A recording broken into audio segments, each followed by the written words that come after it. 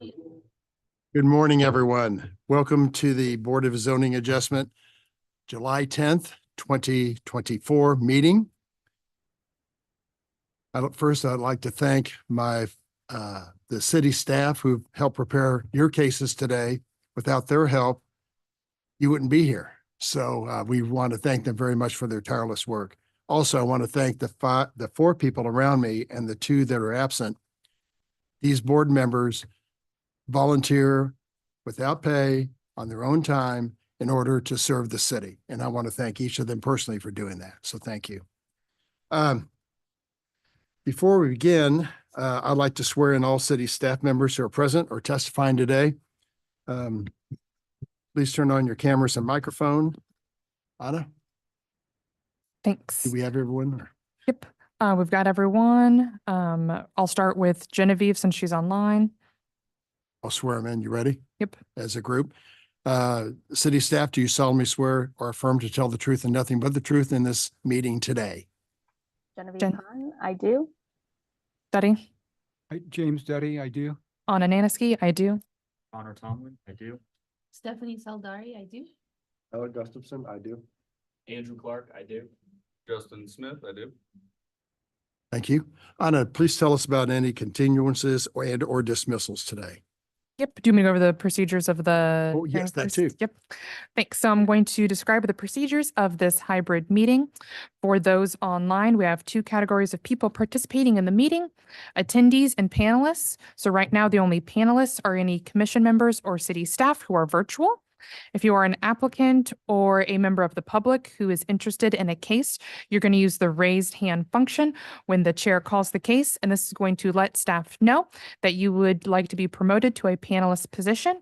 If you're using Zoom via the app on a computer or web browser or your phone, there's going to be a ribbon at the bottom of your screen with a little hand icon. You're going to click this to raise your hand. When the promotion happens, you will need to accept the promotion, and it's going to appear very temporarily that you've been disconnected, but please don't panic. This is just Zoom moving you from a attendee position to a panelist position. We ask that you change your username to your legal name and the docket number or the case number that you're interested in. This is going to help with the promotion process. We understand if you're calling in versus a standard phone line, you can't adjust your screen name, but of course you still can provide public testimony by raising your hand using the star followed by the number 9 key. At the time of promotion, you're going to need to turn on your camera or microphone so that the board can see and hear you when it is time for you to speak. Then your microphone does need to be muted at all other times when you're not being sworn in or actively giving testimony. This is to avoid audio disruptions. For those in person, you're going to approach the microphone when it is appropriate for you to give testimony. We do have a sign-in sheet as well at the podium. If you are joining us in person, there's no reason for you to also be in the Zoom meeting when there's multiple microphones on at the same time. Sometimes that causes audio disruptions, and we want to make sure to hear everyone as good as possible. If you're the applicant, you're going to approach the desk when it is time for your case to be called. The following applies to all testimony, whether it's in person or virtual. The BZA secretary or their designated representative is going to identify you when it is time for you to speak. You're then going to be sworn in under oath to provide testimony. Applicants will receive 15 minutes for their presentation.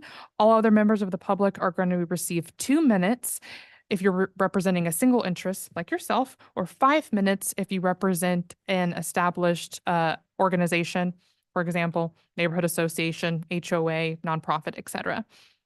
You will be hearing an alarm when your allotted time is over, so please be respectful and wrap up your statement once you hear that alarm. No repetitive or irrelevant testimony.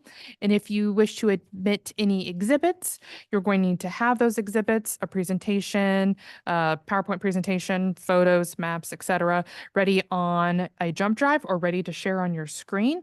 And then if those exhibits are admitted into the case, you're going to email them to the assigned planner for record-keeping purposes. purposes. The chat box on Zoom is only for questions about the agenda or like logistical issues going on with Zoom. Merits of the case cannot be discussed in the chat box. And the Board of Zoning Adjustment may take breaks, for example, around 10:30, 12:30, or 3 o'clock if the meeting lasts past 2. You want to share also the possibilities of the end of the docket we may not make it, but we'll advise it then. Correct. We do have a very lengthy docket, and we will address how many more cases we're taking after the lunch break before we take the lunch break. Thank you very much. And now let's talk about continuances or dismissals. Anna? Yep. We are going to continue docket item number A to September 11th. Docket item 2, this is case CD SUP 2024-12. That's a request to approve a special use permit to allow for a drive-through facility for an eating and drinking establishment in District DC-15 on about 0.8 acres, generally located at Grand Boulevard and East 12th Street. This is being continued to August 14th. We have docket item number 6. This is case CD BZA 2024-25, 8430 North Indiana Avenue. This is a request to approve a variance to the monument sign setback standards, plus any other needed variances in a B2-2 zoning district on about 0.9 acres, generally located at 8430 North Indiana Avenue. This is also a continuance to August 14th. Docket item number 9, this is case CD BZA 2024-37. This is a request to approve a variance to the maximum size of a wall sign, plus any additional variances on about 16.9 acres, generally located at 11601 East US 40 Highway. This is a dismissal request because the applicant is no longer pursuing the signs that were being triggered by the variances. We have docket item 10. This is case CD BZA 2024-81. This is a request to approve a variance in an R 2.5 zoning district, which is a residential zoning district, to permit a digital sign to be located in a residentially zoned parcel, plus any additional variances on about 19.77 acres, generally located at 1801 White Avenue.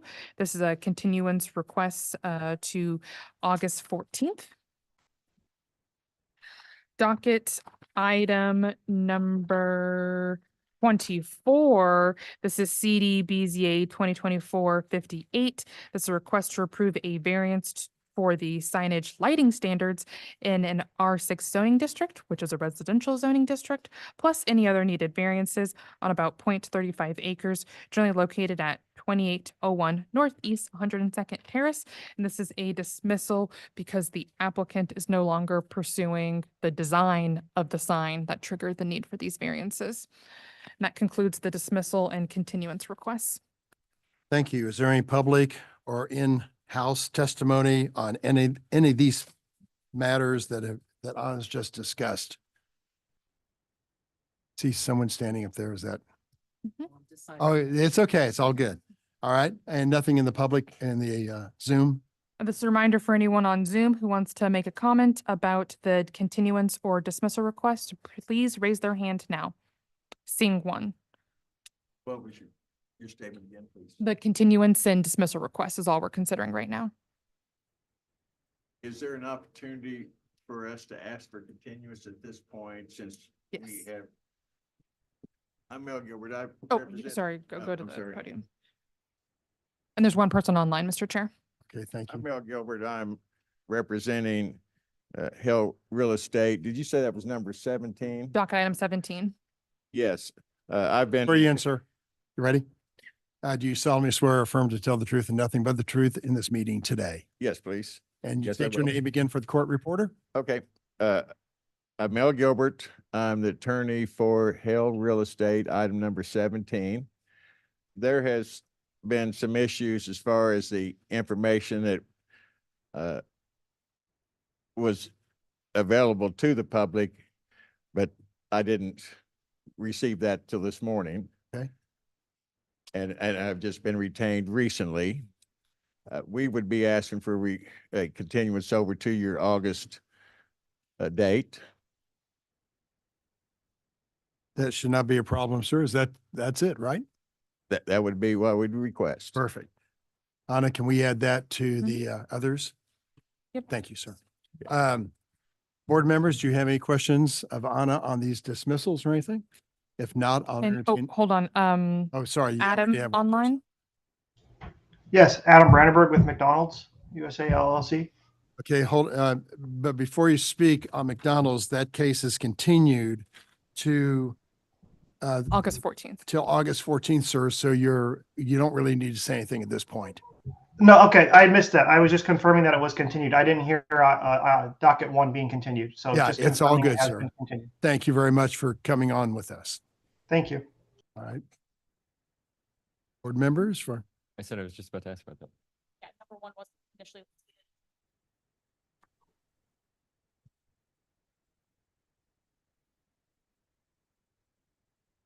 board members, motion? Thank you. We'll see you in a month. Yeah. I move to continue. I have a motion. Do I have a second from someone? Thank you, Ms. Moran. Okay. Gorance, Aye. Moran. Aye. Mixdorf, Aye. Hayes. Aye. Meyer, Not here. he's on, Oh, wow. Okay. Aye. and Ebbets. Aye. Mike, are you on? There you are. Sir. Okay, thank you. Yeah, he's going to be here for that one. Okay. All right. Do we have iPads? Margaret, the iPads.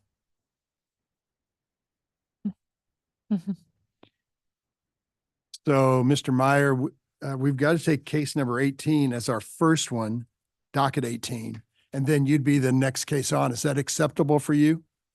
How's your time? It might have to get pushed maybe to the 3rd. It just depends. I've got a 10 o'clock that'll last about 30 minutes. So depending on how long 18 takes. And I'd like, yeah, okay, that's fine. Good. Yeah, I was going to take number 3 because I think it'll be a short, or in his case, because it'll be a shorter case, I think, than 18. But maybe. All right, so Ready for the first case? yes, Okay, docket item, we're going to reorder the agenda. I'm so sorry, Andy, I just stabbed you with my pen. Docket item number 18, this is case CD SUP 2024-20. This is a request to approve a special use permit in the district R1.5 to allow for group living for a university on about 4.7 acres, generally located at Martha Truman Road and Warnell Road. Andrew Clark is the staff planner associated with this case, and the applicant team is in the room with us.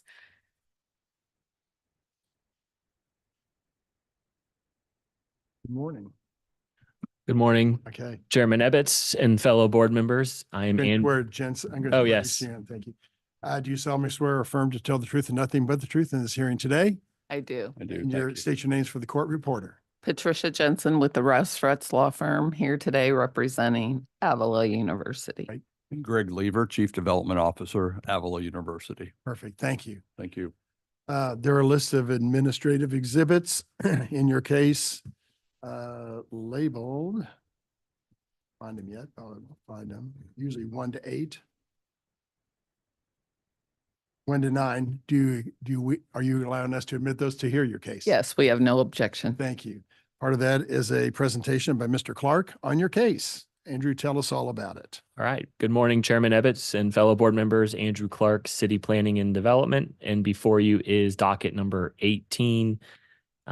This is case CD SUP 2024-20. This is for a special use permit for Avila University at 12100 Warnell Road. The property is located in the 6th Council District in the southwest quadrant of the city.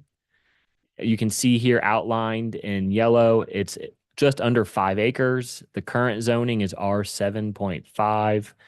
The applicant is proposed a rezoning, which has been approved to District R-1.5, and the building has been vacant since the beginning of this year. The building is located on the right. This is looking south on Warnell Road, and on the left is the fairly new sidewalk that was located, or installed. Here's a view looking west on Warnell Road. And here's the overall site plan. The applicant is not making any changes to the exterior of the site, but they will add a sidewalk, and Public Works will be putting in a hawk signal so students can safely cross Warnell Road to get to and from campus. The rezoning does match the Red Bridge area plan land use recommendation of residential high density. The rezoning is required, and then with the rezoning, it triggers a special use permit for group living. And group living is only allowed in the R15 and more intense zoning districts. Also, the applicant is seeking one variance, and that is to the requirement of having 500 square feet of lot area per resident. And that is an 88-350-01. Here is a screenshot of the variance request. The applicant is seeking relief of 48,420 square feet to allow for the 500 students. And this would, the code requires 500 square feet of lot area per resident. Now it would be closer to 403. Staff is, in reviewing this variance request, there is a city park directly to the south. So there is lot area in the immediate area. The City Plan Commission and staff do recommend approval with conditions for this special use permit. And that concludes my presentation. Thank you. Anna, do we have anyone in the audience who's interested in this case? This is a reminder for anyone who is attending virtually. If you're a member of the public who wishes to provide public testimony, please raise your hand now so we can identify you for the public hearing portion. No one has raised their hand. Ms. Jensen, tell us why we should approve this case today. Chairman Ebbets and members of the board. Avila University is in a unique position compared to a lot of community colleges across the country. They are growing in attendance and thriving out there. Avila University expects to have probably close to 400 at least, maybe up to 500 international students coming in for this fall semester. They are all master levels type students. They're not beginners right out of high school. So with that, the problem became we need a place to house them. At the same time that this problem was being created, Villa Ventura was vacated. So it became the perfect property to be able to provide housing for the new students. So we have worked with the staff since at least April, probably, I would guess, March, April. And the staff has helped us go through the process of rezoning the site. That Villa Ventura was a nursing home, so it was permitted by right in the R7.5 zoning districts, R6 zoning districts. But the group living requires an R1.5. That rezoning has already occurred and been supported by the council. We had a meeting with the center planning. None of them had any objection, and they were in fact pleased that Public Works was now putting in the hawk signal for our students, but also for their residents, because crossing Warnell Road in that area is dangerous. And as Andy identified, there is no place for Avila to obtain additional lot area for the Villa Ventura property, but there is park property around us. So we don't have any objection to any of the conditions of approval, and we would request that you grant the special use variance and the special use permit and the variance. Thank you. Do you have any other comments, sir? It's hard to beat Ms. Jensen and how she presents things. No, we just appreciate the board's consideration, and we're very excited about the continued growth at Avila. That's great that your college is growing, because so many are shrinking. You're exactly right. All right, board members, any questions or comments for the two applicants? Perfect. 20 I move we grant the applicant's request and reflect 18. the site plan and staff report. It's 18 unless Oh, your the- docket says. Case number Oh, 20. sorry. Thank you for correcting us. Second. We have a motion by Ms. Mixdorf, a second by Mr. Gorens. Please call the roll, Anna. Gorence, Aye. Moran. Aye. Mixdorf. Aye.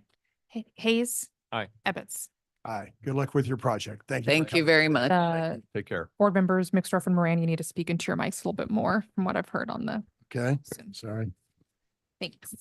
Okay, now we're moving back to docket item 3. This is case CD BZA 2024-45.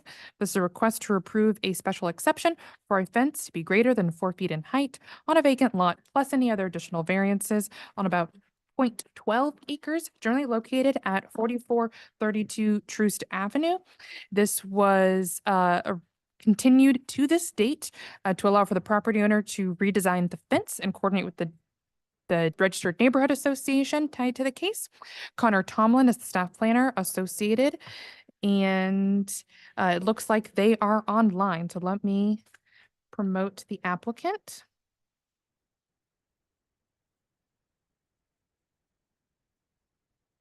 This is a reminder for anyone else who wishes to provide public testimony on docket item 3 for 4432 Troost Avenue to please raise your hand now so we can identify you for the public hearing.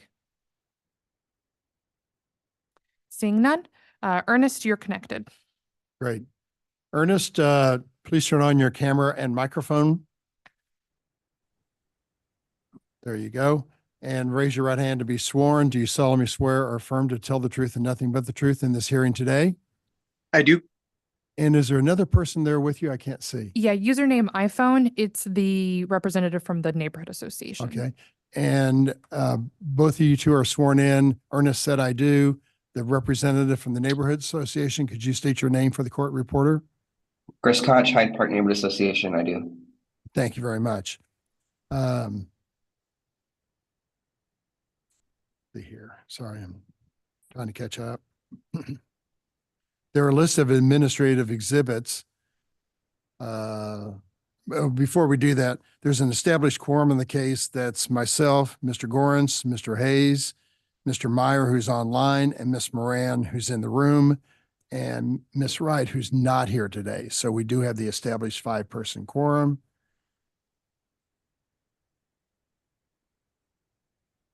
Anna, do you see how many exhibits there are? Usually 11. one? Thank you.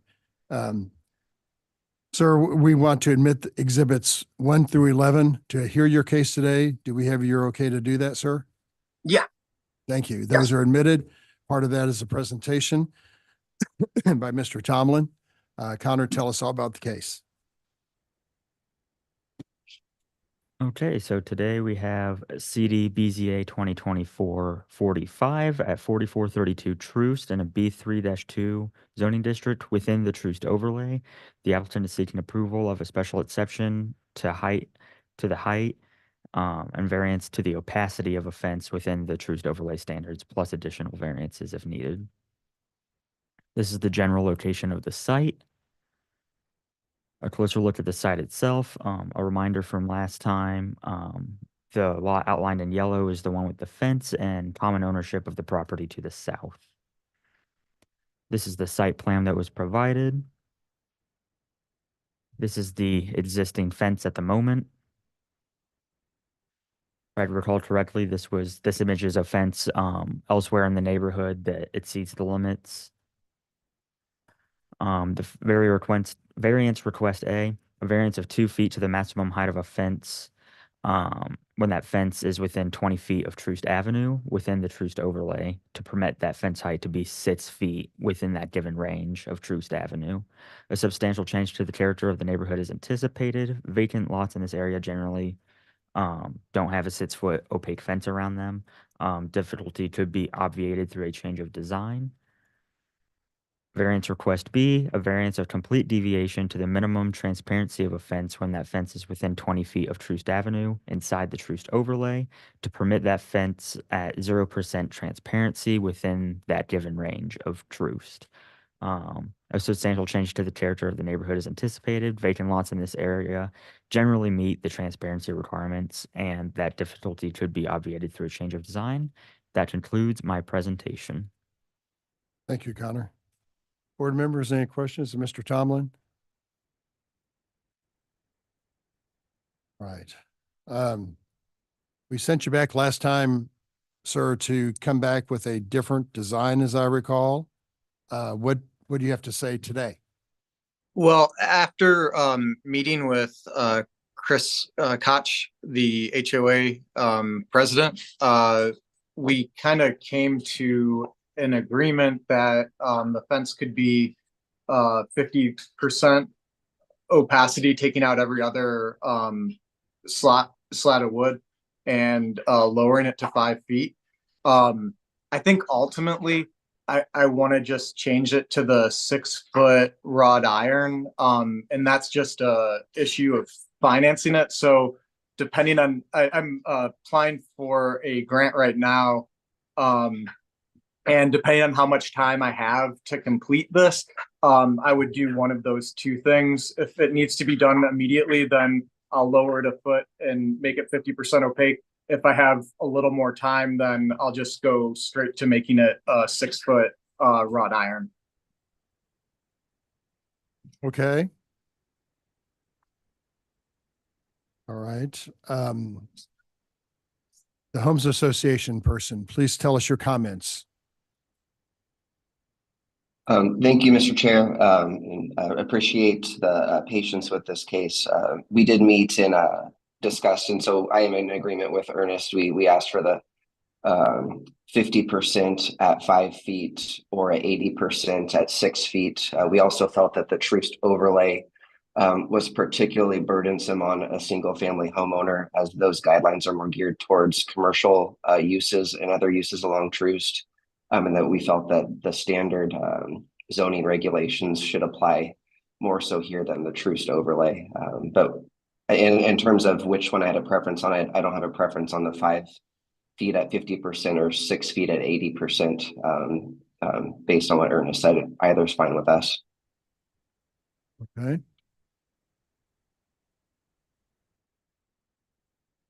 Ernest, what would you like to do?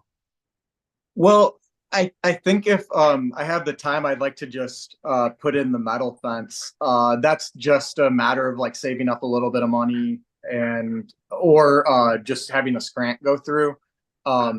So if I had like 3 months, I think that should be plenty of time. Okay. Ernest, it might be worth, if you're wanting to go that avenue, the ramp grant takes quite a bit of time to process. So I would give yourself a little bit more, a larger grace period if the city is okay with that, because it does take Westside Housing a bit of time to put the paperwork through and get that grant. So I guess we could do a couple different things. We could continue your case for 6 months while you get your application together. And in the meantime, you could keep your existing fence height. If we grant you the wrought iron like material for 6 feet, you'd be obligated to do that, Ernest, no matter what. So Okay. if the grant doesn't come through, then you may need to come back and say, oopsie, let's do the 5 foot and every other slat. Well, if I have 6 months, I should be able to save up the money for it. That's great. So that would be fine. Either way, if I get the grant or don't get the grant, I think I can commit to doing that fence. I noticed in the picture you have wrought iron across the street. So that would be, at least it'd match the neighborhood, so to speak. Mm-hmm. And I think that'd be great. All right, board members. So you're, Ernest, before we proceed onward, you're okay with doing a continuance, 6 months? What would that be, guys? December or is that January? January? To the January meeting. And then at that point, you'd come back and say, I've got it. And it'd be my impression, we'd be, go ahead and grant you the request at that point, sir. Okay. Yeah, that sounds great. Okay, great. Board members, do I have a motion to continue this case for 6 months to the January meeting? Yes, on docket item number 3, case number 2024-45, I move that we continue this case to the January BZA meeting. Do you need a date? January 8th. Thank you. January 8th. Mhm. Second. Second. Great. Motion and Lawrence? second. Go ahead. Moran, Aye. Hayes. Aye. Meyer, Aye. and Devitt. Aye. Your motion's granted, sir. We'll see you in 6 months. All right, thank you so much.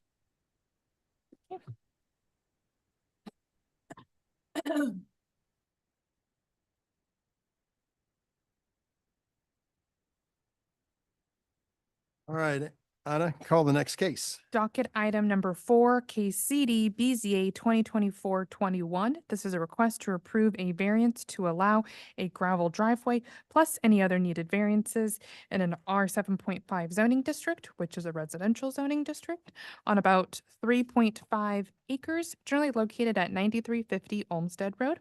Stephanie Saldari is the staff planner on this case. This is a reminder for the applicant to please approach the desk or raise their hand online. If you are also any other members of the public who wishes to provide public testimony, please identify yourself now so we can identify you for the public hearing. The property owner and applicant, Andrew, is online and they are connected. Andrew, could you turn on your microphone and camera? There you go. Do we have anyone else in the audience who's interested in this case? Swear everybody in. No one else has raised their hand online or approached the microphone. Great. Andrew, please raise your right hand to be sworn in. Do you solemnly swear or affirm to tell the truth and nothing but the truth in this meeting today? I do. And state your name again for the court reporter. Andrew Mattes. Thank you, sir.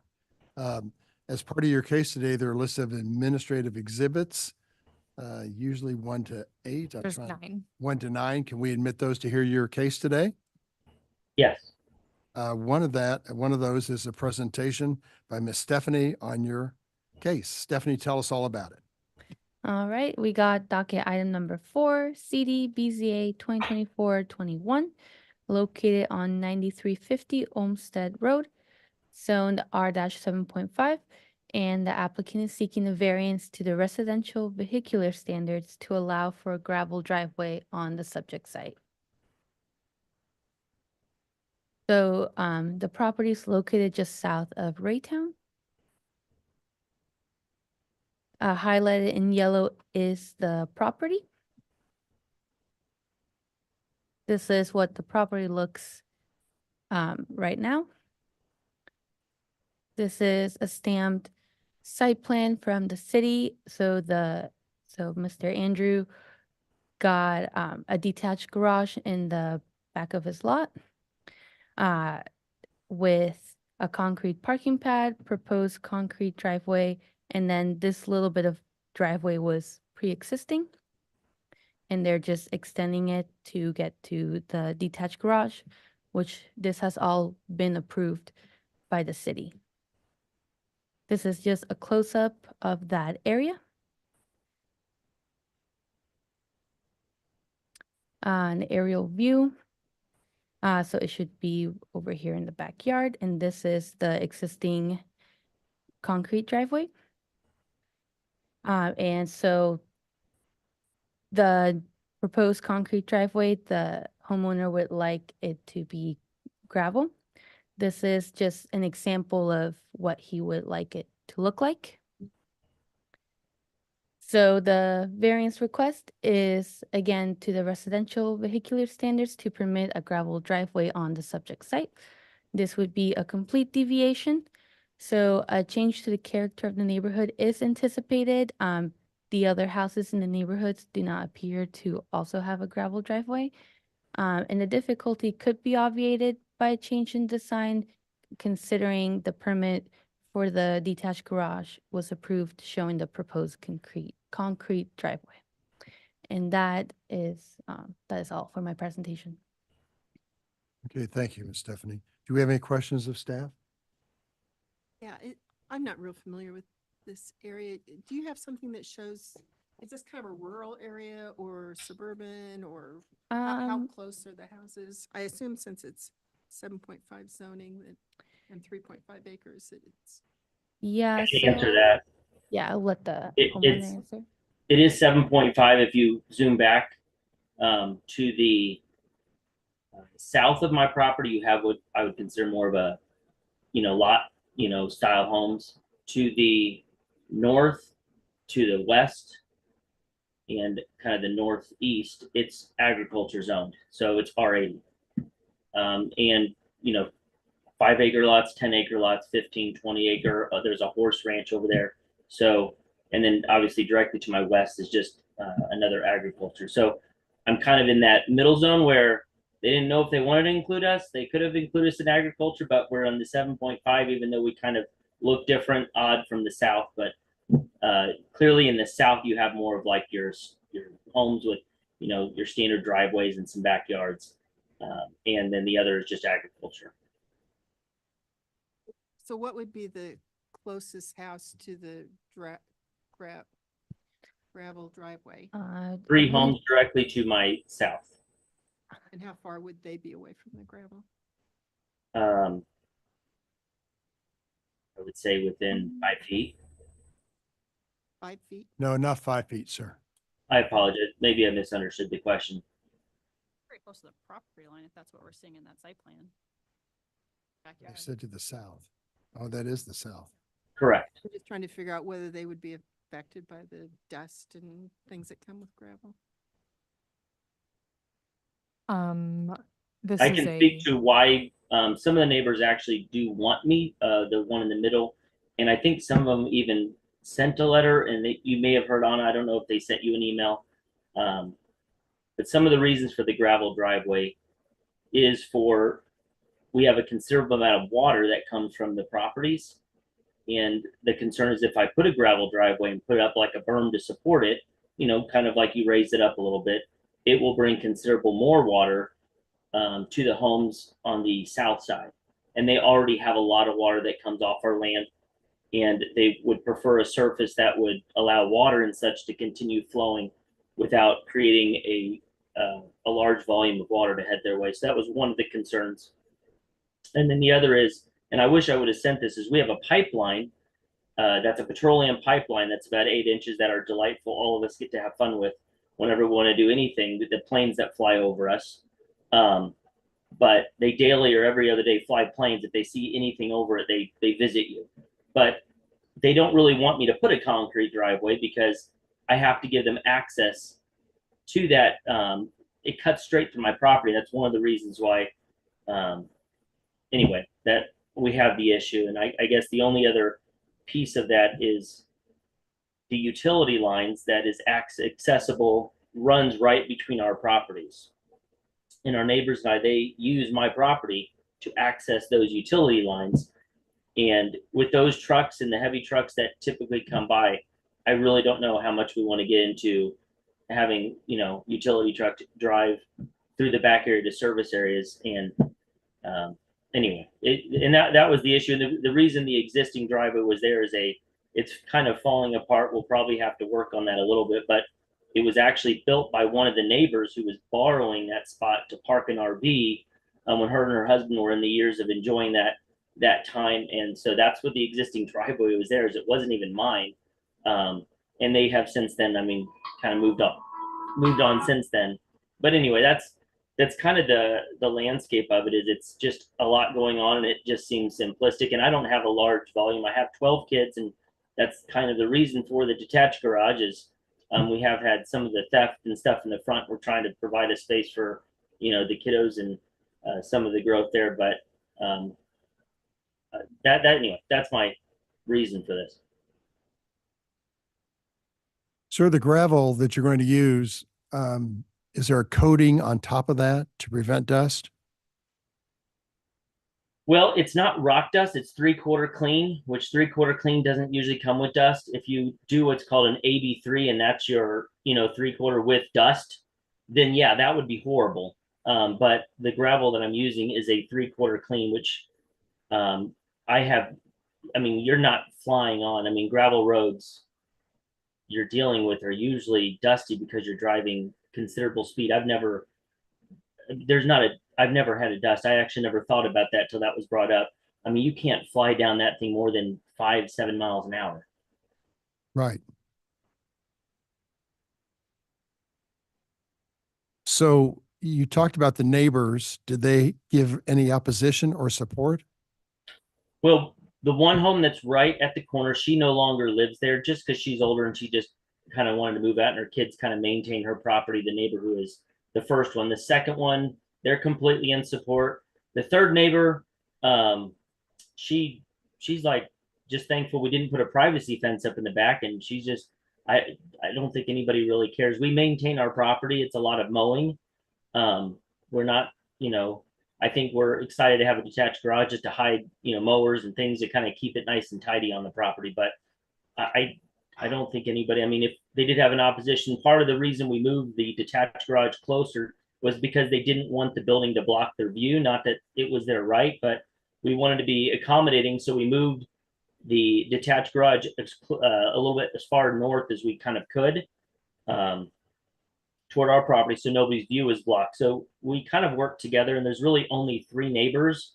And besides unknowingly to the neighbor who's no longer living there on that property, and she's the one who already had the driveway that was already behind there that she put in. So I mean, I don't understand how her opposition, she's the one who poured that pad there, but years ago. There's no opposition. They probably just prefer we continue trying to keep it clean. And the only person that affects is the one that does want it, because she's right in the middle. The driveway curves to the right before it even gets to the furthest neighbor. They won't even hardly feel it's there. All right. Well, thank you for your testimony on that. Board members, any other questions or comments? Yeah, just one more clarification. So your intent would to be maintaining that existing concrete approach then and being gravel beyond that point, correct? There wouldn't be gravel to the road? Correct. Absolutely. That will always be a approach that you're correct. That would be 100% correct. We'll probably end up having to re-pour the concrete, but we would never have gravel right from the road. That is correct. Thank you for that. Board members, comments, questions, motion? Can we, if we approve this, can we condition on it being using I mean, he called it a 3/4 clean gravel. Or can we say dustless gravel or low dust gravel?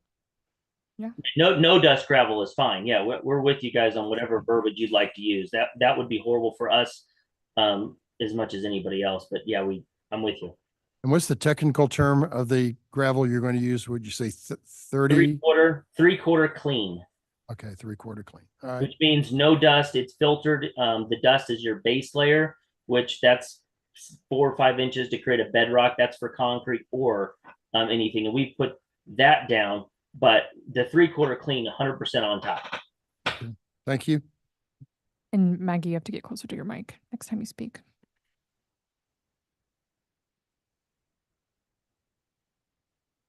Any motions, anybody?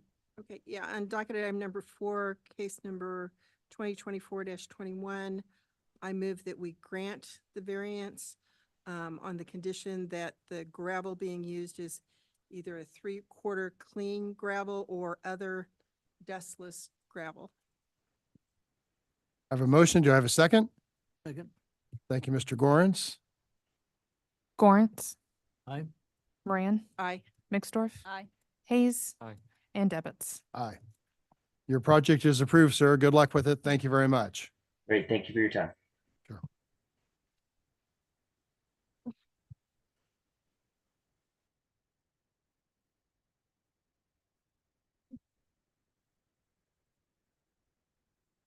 Okay.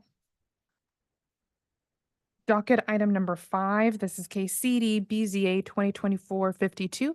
This is a request to appeal determinations related to a denied temporary use permit on about 2.29 acres, generally located at 5005 North Brighton Avenue. I am the staff planner associated with this case.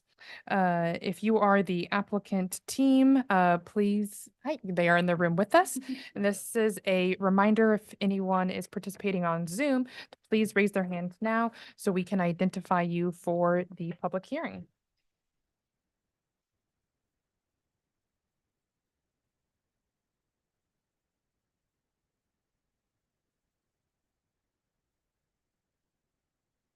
There's two individuals online, Mr. Chair.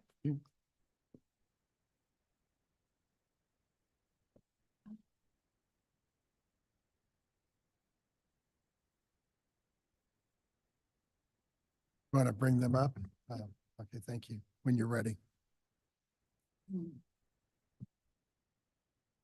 Okay. I think that they both declined the promotion. Okay, so good morning. Please raise your right hands to be sworn in. Do you solemnly swear or affirm to tell the truth and nothing but the truth in this meeting today? I do. Please state your name for the court reporters. Randall Brack, Trinity Christian Center. Thank you, Randall. Judith Rodriguez, owner of Taqueria Ibarra. Thank you, Judith. Who's going to be speaking on your case today? Judith or Randall? Yes. Sir, there's a list of administrative exhibits labeled 1 to 11 that we need to admit to hear your case today. Do we have your permission to admit those? Yes, you do. Thank you. One of those is a staff report by Miss Anna, and she's going to tell us all about your case. Oh, wait, you. I didn't get you. I'm William Hodap. I live across the street from the church. Yes, thank you. And did you acknowledge the oath and do you say, I do? I do. Thank you very much. And your first name again is William? William. Thank you, sir. I appreciate it. All right. Can you adjust the microphone so it's pointing more towards? Thanks. And you did admit those. So Anna's going to tell us about your case. Okay, we've got docket item 5, case CD BZA 2024-52. The location in question is 5005 North Brighton Avenue. The zoning district is R6. This is a residential zoning district, and we are here to discuss an appeal related to a denied temporary use permit. The site in question is located in the Northland portion of Kansas City, Missouri, south of Gladstone. This is a close-up of the site in question in yellow. It is near the intersection of North Brighton Avenue and Northeast 50th Street. We also have Interstate 35 running adjacent to the property as well. This is a look of the subject site from Google Street View. We can see the religious use on the site, as well as the taco truck, as well in the picture. For some more information about the timeline, because that's pretty important on how we got here.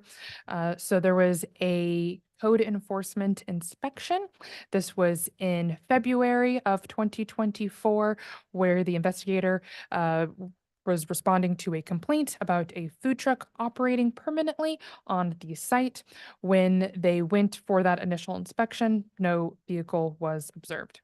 But then a new notice of violation was issued, which stated, after additional investigations, of course, was that the owner maintained a premises which is being used for a temporary use that is operating a mobile food unit, which we also call a food truck, exceeding 15 non-consecutive days for a calendar year in the zoning district, which is first allowed with a temporary use permit. So then in between that new notice of violation being sent and April, there was email correspondence with Casey BizCare, which they discussed with them that the religious assembly didn't need a business license, of course. In that email correspondence, I didn't see anything particularly about the food truck. So then in April 8th to be specific, the appeal case was filed regarding that notice of violation. And then we had email correspondence, the applicant and myself, which directed them to file a temporary use permit, to fix the issue that was being addressed. And at the time of that email correspondence, based on the information that was inside that appeal, I thought that the that the food truck would qualify for the temporary use permit. That determination has since changed because we did not know the scale of the business characteristics or the timing when we had that initial correspondence. So then, of course, after being directed to file the temporary use permit, they did that, and it failed QCR based on the information that was in that application. And so then that's kind of started the appeal process. Some deadlines were missed, so I had email correspondence with them about, new deadlines to make it to a hearing today. And then Compass KC was down. So then, of course, we couldn't then hear the case then. And we had lots of more correspondence over the phone where we talked about that the true issue at hand was not appealing the notice of violation, but that denied temporary use permit. So here we are.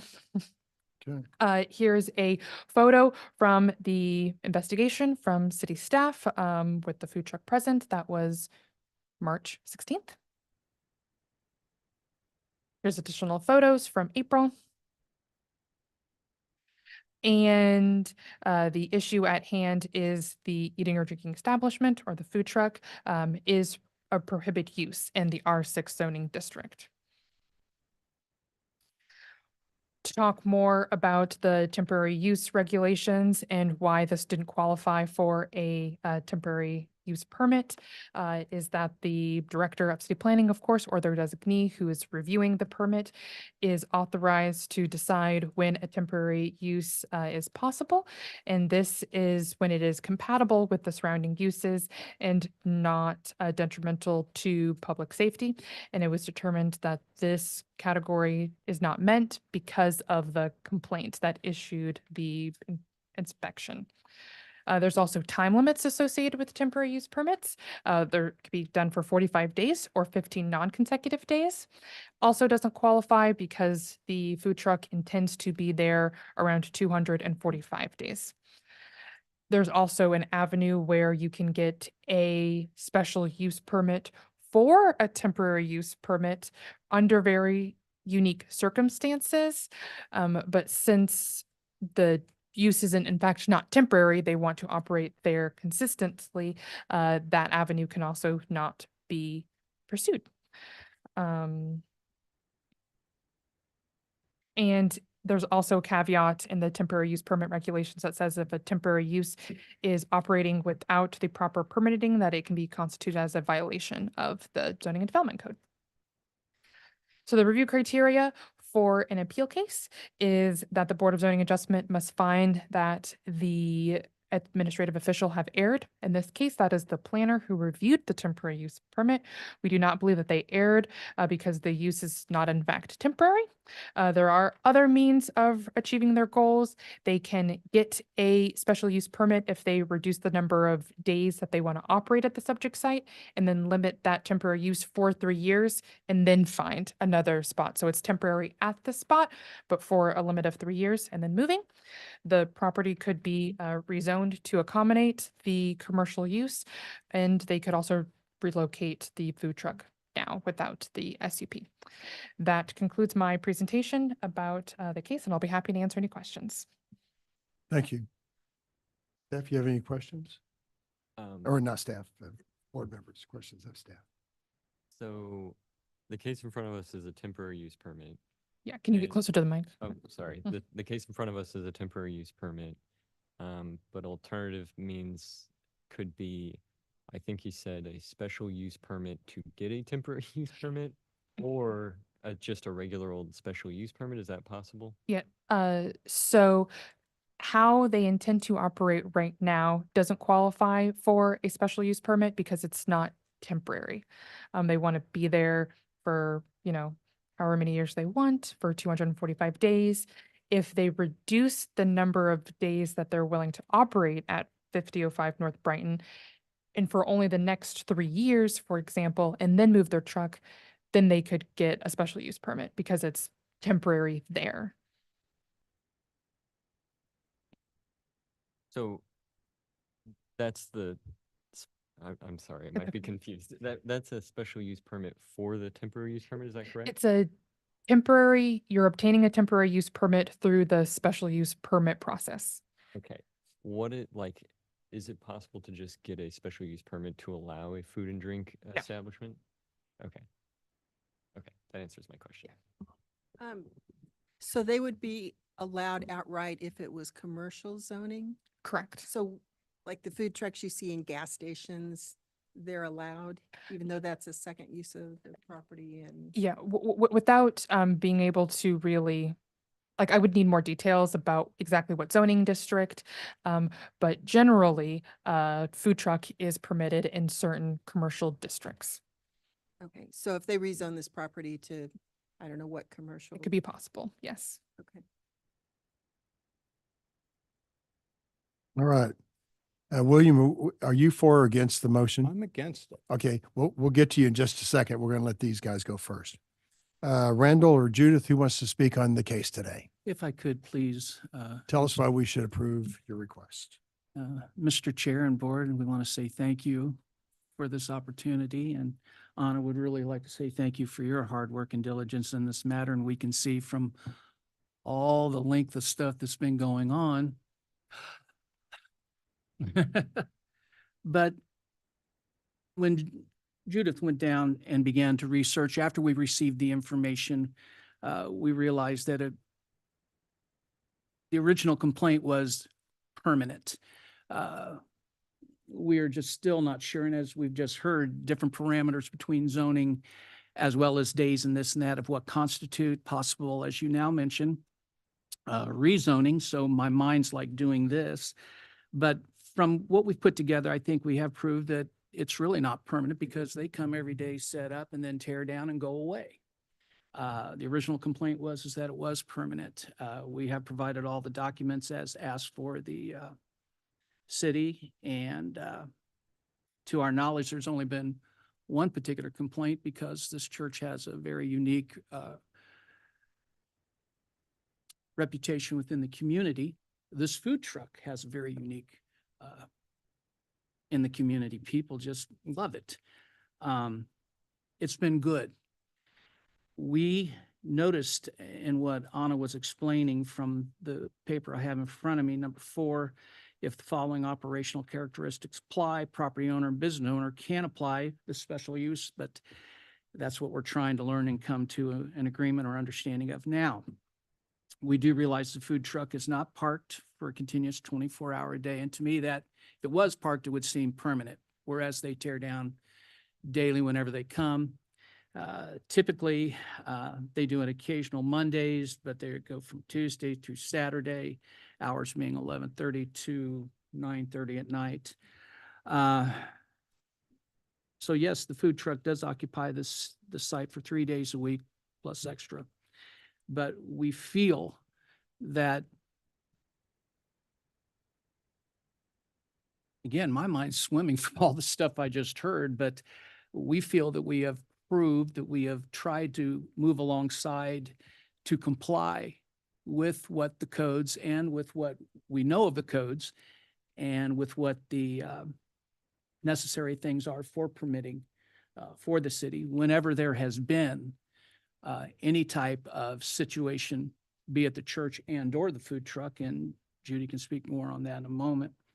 We have always replied, made remedy as soon as possible, and we do choose to comply with what is necessary to help to flourish, because again, this little food truck has done well, just not for them as a business, but they had taken off last week for business or vacation. And I had to stop by the church because of meetings there. And I was surprised at how many people packed it out yesterday. But what really grabbed me was as people were coming, people grabbing each other, hugging each other, hadn't seen you for a while. It's a good community thing. And as for the church, the security of that site, the space of where it's located, what we do to keep our lot clean, on top, safe, et cetera. We do our due diligence on that, and we hope that you guys will help us see where we need to go, as well as consider the need that is here, just not for the food truck, but for something that's really good for the city as well as for the community. Thank you. Randall, how long has the food truck been at the church? How many Not, years? not quite 2 years. And up until now, there were no issues that you No know of. issues other than one, someone complained that their generator was too loud. Right. These people immediately went out, bought a new generator, ultra quiet. That was about a year ago. Okay. Taken care of. Like I said, we were quick, or they were quick. I'm sorry. Any litter that's created on the site from enjoying the, Yes, and I have people that do our lawn and stuff like that. It's not a service. We have volunteers within the church, but these people after, let's talk like Cinco de Mayo or other special weekends and day where there's been a large crowd. I watch these people on camera just as they're closing down, walk the lot and clean up and pick up. In the back of our church, we have provided a big 4-yard dumpster through Ted's, and we take their trash along with our trash to help them with this. Right. We also supply, if they need it, water so they can clean, rinse, do whatever. and Miss Judith, is your mobile facility been inspected by the city? Absolutely. So we have obtained all of our necessary food permits. As a matter of fact, the city hired us for the festival last year. And I do recognize some faces that were at the food truck. And because we are compliant with all of our paperwork, we have actually, I tried to apply for a special use permit as well to operate in the residential area because I told an R6 zone I was available to operate through that zoning.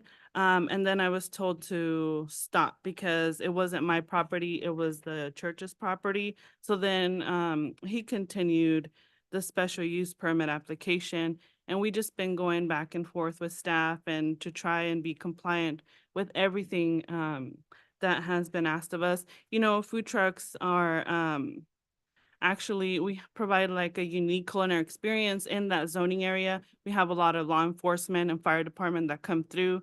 It is a benefit, an asset to the community.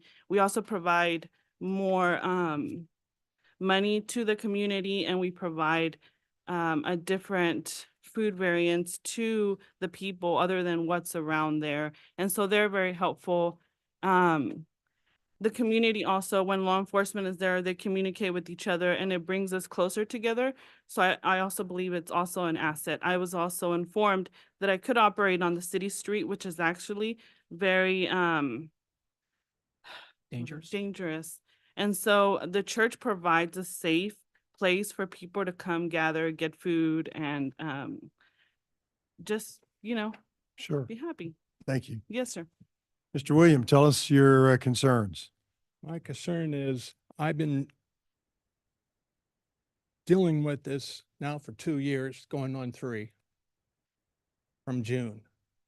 And I live right across the street and I see them every day, Monday through Saturday, 11:30 to 10:30.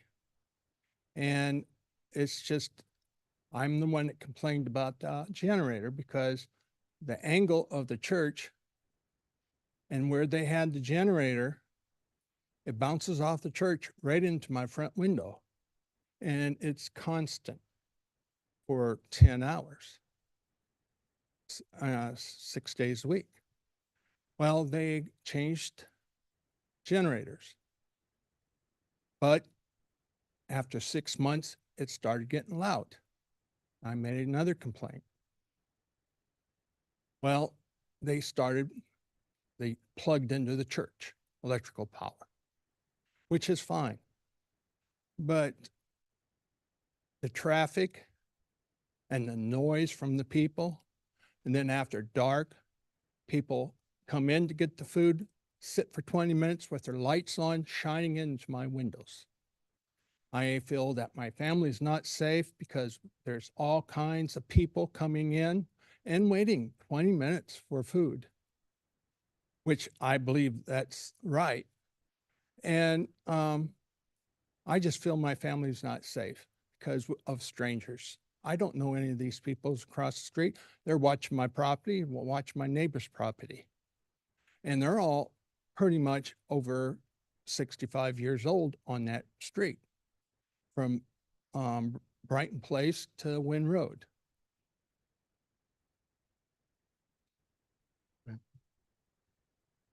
Thank you for that. Board members, questions? A question, staff, could you show us the map showing his house and this property and where they are in relation to each other? Sir, do you live on Brighton? Yes, I live on Brighton. Can you point to it on that?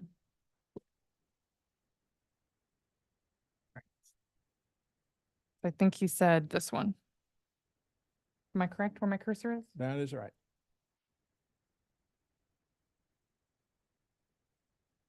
So the noise issue has gone away with the electricity, sir, if I understood you correctly. Mhm. But what has not gone away is the gathering of people Yes. as they order food and or enjoy it on that location. Well, what would happen if this happened? This permit was permitted temporary to other churches and other neighborhoods. Would that continue?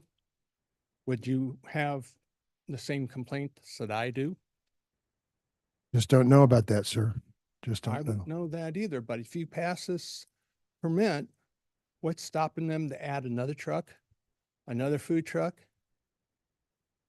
on that property?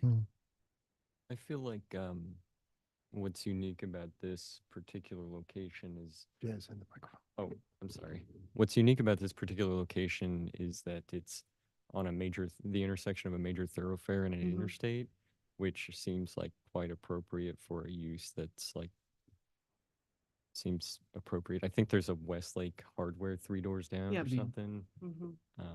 I mean, commercial uses seem pretty appropriate there. It's unfortunate that I wouldn't want to live at the intersection of Brighton and I-35, but, I think, but in terms of the merits of the case, like, I find it hard to determine that the use is temporary, but what I would hesitate to do, because I think that the taco truck is a asset to the community, I would hesitate to just kick them out. That's what I don't want to do. But I think probably like a rezoning or something like that would be a better remedy for the situation. But I'm just one board member. Now, let me ask, as far as I understand what you said, Anna, even if we granted this, they would only get 45 days a year? Correct. If That's you, not going to do them much good. for how they wish to operate, correct. Pardon me? For how they wish to operate, correct. And what are the rules for operating on a city street versus on a lot? That's a good question that I can't answer right now because I don't have jurisdiction over that. Would 45 days give them enough time to get a commercial upgrade of the property? Rezoning? Yeah, a rezoning could take 2 to 3 months, depending on everyone's schedule. I think where I struggle, similar to what Jazz was saying, I think having this as an asset to the community, but what we are looking at right now is, did city staff err? And the whole point of appeal is if they erred. And I'm not sure that the city staff erred on this, but I think it's positive knowing that there's other avenues that could be pursued to get you what you want, to allow you to maintain your use. It's just not maybe through the appeal process. Yeah, I will also add the councilman for that area, that's District 2, so the councilman is Wes Rogers. He's a very pro-business guy. I would reach out to him and I would be open to continuing this matter so that we're not just kicking him out, continuing for 3-4 months so that can give them time to go through the rezoning process. Yeah, it depends on, I can give a more accurate answer for how long the continuance should be if they acknowledged which route they want to go. Well, I have a question to that. I'm one board member, but if we don't believe that city staff erred, then I don't know, continuing this provides anything. Does it still allow them to operate in the interim, or what would a continuance provide them if we allowed that? Yeah, so if the appeal is denied, so if city staff's decision is sustained, then they couldn't operate at the site because they don't have a temporary use permit. So if we continue it, then it's not a denial at that point in time. Correct. And Judith, to William's concern about the neighborhood, Mm-hmm. I heard the hours are 11:30 to 9. Yes, and then after that, we clean up. Yeah, well, but if you stop selling at 8, Mhm. that might alleviate some of his concerns about because you sell to 9, you've got cleanup from 9 to 10. So, Also, I heard one of his concerns was the lights going in. And we could also put a sign for customers to park the other way so the lights wouldn't go that way.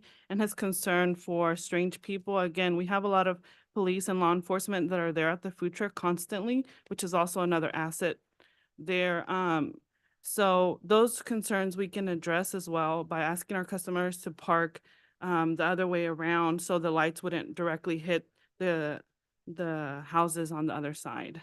right. Yeah, whatever you can do, because if you ask for rezoning, you're gonna have to satisfy the neighbor's concerns Absolutely. also for them to be Yes. able to do that. So whatever you can do in the interim, Yeah, would- absolutely. Maybe like a small hedge or something. I don't know. and maybe talk to Mr. William, oh, yeah. Odap, and try to work something out with him. I mean, that would make me happy. Anna, what would they have to rezone to allow this? To allow it for the number of days they want to use it? Would it have to be a commercial zoning? Correct. Or like a B1 or? It's loading up my use table right now and time. Low.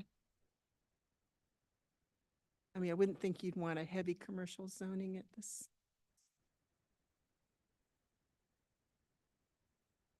Because it does have a lot of residential around it as I recall. My kids used to attend daycare across the street. Lavana Peterson, I think, is right across, or used to be. Still there. Is that the same site? Okay. So it's pretty heavy residential. So a B3 would be the first zoning district to permit a mobile vendor park.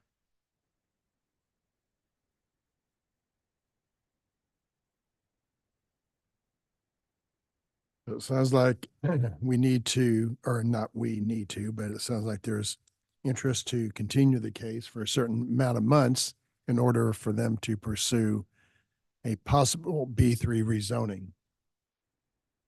Or if they chose to go the special use permit route. with Right. a lesser number of days. Right. Yeah, for just 45 days, right?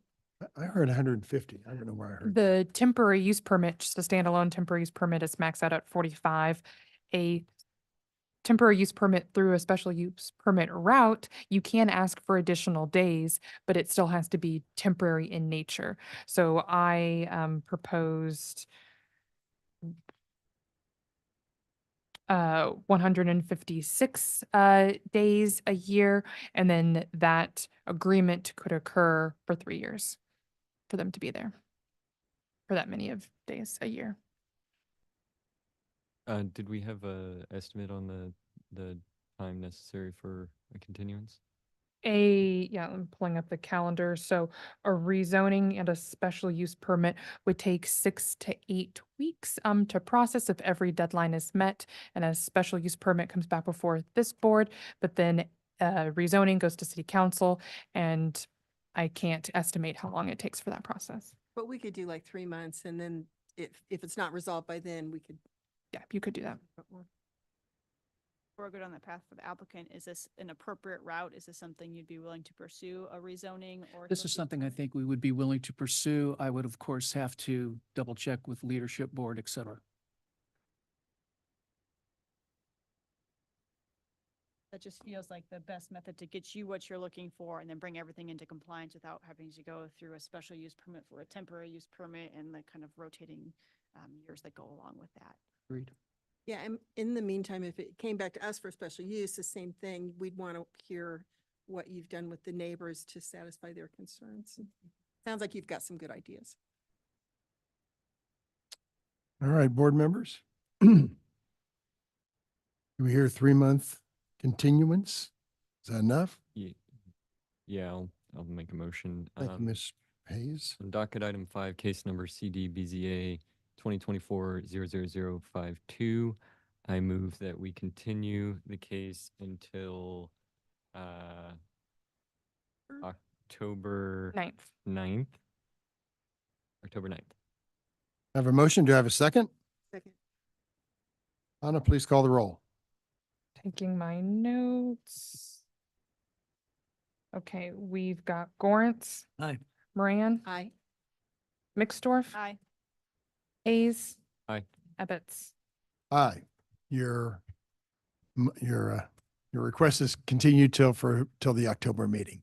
Thank you, Mr. Thank you Chairman. very We much. And appreciate thanks it. again for Appreciate it. making those adjustments for Mr. Williams. Absolutely. Thank you. Thank you, guys. You'll hear from me Bad. past next 5 business days to talk about the next routes for the other options. Yeah. Okay. Ms. Anna, it's about 10:30, so we're going to take a 15-minute break. Okay. And that means we'll be back at 10:40.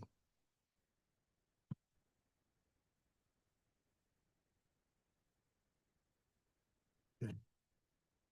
Who's parking today? Bike? You, There's no bikes in the house. okay. So parking, Maggie, Jazz parking or no parking? So 3 parking. Okay. No. Okay.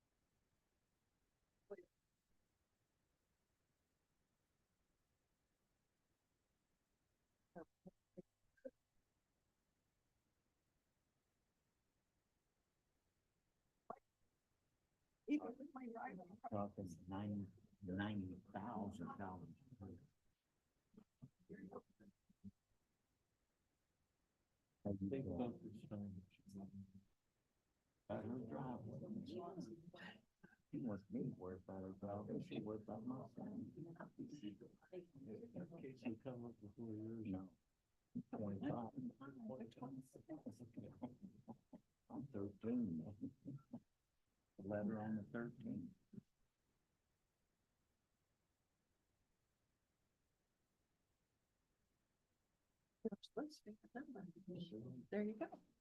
You're a Swiftie now. I'm not confident.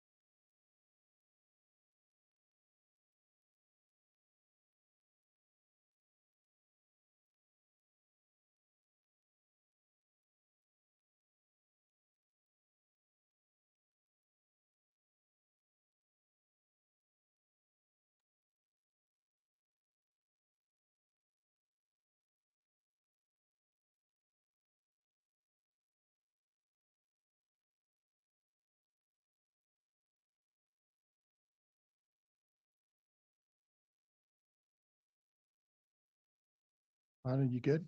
Yes. We're back after our small break there. Welcome back. Anna, what's our next case? We have docket item 7. This is case CD SUP 2024-13.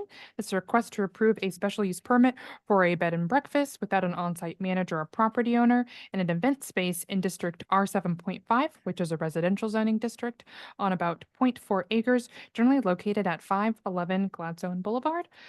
I am the staff planner associated with this case. The applicant is in the room with us. This is a reminder for anyone who wants to provide public testimony to please approach the microphone or raise your hand in Zoom now so we can identify you for the public hearing. Have you seen anyone yet, Anna? Seeing none. Okay, great. Ms. Duma, please raise your right hand to be sworn. Do you solemnly swear or affirm to tell the truth and nothing but the truth in this meeting today? I do. Thank you. So please state your name again for the court reporter. Megan Duma. Thank you very much. There are a list of administrative exhibits we need to admit for your case today. I believe those are 1 to 9, but I'm going to verify that in just a second. Almost. Me too. Hold on.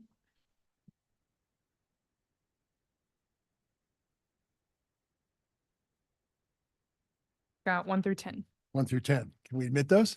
Yes, no Thank- objection. Thank you. Part of that is a presentation by Miss Anna on your case. Anna, tell us all about it.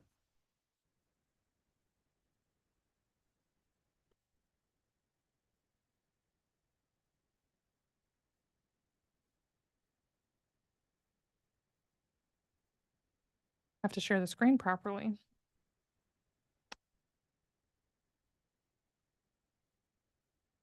Okay, docket item 7, case CD SUP 2024-13. The location in question is 511 Gladstone Boulevard, zoning district R7.5, which I mentioned was a residential zoning district. And we are here to discuss the applicant seeking a special use permit for a bed and breakfast plus an entertainment venue. The site in question is located in the historic northeast portion of Kansas City, Missouri. Got a close-up of the subject site in yellow. It is along Gladstone Boulevard, a couple of lots north of Independence Boulevard. I'm also going to go over some timelines related to this case because it is important to understanding the request. So as the Board of Zoning Adjustment remembers, is that we've recently had a lot of discussion related to short-term rentals. This property in question applied for a short-term rental permit in May of 2024. May 3rd, to be exact. And if everyone remembers those discussions, that is the day before the ordinance repealed the zoning regulations related to short-term rentals from the Zoning and Development Code and moved that over to Chapter 56. So it's under neighborhoods, the Neighborhoods Department jurisdiction. The Board of Zoning Adjustment reviewed over 10 STR appeals related to that ordinance being repealed, and the BZA upheld city staff's decision to close those STR permits as they did not receive approvals before the ordinance was repealed. During those discussions, because we had many meetings about that, 88-367 was discussed, and that is the special use permit pathway for historic designated properties. So then the property owner for 511 Gladstone, decided to pursue that route. And then thus we're here for the entitlement analysis for CD SUP 2024-13. As a reminder, 88-367 of the Zoning and Development Code, that describes that if you are a historic landmark or you are a contributing building within a historic district, then you can receive approval for a use that is not otherwise permitted in that zoning district through the special use permit route. Thus, we are here. It is the Scarrett Point South Historic District in question. So we decided that this was a route that the property owner was going to pursue. We had a pre-application meeting regarding the special use permit process. And then after every pre-application meeting, I usually send out these follow-up emails that details exactly what we discuss. This particular email included a lot more information in it that is usually involved in those discussions, particularly as it pertains to what a potential recommendation from city staff would be. Considering the long history we've had about this case type and the appeals and all of that, I thought it was best to be transparent as possible. So this is a screenshot of all of the options that I offered the property owner so they could achieve their goals.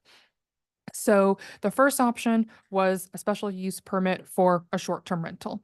This could be approvable by city staff. They'd be eligible for an STR permit through the neighborhoods department.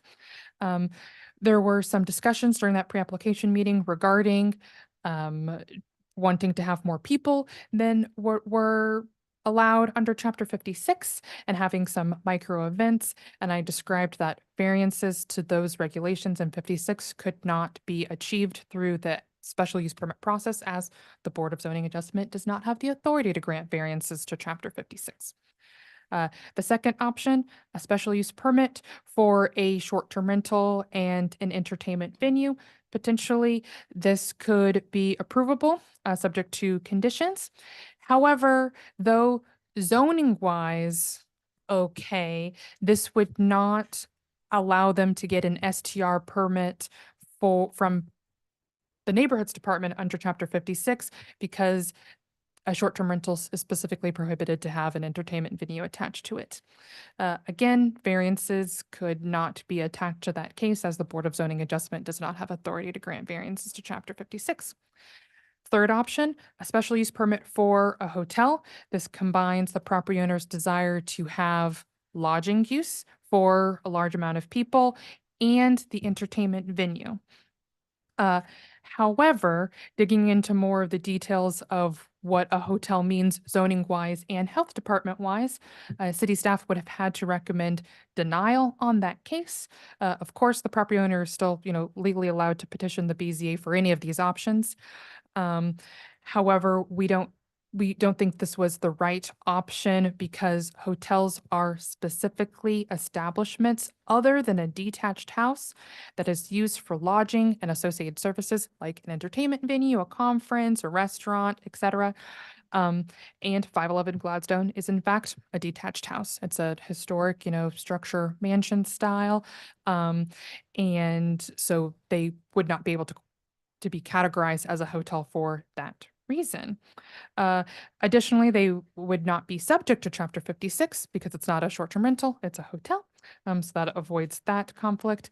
However, they would be subject to building code requirements for a hotel and health department regulations and inspections, etc., for a hotel. Fourth option is a special use permit for a bed and breakfast, just a plain bed and breakfast. City staff, we could recommend approval, subject to conditions for that. That would require a 24/7 on-site property owner or live-in manager. They still could not have the entertainment venue attached to that. And a variance to any of these requirements would not be supported or approved.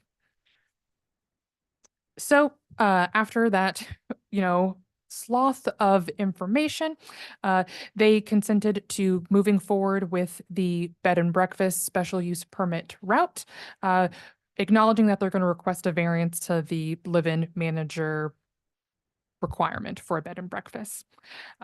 We do not believe that this is a variance that can be requested, but I'll get into more of that later. They also acknowledge that if this particular SUP request is denied, they could potentially move forward with a bed and breakfast manager, but they would, they prefer not.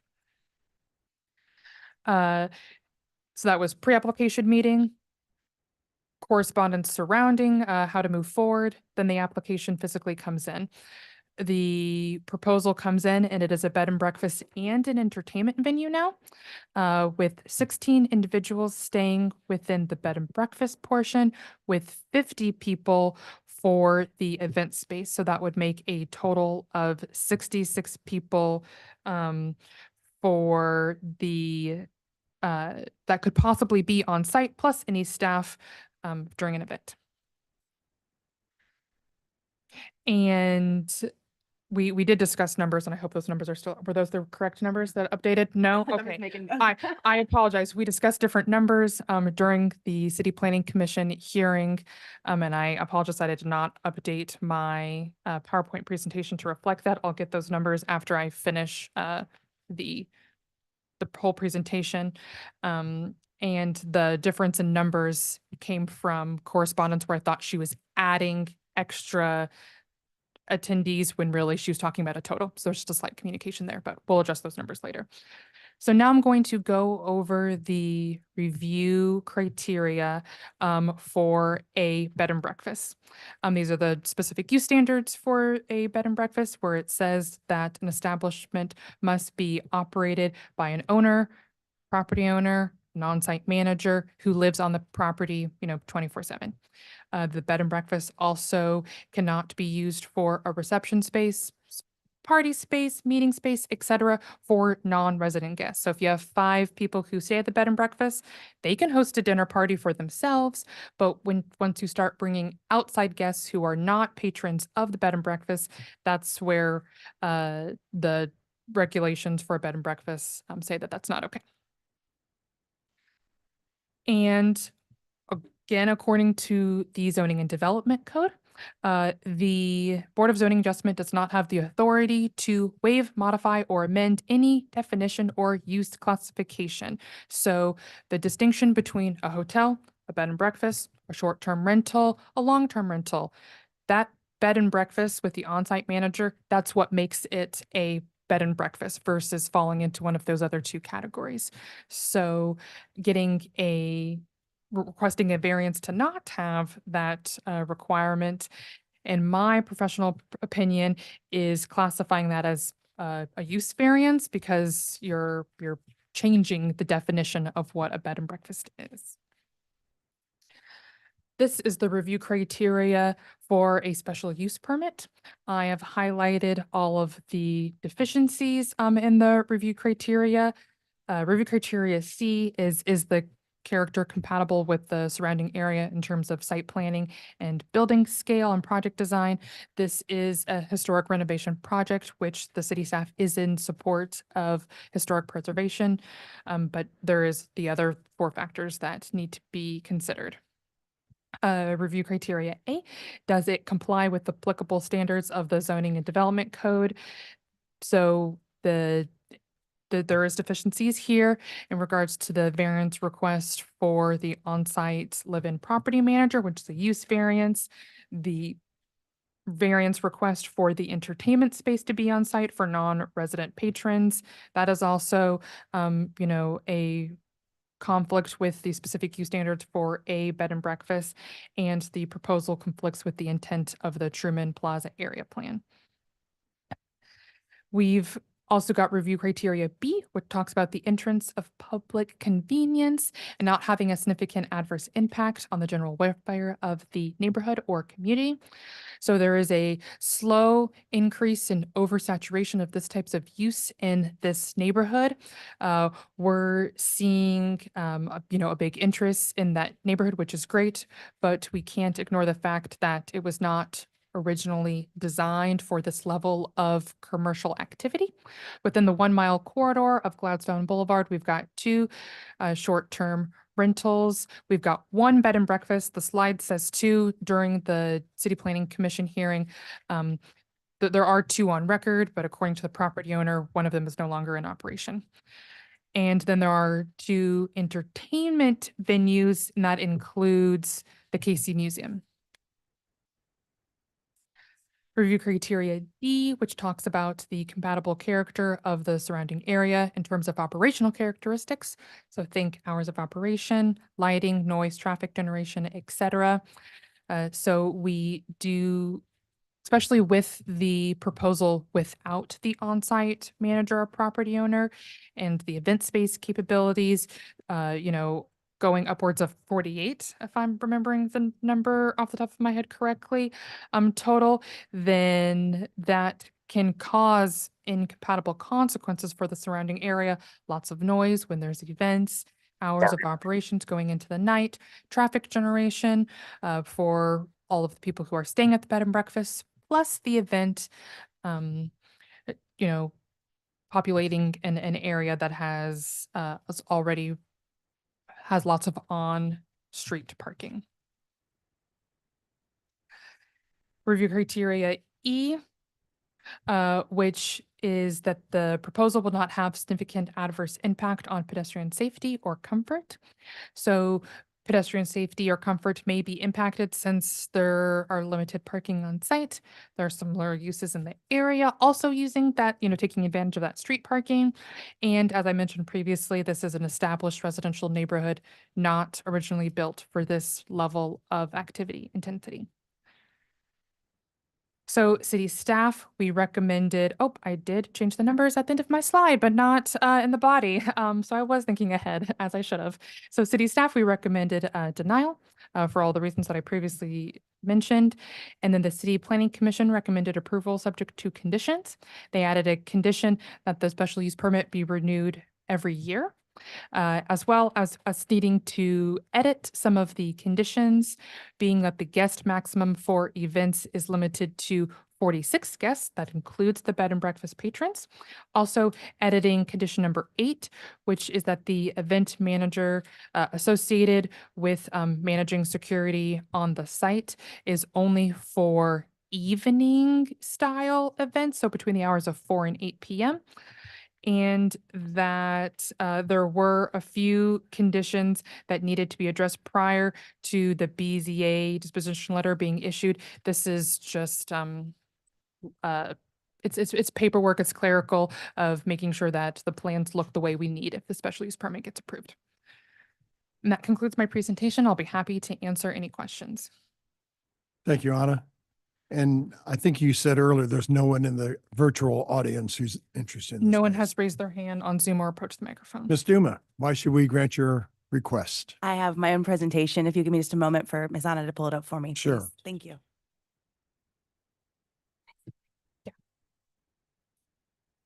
Question.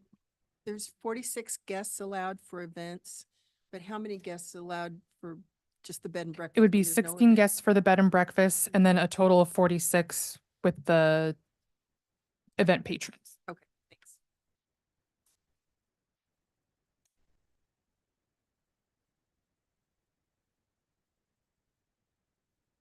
The right one? Yes, yes. Okay, Thank you. Right. Thank you, board members, for hearing me today.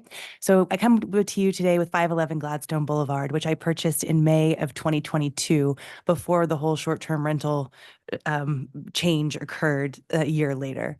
And so I bought this property, and it is a magnificent property.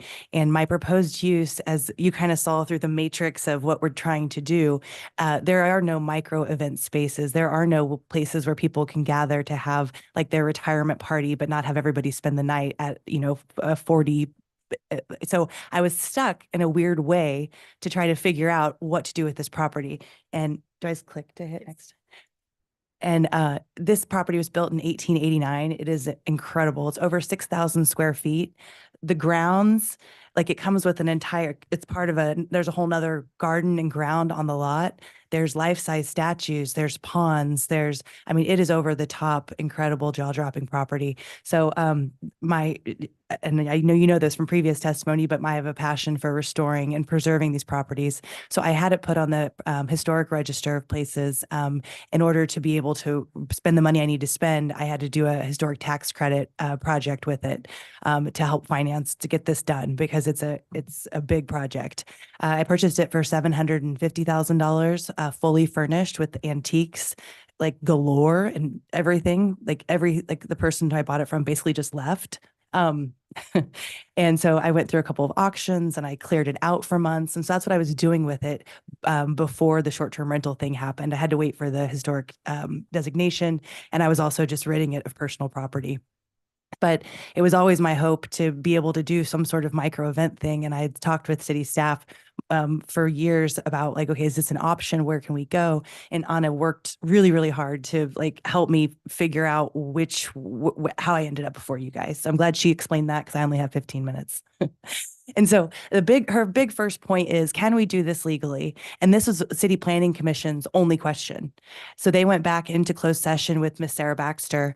And when they came back about 10 minutes later, the answer was yes. And they approved me for recommendation. So if you just hold that thought, we'll get back to this probably, but everything about this is a use variance and you can't do it is not true.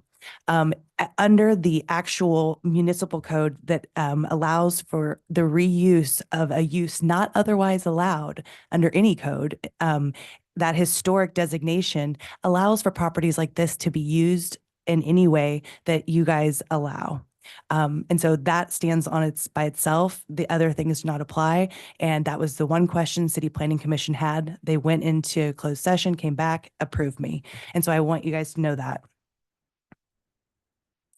And the reason we talked about not fitting in a box, the short-term rental, the laws they're meant to apply to a 1-bedroom apartment, and they're meant to apply, across the board. They don't make sense for this property because, like I said, it's over 6,000 square feet. It's huge. It's got 6 bedrooms, 6 full bathrooms.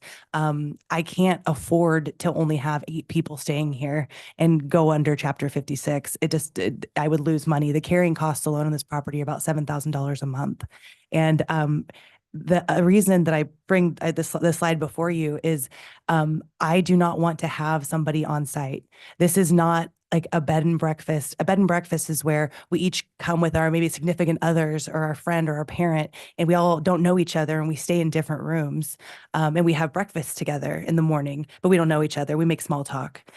What I offer in my property at Jefferson and hopefully the property here at 511 Gladstone is a sense of community with your family and with the people that you want to travel with.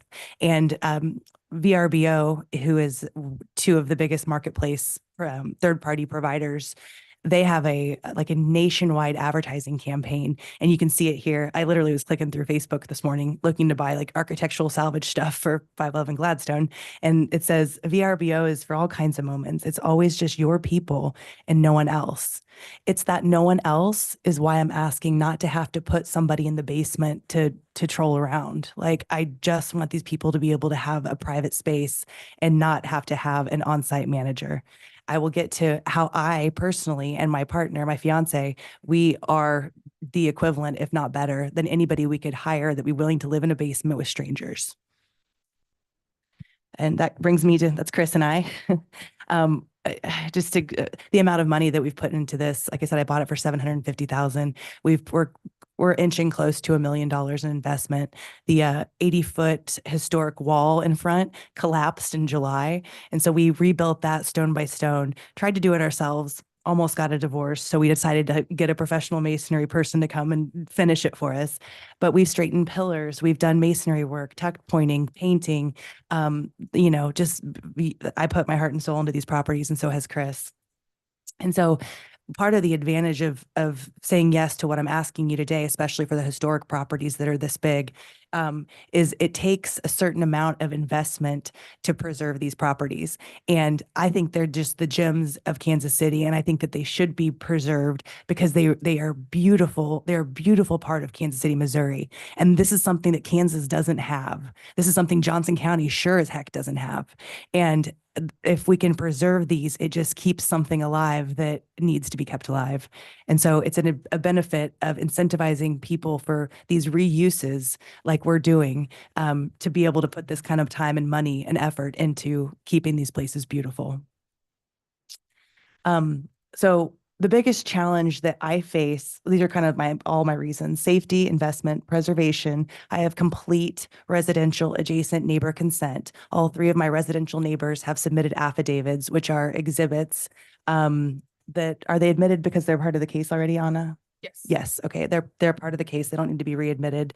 But so I have complete support from all of them too. Everyone else around me is multifamily people. And then, of course, sharing Kansas City's treasures. So we are about 3 lots down from Independence Avenue.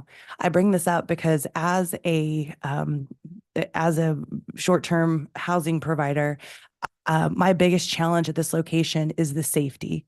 This is a very, very dangerous area. I know that because when I have not been litigating against Kansas City, Missouri, I'm there with Chris and our kids working constantly. The biggest issues are gun violence, the tenants in the multifamily properties and other properties setting themselves on fire. And to give you an example, these are pictures that my partner took 2 days ago. And this is all in the same block that my property is on. In the time that I've owned it since May of 2022, all of these properties have burned out. And after they burn out, there's a transient group of people that are very visibly mentally ill and or on drugs that break into these properties. This is all within one block of what I'm investing $1.7 million into. The crime, not less than half a mile away, 2 days ago, or 3 days ago, there was a man shot near the truck eating bridge that you guys probably know. On my block, since I've owned it, the first year, a man was literally 2 doors down, stabbed in the neck and killed. There was an officer-involved shootout at Thompson, which I can throw a rock at. There was a shootout on my property at 5 a.m. before I got there. This is a dangerous neighborhood.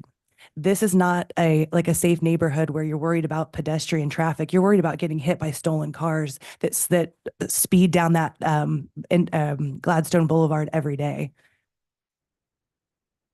So I have to change this for this business to be successful. And there's certain things I will be doing in order to help the security of the area.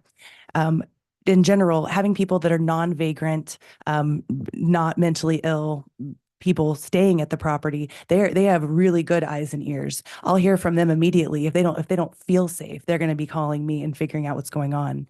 We have security cameras, and we will be installing more security cameras if we get approval, which we're going to share with, I think I have a slide on it, but you can share it with the police so they have access to your security cameras just without even asking to see what's going on.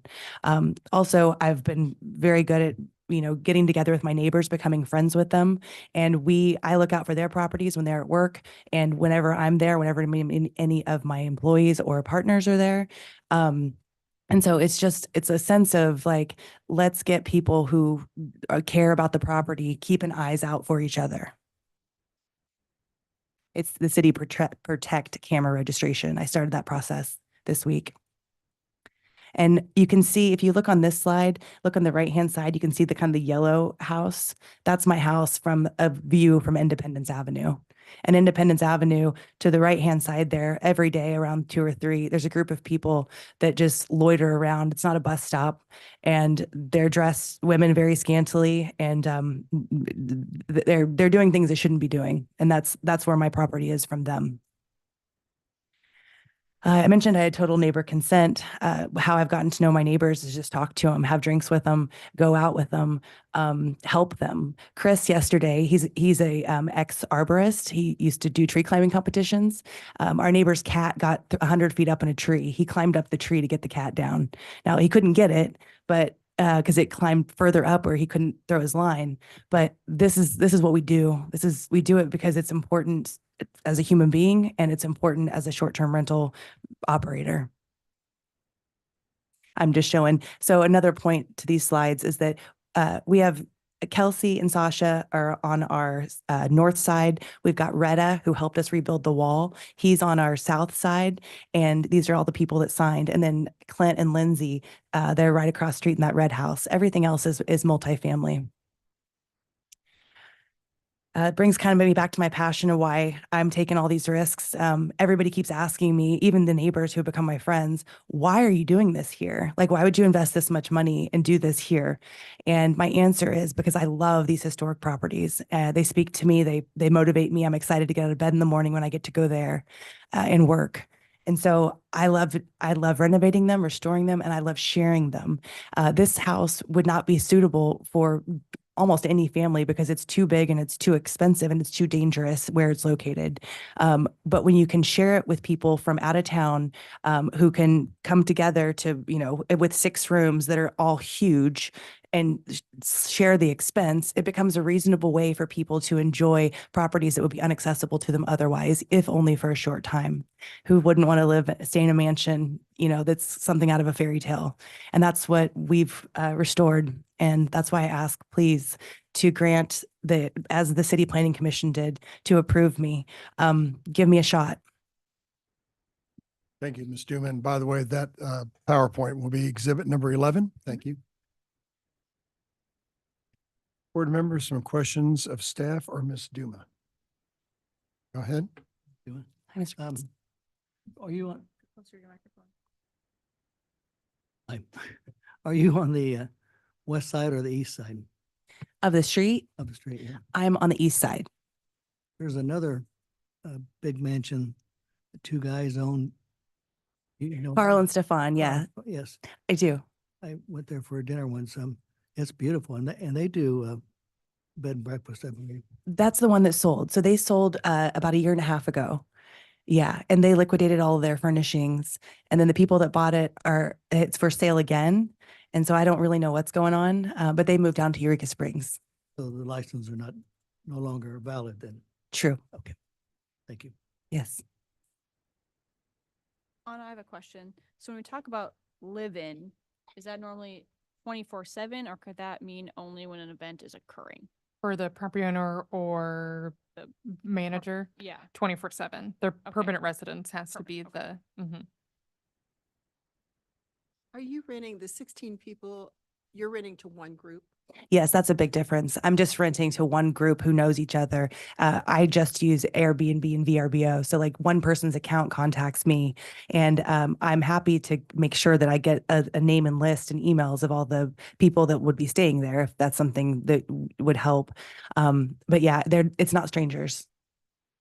And I wanted to also speak, I forgot to mention, with respect to the market saturation, I'm looking to do events that help the two event spaces close to me. I met with the events coordinator at the Kansas City Museum, which I took a tour with her to figure out ways I could support her. So if they have a wedding there, so for example, and they're somewhat limited on what they can do because they're a museum, but if they have a wedding there, I can have the rehearsal dinner at Gladstone at my property, and they can invite, because the thing is, the pastor's not going to stay with the 16 people. It's going to be mom, dad, aunt, uncle, grandma, whoever. But I can't even have like the pastor come for the rehearsal dinner. I want to be able to have micro little events, like 16 guests and 30 people, retirement parties, celebrations of life, little things where it's intimate, and I can support the Rieger and I can support the Kansas City Museum. Parking? I'm not required to have parking, but I do. I have called out 9 parking spaces. So my guess, events are going to be probably only Friday and Saturday largely. And I don't know what the market's going to withstand, but for the most part, all of my parking needs are going to be off-site. Something else I have thought about and talked with Chris about is offering a valet service of some sort. So the cars are in areas because again, my problem is security. I can't really have somebody parking on Independence Avenue and walking in. They won't feel safe. And so we've played with the idea of a valet service as well. And this would be charges that would be passed through to the guests who are having the event there. So I'm open to that if that's something that we're concerned about. I think a big part of the logic behind the on-site property managers to address the problem that I think we see in these types of properties, the bigger event properties, is like it not turning into a party house.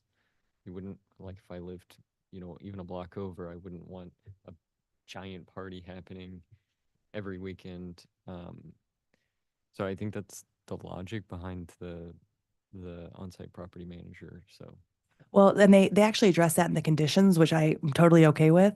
I have to have a licensed security person there at all events that are from 4 p.m. and I have to end by 10 p.m. That's all part of the conditions. And so that person isn't my employee, and it won't happen. I mean, they will close up. And the other thing about the level, what you'll see is there were a lot of properties in the Hyde Park area that were big, but they weren't that expensive.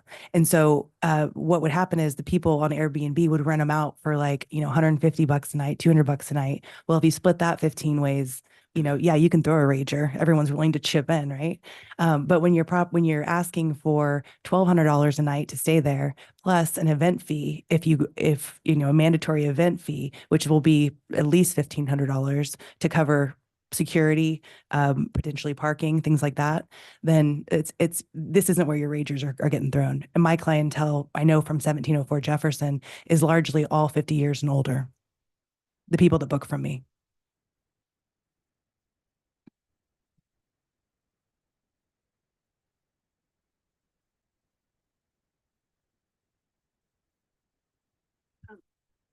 Anna, the description says it's a request to approve a special use permit for a bed and breakfast and event space. But what you described was a reuse of a historic. Yeah, so the process to get this use permitted is the special use permit process. So it's a special use permit for a bed and breakfast without the on-site manager and an event venue. But wouldn't it be a special use permit for the reuse of a historic? Wouldn't it be under that code provision? It is underneath that code provision, and I addressed that, and it's not specifically listed in the legal ad, but Okay, that but is how that we would got make here. it- Yes. And like I said, Sarah Baxter, City Planning Commission, same question. it seems like this is a different description.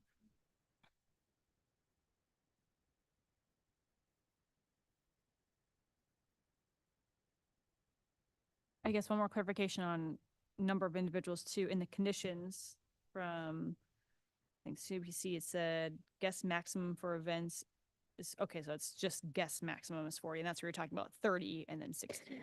Yes. And so just clearly 16 max of Residents. people sleeping there. And I chose that number because it gets me under a fire code, so I don't have to sprinkle.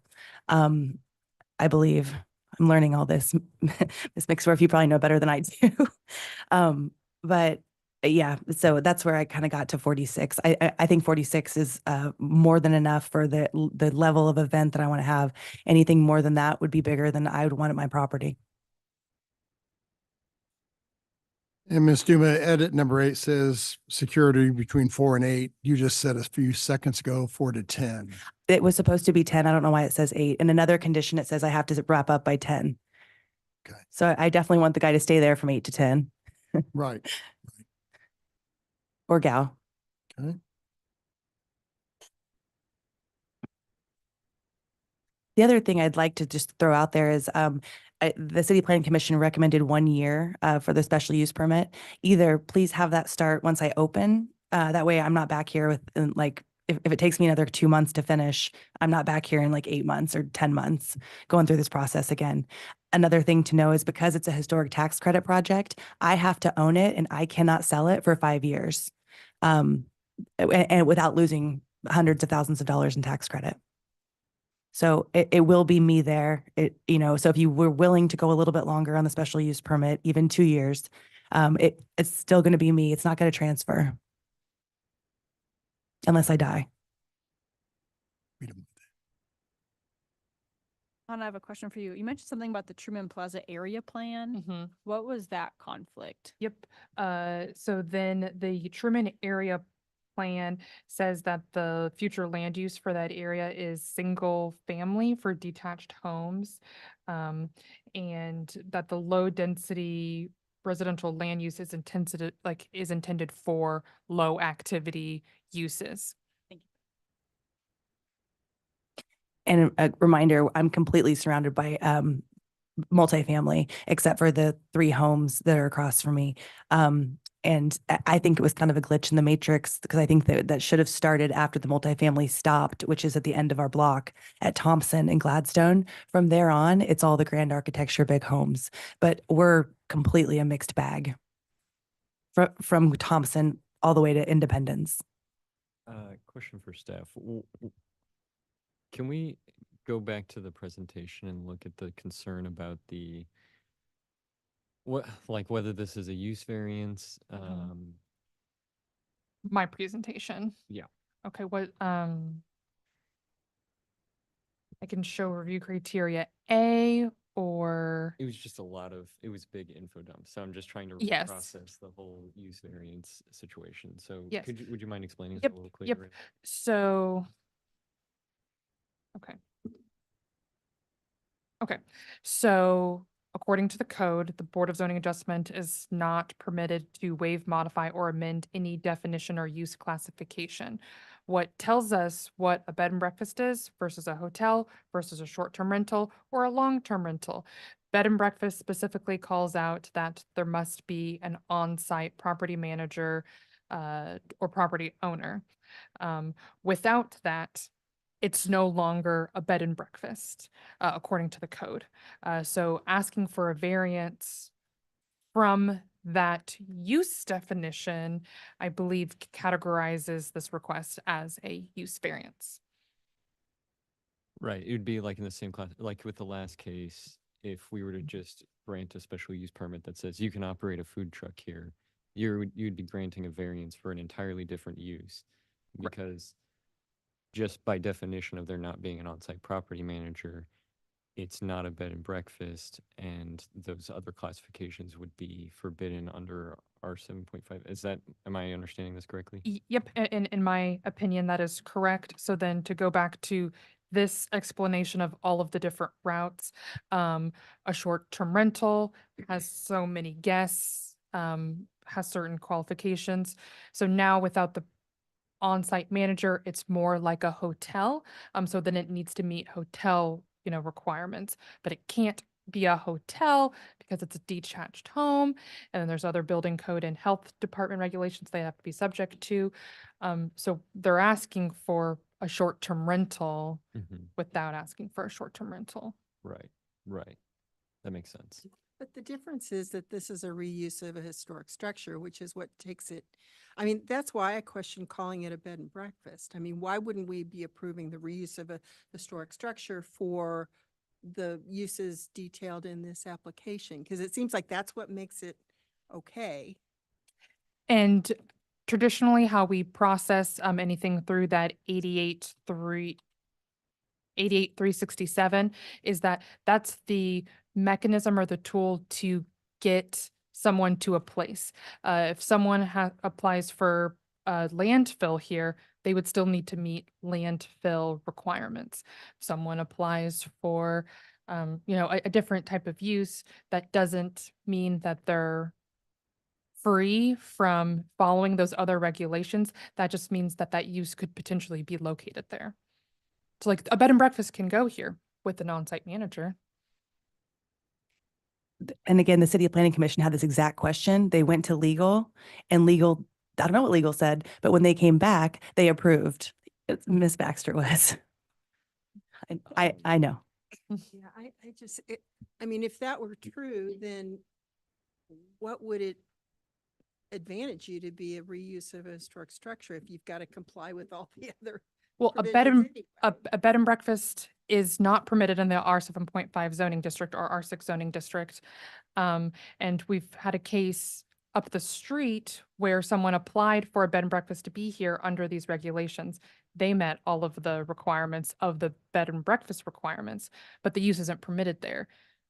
So this tool, this pathway allows them to request for a use to go there.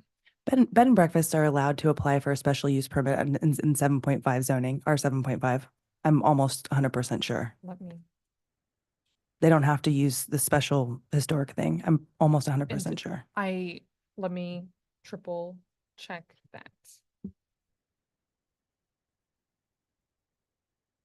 Because under the old short-term, yeah. So lodging, a bed and breakfast is under the lodging use category. It's a special use permit for R80. And it is first permitted with a special use. Oh, it's special use permit for all zoning districts, except for R10 and R7.5. It's prohibited in those two zoning districts. R6 through R.3 requires a special use permit. So did I hear correctly that in 7.5, it's not permitted? It is not permitted. Okay. But if you're in a historic district, Right. you could use a special use permit to get one there. Based off of reestablishing a prior use, correct? Is that the Yeah, idea? that is not specifically Okay. for this case. Yeah, it specifically says a use otherwise not permitted. So it's his use I'm asking for, and that's the code.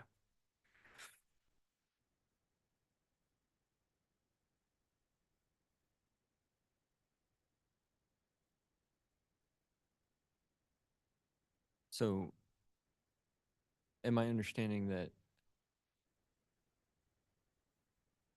this is really confusing, sorry. So you can use a non-permitted use for a historic property with a special use permit Correct. for any type of use? Yes, the way the code reads that is true. But again, that does not mean then you aren't subject to that use's regulations. Right, right. Like So they, if they could request a landfill to go right, here. right.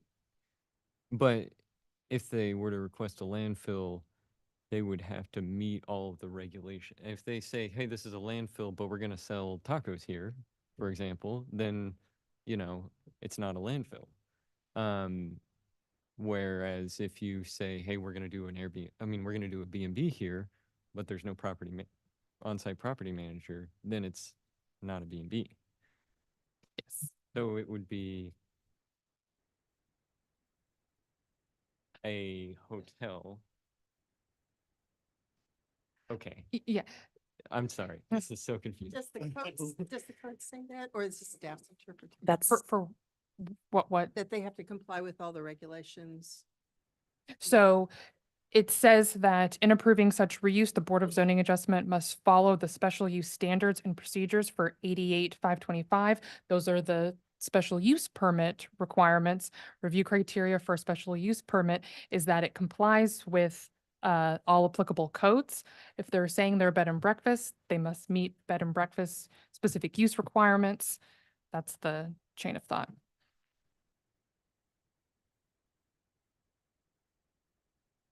So are there other bed and breakfasts that have some sort of special use for the event piece in Kansas City? Or is that considered where you're saying a use variance and we don't have an event piece to any other facility? My understanding at this point in time of all of the approved bed and breakfasts, that they do not have event spaces for non-resident patrons. Okay. So some of them have event spaces, but it's resident only. Correct. Let me ask, just because this is the one I'm familiar with, is Loose Mansion. They're a reuse of a historic structure for an event space. Mhm. And they also let people stay there, like wedding parties. Yes, they have two units in the carriage house. And I don't remember whether there's one in the actual loose mansion. And like Loretta Academy is kind of the same thing. They have places where people stay for weddings and also an event space. But I don't know if that's a reuse of a historic structure. I know Loose Mansion was.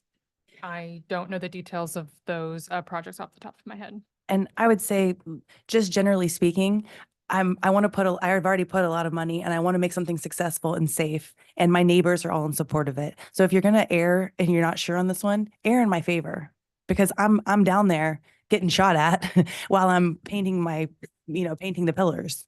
So if you're going to make a mistake here, please do it in my favor. Yeah, and I'm always torn on these things because we have these huge old houses that nobody can afford to live in as a single family residence. And it's zoned single family, and what do you do with them? You don't want them sitting there empty. So I'm really torn on these, and my understanding is that's why we did the original reuse of a historic structure provision. I agree with that interpretation, and so did the City Planning Commission. To me, it seems like Ms. Duma has really invested a lot of her personal finance and time into this unit. And I agree with Ms. Moran saying, it's a single family home. It could very easily go into decay if it's not taken up. So, I'm supporting it, but, but there's really no buts. I guess I would make a motion to go into closed session. Yeah, okay. So was that I presented to you. pursuant to section 610.021 RSMO? I have a motion to go into close for legal advice. I have a motion. Do I have a second? Second. Anna, please call the roll. Gorance. Aye. Moran. Aye. Mixdorf. Aye. Hayes. Aye. Ebbets. Aye. We'll be adjourned to closed session. We'll be back in just a few minutes, hopefully. I promise one day I'll have one of those. Yes.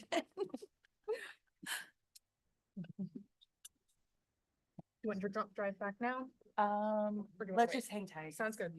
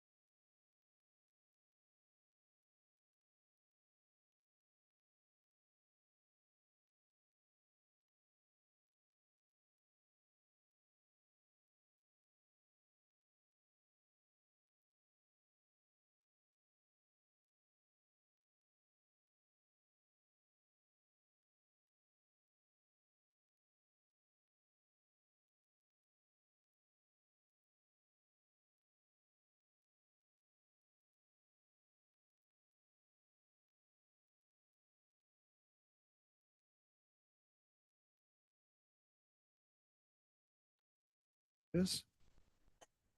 Ms. Mixdorf, I entertain a motion to come out of closed session. Second. Do it again. Sorry. Record it. Ms. Mixdorf, can I have a motion to come out of closed session? Do we have a second? Second. Second, Mr. Gorns. Anna, please call the roll. Gorence. Aye. Moran. Aye. Mixdorf. Aye. Hayes. Aye. Ebbets. Aye. We're back in live session. Ms. Duma, we've had a spirited conversation and we've got legal counsel and we have a couple questions from a couple board members and away we go. Jazz, you want to go first? Sure. I have a question, but you don't necessarily need it. It sounds like we might do a continuance. So if you can prepare some sort of briefing about this answer. Microphone on. Louder. Can you hear me? Oh, Better. okay. So a major concern I have is that what it sounds like is this is not just a special use permit, but also a variance to the defined use of the property, which sounds like a use variance because it doesn't fit in either category of bed and breakfast or hotel. You need to assume one use and request variances that are related to another. But that gets into, as I said, a variance of the use itself, which is something that we don't have jurisdiction to do. So if you could prepare some sort of briefing about your opinion on this matter, that would be appreciated. With respect to how the historic, obviously my position is that the historic reuse basically trumps what they are trying to interpret as a funnel into one particular kind of use without having to branch out of a use variance. Did I repeat that back to you? So when you this historic reuse, I mean, if we grant a historic reuse, it has to have some sort of use attached to it. Otherwise, we would grant a historic reuse and you could put a landfill there. So it has to fit into some sort of use category. And then from there, you have to, if it doesn't fit into any one, you would need a variance to another use, like attributes of another use. But that's a use variance. Okay, as opposed to just the historic and then the use being what we've discussed today, and without having to put something else that fits in one of their boxes. So you're saying you want me to explain the use variance because you think that the historic statute makes you go into a funnel where you get put in a box, and if you don't get put in a box, you can't get out of the box with a use variance. So, but you have to go in a box. Does that correct? Yes. I think that's what we'd like you to address. Okay, that's just making sure. Are you asking for a bed and breakfast or are you asking for a reuse of a historic structure that doesn't have to funnel into one of those other categories? We'd like you to address that. Yes, The and staff is saying it has to be funneled into another category, which brings up the use variance. sure. And I will address it both ways in a legal brief. If you guys are leaning towards a continuance, you guys know I love my legal briefs. Yeah, we've seen your legal briefs before, Ms. Duma. I'll do my best. You know, who was it said if I had more time, I'd write less? It's me. Okay, but what I will be explaining is why I do not think I need to go into a box. Firstly, because that's my first point. I don't need to go in a box. They're saying I need to go in a box, and Sarah Baxter said not, basically, when the City Planning Commission came back. Yeah, of course, I don't know what she said, but they came back after a short period and then they approved me. And so if I do have to go in a box, I'm going to talk about why you can grant a use variance. Okay, so I will give you those 2 points and they'll be limited to that. And yeah, I mean, the sooner the better because this has gone on for a while. Ms. Duma, I'm gone in August. So No. I've got to push it out. I mean. No, it's we- okay. I think we had Mike here for a while, but I feel I probably need to be part of this. I 100% agree. So that'll be September meeting. That's fine. And if you could provide that to staff and so our legal counsel could see it. Of course. maybe a month before. At least a that? couple of weeks. No something. problem. I can get it done in August and Yeah, that way, okay. because we have 2 months now. It's no, So he could see it and respond and to us. yes, Not- 100%. He's not gonna respond to you, but he'll respond. I know he won't respond to me. All right. So with that in mind, board members, do you have a motion to continue this to our September meeting? So moved. Thank you, Mr. Hayes. Do I have a second? Second. Second, Ms. Moran. Anna, please call the roll. Gorance. Aye. Moran. Aye. Mixdorf. Aye. Hayes. Aye. And Debbitz. Aye. What See date, you in September. what Thank date you. is that? Like September? September 9th. I think. 11th. Oh, 11th. Oh, no. Good. Okay, bye guys. Thank you, Ms. Duma. Nice to Thank meet you all so much. Before we call the next case, I see we have a large crowd in the audience. As chair, I'm requesting that we don't have any outburst, applause, things like that. We've had these types of cases upstairs before, and I don't want that to happen here. So your signs are welcome, your testimony is welcome, but no outward signs of applause or other types of yahoos. Also, you're kindly reminded about leaving cell phones in the off position. Thank you. All right, so Miss Anna. Okay. Docket item number 8. This is case CD SUP 2024-17. This is a request to approve a special use permit in District M1-5, which is a manufacturing zoning district, to allow for general recycling facility on about 23 acres generally located on 3005 Manchester Traffic Way. Justin Smith is the staff planner associated with this project. It seems like the applicant team is in the room with us. This is a reminder for anyone who wishes to provide public testimony on this particular item to please raise your hand in Zoom now so we can identify you for the public hearing. Seeing none. Thank you. All right. First of all, let's swear you in, and then we'll swear off the other people who want to do testimony in a minute. I don't believe they're here to cheer for me.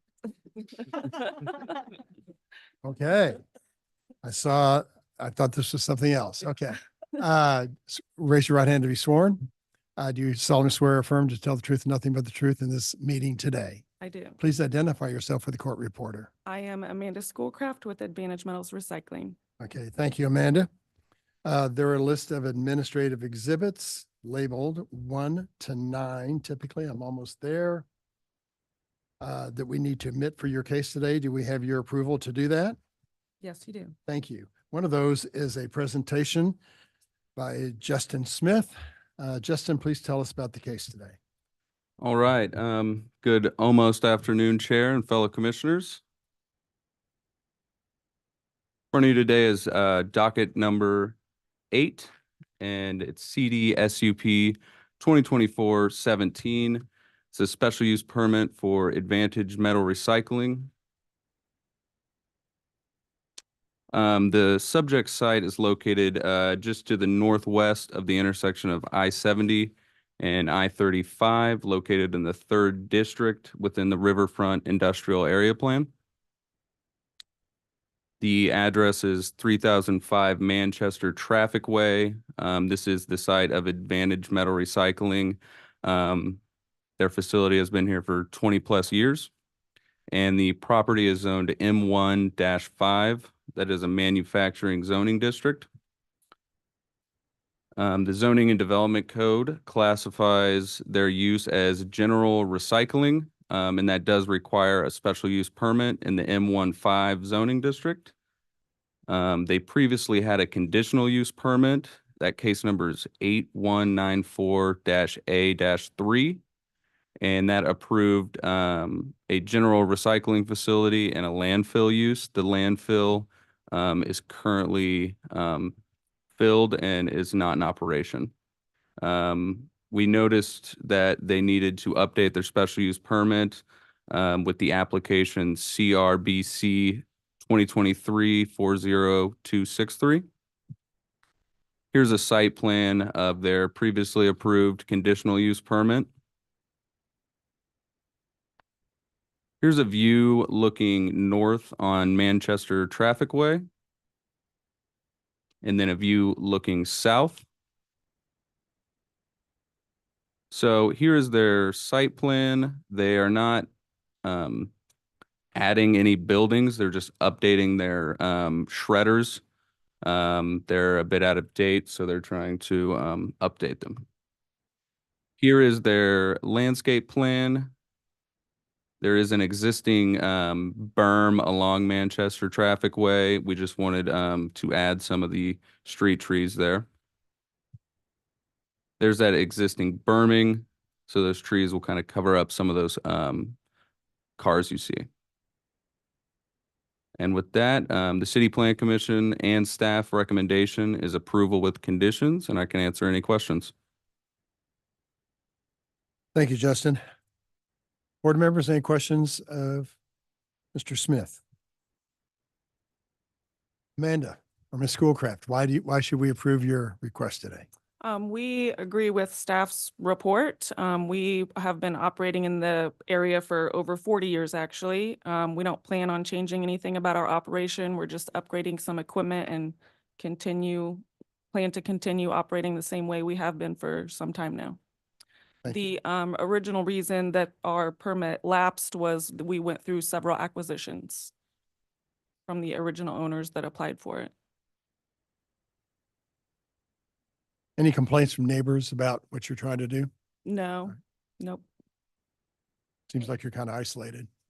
And any issues with the conditions outlined? You said you're No. good with everything in there? I'll plant 20 trees if you'd like me to. Board members, any other questions, motions?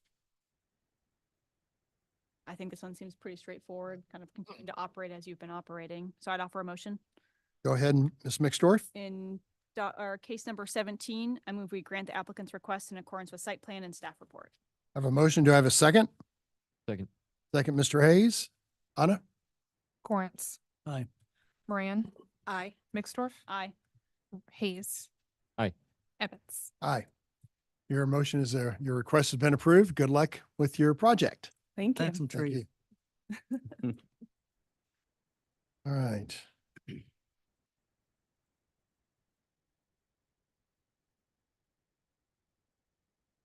Number 11, yep. We have docket item 11. This is case CD BZA 2024-82. This is a request to approve a variance to the infill vehicular use standards to permit a front-facing attached garage on infill lot, plus any additional variances in an R2.5 zoning district on about 0.12 acres, generally located at 4121 Brooklyn Avenue. Connor Tomlin is the staff planner associated with this case. If you are the applicant, are you the applicant? Yes. Yep, you can sit down at the desk next to him. This is a reminder for anyone who wishes to provide testimony on this particular item, 4121 Brooklyn Avenue. Please raise your hand in Zoom now or approach the podium. Seeing none? Great, thank you. Please raise your right hand to be sworn. Do you solemnly swear or affirm to tell the truth and nothing but the truth in this meeting today? I do. Thank you. Could you state your name for the court reporter? Stacy Landis. Stacy Landis? Yes. Perfect. Thank you, Mr. Landis. Part of your staff report talks about a list of administrative exhibits labeled 1 to 9 that we need to admit for your case today.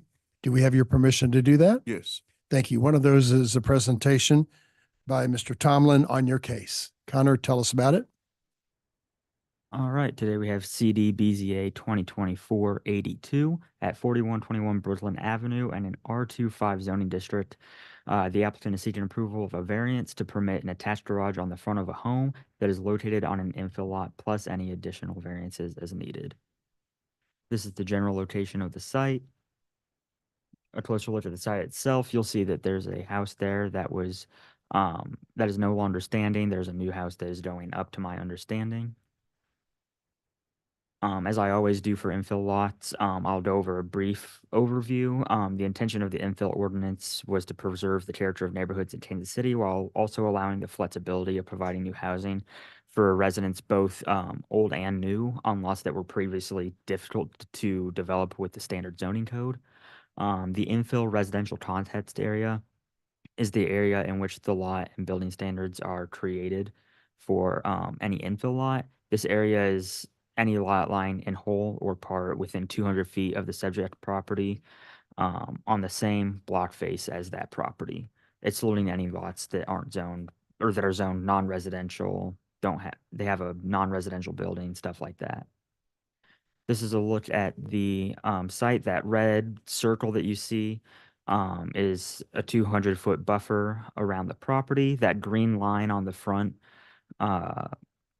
property line on that block is the context area. All the lots on that are within the context area. The infill vehicular use standards: attached garages visible from the street shall be permitted only when 51% or more of homes in the infill residential context area have attached garages visible from the street. When attached garages are visible from the street, the garage door shall not occupy more than 40% of the width of the ground level facade. This is a look at the property as it currently exists. This is a look at the site plan, elevations for the proposed home. These were pictures submitted by the applicant of other nearby homes in the area that have front-facing garages. From what I could find on that same block face, there aren't any homes that have it within that contest area, though these are nearby within the neighborhood, to my understanding, just not within that infill contest area.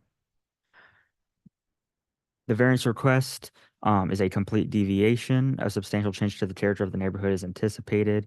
While front-facing garages do exist in other areas within this neighborhood, as I had just showed, they don't exist specifically within that contest area. And the difficulty could be obviated through a change of design, and I can take any questions. Thank you. Anyone have questions of Mr. Tomlin? It would be permitted by right if 51% of the homes met the criteria. Did you get a count on what percentage it was? I didn't see that there were any within that 200-foot buffer on that block face had any. Those homes that you see on the screen might be in the same neighborhood within a block, maybe even on the same neighborhood, just not within that contest area. Right. Can you go back to your diagram with the radius circle? Yes. So do we know, I can't quite see on there, are the lots to the north of it vacant? I believe this bid lot to the north is vacant, and then these two right here do have the home built on it. And we don't have any other provisions for vacant lots when taking that 200 block or 200 foot? No, it's just the constructed lots. And those other homes, they don't have garages, is that correct? Right, yeah, on this block face right here, they do not, from what I could tell from at least Google Street View. I do want to point out, you'll see in the top here, those like orange and green parcels up there. I believe those are probably what is pictured to have garages. They're just not technically part of that context infill area. How wide is this lot? Sorry? How wide is the lot? The lot, let's see if it says on here. Trying to figure out if you could put a garage on there if it wasn't front facing. Like Most- 40 feet in the plan? Yeah, most of these lots in infill areas are typically 40 or 50 feet in width. Is that an approved alley in the back? That I don't know. Because if there's an according to the alley, then- infill standards, that when there's an alley, then you can have a rear facing garage and the driveway to the alley. Sir, is that it? Is there an alley back there? There is, but I don't know if it's an approved alley, as far as what you guys would call approved. I just know that, all the new construction that's going on within the next couple of blocks all have front loading garages. As far as putting it on the side or changing it, I mean, it's really gonna add to the construction cost and then move it out of the attainable, or affordable, building that we're trying to create there. So, I mean, from the pictures there, everything around us all has front loading garages. Tell us why we should approve your request today, sir. Why you should? Yes. I mean, like I said, we're building affordable, attainable housing in these blighted communities. I mean, we've got them up on 49th and Woodland. We're out of 86th and Woodland. So, I mean, we're helping changing what the neighborhood looks like, bringing families in. We're not renting them out. We're selling them to homeowners. And when you got homeowners there, then you're gonna have more pride in what the block looks like. Is this house pre-sold? Is it pre-sold? Well, is it- is I it- would love for it to be, but no, sir. No, sir. Not yet. No, sir. Okay. So I guess how would we determine if that alley is appropriate for an access? Yeah, I think you're in a unique situation where you actually have alley access. A lot of homes don't have that capability. So if that is available, I think that could be a nice way to. is there another address I can use to pull up the site and parcel viewer? By 4141. I know something's been weird in parcel viewer with that lately for some reason.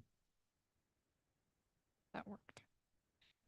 Yeah, it does look like it's a paved alley. So it is an improved alley that's existing. Now, do we have a way to know if you can enter from the end to end and get through, and like how would we know that it's usable, even though it's improved? One second.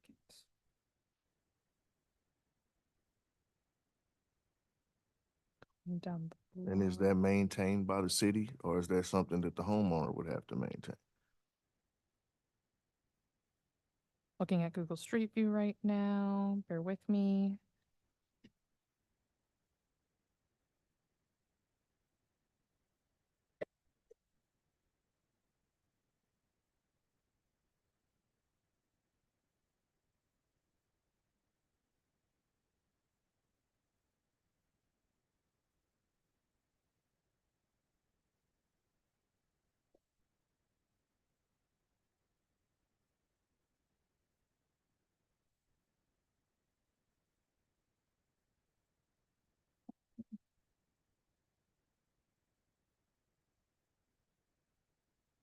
Have alternate designs been considered for this site or only the front facing garage Only the thus far? front facing at this time. Okay.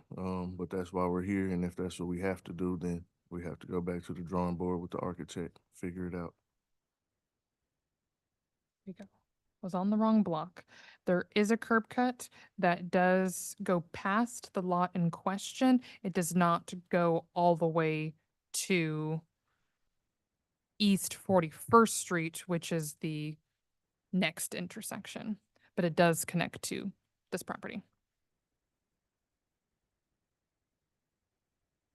So Anna, there's a alleyway, but it doesn't, there's an entrance, but not really a through street. Yeah, Connor, can you pull up parcel viewer? And we'll admit the map as exhibit 10? I believe that would be 10, yes. Correct, yeah. Yeah, 4141 Brooklyn pulled up for me.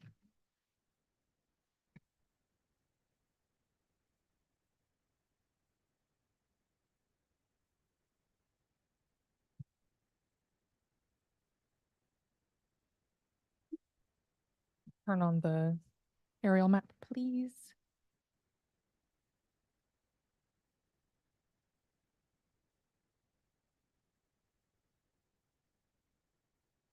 Oh, let me share my screen really quick. Yeah, that'd be.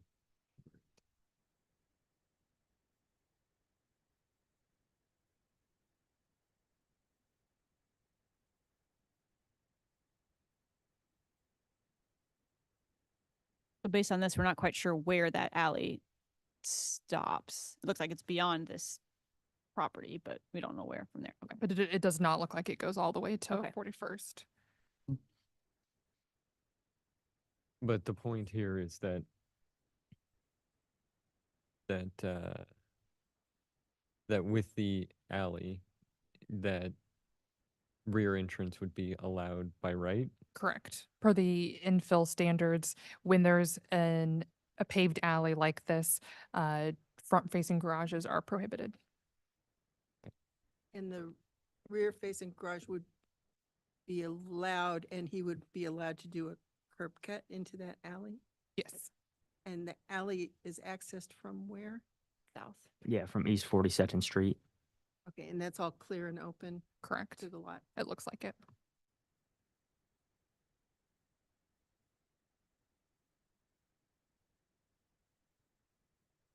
If you pull up, you click on that lot that's 2210 East 42nd Street. It's one of the homes right adjacent to the alley, and do Google Street View, which we can emit that photo as Exhibit 11. 11. It shows a better image of the, I looked in the wrong way. Oh, okay. That's the alley entrance. That will be admitted as exhibit number 11. So I guess with this new information, I'm only one board member, but I'd be interested in seeing this case continue to either allow you time to redesign to accommodate an alley access, or just to confirm that this alley does in fact reach the property and you would be able to access it. I think the whole point of the infill standards is to try and meet them. And if we have another avenue to meet them with the whole alley access, I'd like to see that explored.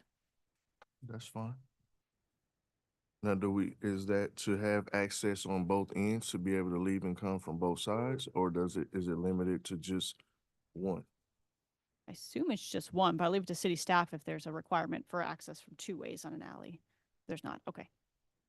Because it's not a one-way.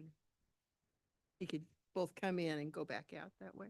It does look like right here, I went to the other side of the block on Street View, that there is at least a curb cut, and it looks like it might be paved on the other end of the block, but I can't look all the way down. must be a tree cover issue then.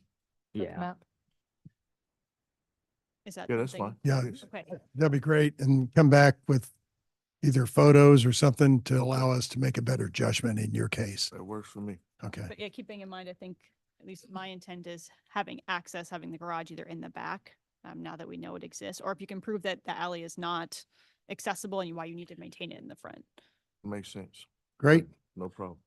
Is September gonna work since you're not? Yeah, I'm not here in August. Can we make it till September? Is Yes, sir. that too much time? Great. September works. All right. Thank you. So, Offer a or- motion? yeah, offer a motion, September 11th. In case number 82, I move we continue the applicant's request until September 11th. A motion from Ms. Mixdorf. Do you have a second? Second. From Mr. Hayes? Anna? Gorance, Aye. Moran, Aye. Mixdorf. Aye. Hayes. Aye. Ebbets. Aye. We'll see you in a couple months. Thank you, sir. Appreciate it. My same comments apply from before for the next case. Anna? Chairman Ebbets, I'm sorry, before we start, can I ask a procedural question, please? Go ahead. So we are fully prepared to move forward. I represent the applicants for number 12. Just a procedural question. You're not Yes, on the record. yet. Yes, I just wanted to explain who I am. And we have submitted a request that this be continued off docket with exhibits and substantiation, which you should have received a week ago. That request has been denied. And I also asked that we be moved to first on the docket today. That request was also denied. But I'm just wondering, do we have quorum to proceed on the merits of this case? Well, we have the established quorum of myself, Ebbets, Mr. Gorans, Ms. Mixdorf, Ms. Moran, That's right. and we do not have Ms. Wright. And I had also asked that question in advance. And so, just we being should have answered respectful that of earlier. people's time. because you have the right to have a full members here. And Ms. Wright is out of the city this month, and I'll be out of the city next month. So the first opportunity would be September, and I'm not sure about your request to go off docket. I didn't see that. And I apologize. You've got a big crowd down here. Yes. And I apologize. I don't was want to not do the brought thing our attention. standing between you and lunch again. Yeah, well, the thing is that the question to you, and I've got to swear you in because I've got to ask this question. Who's the rep? Are you the rep for Urban? I am the representative, yes. Raise your right The hand. attorney. Do you solemnly swear or affirm to tell the truth and nothing but the truth in this meeting today? Yes, I do. State your name again for the court reporter. That's right. Kristen Ellis Johnson. Thank you, Ms. Johnson. So we have a, Chair, I think you should announce which case you're on. oh just so yes, it's clear this for the is record. case number, sorry, go ahead. Docket item 12, this is case CD BZA 2023-49. This is a request to appeal city staff's determination related to zoning violations issued for the subject site on about 13 acres, generally located at 5500 Bennington Avenue. Thank you. You've been sworn in, and there's a quorum in this case. We're missing one member. Do you want to proceed with that quorum or move to another date? We would like to move to another date Great. on the procedural grounds. However, there is substantive issues tied to that because the MPD has been submitted. The two things you asked us to do, the MPD was submitted and is currently in process. We understand that process takes at least a couple of months to work its way through CPC and the city council. So we would ask for 6 months continuance because the MPD will make the violations moot. And there's no need to take public testimony over something. We don't need to waste everybody's time today. The proceedings acting per se, as is my Sixth Amendment constitutional right. So don't want to interrupt her, want to finish her document, but I want to make sure that our concerns are heard. So excuse me. All right. But just as a procedure, she has the right to have a 5-member quorum. She has the right to have that. We don't have the 5 members in front of us right now. So that would be the first point of order. And then if she's not proceeding, then we move it. And I know you're against the move. Clarification that I will allow her to finish, and then you all will at least allow. If we're continuing, we usually don't take testimony. Testimony is a point of clarification that is relevant. I will allow that. I got to think about this just for a second. So, Ms. Moran. So the question is whether we grant a 2-month continuance, which we have to do. Right. At a minimum. Or a 6-month. Or 6 months. And you want to address that? I want a point of clarification on the proceedings. Oh, just let me get to the microphone. Okay. We'll pause on your. Something else you need to say, Kristen? Yeah, I'd just like to say, timing wise, again, we are working our way through the city planning process and city council. We need additional time for that, regardless of any, sense of urgency. We feel that too. But this is our second hearing in a week. We have more. So having all of these people, including people who are opposed to our master plan, Right. show up really is a waste of everyone's time. And so I'm asking for the continuance on Sure, that basis. but again, our procedures say you're allowed a 5-person quorum. Correct. Yes. You've got to come back in September, Yes. and then you can ask for a continuance for another 4 months. If we have all 5 members.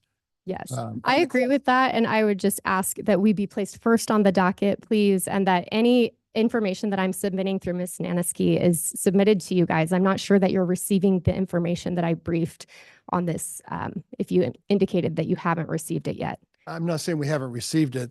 The docket is very full, and there's lots of items within each case. Correct. So I get it. my apologies to you for not hearing you earlier. That's my apologies. All right.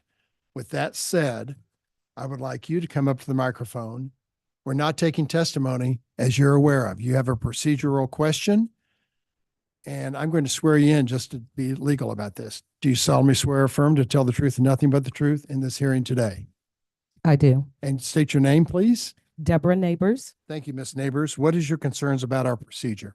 I am concerned that the original objective for the appeal case, which is you all making a decision, has yet to be rendered. You all have not rendered a decision, and yet you have skipped that hurdle, and we are now into presenting and possibly accepting an MPD.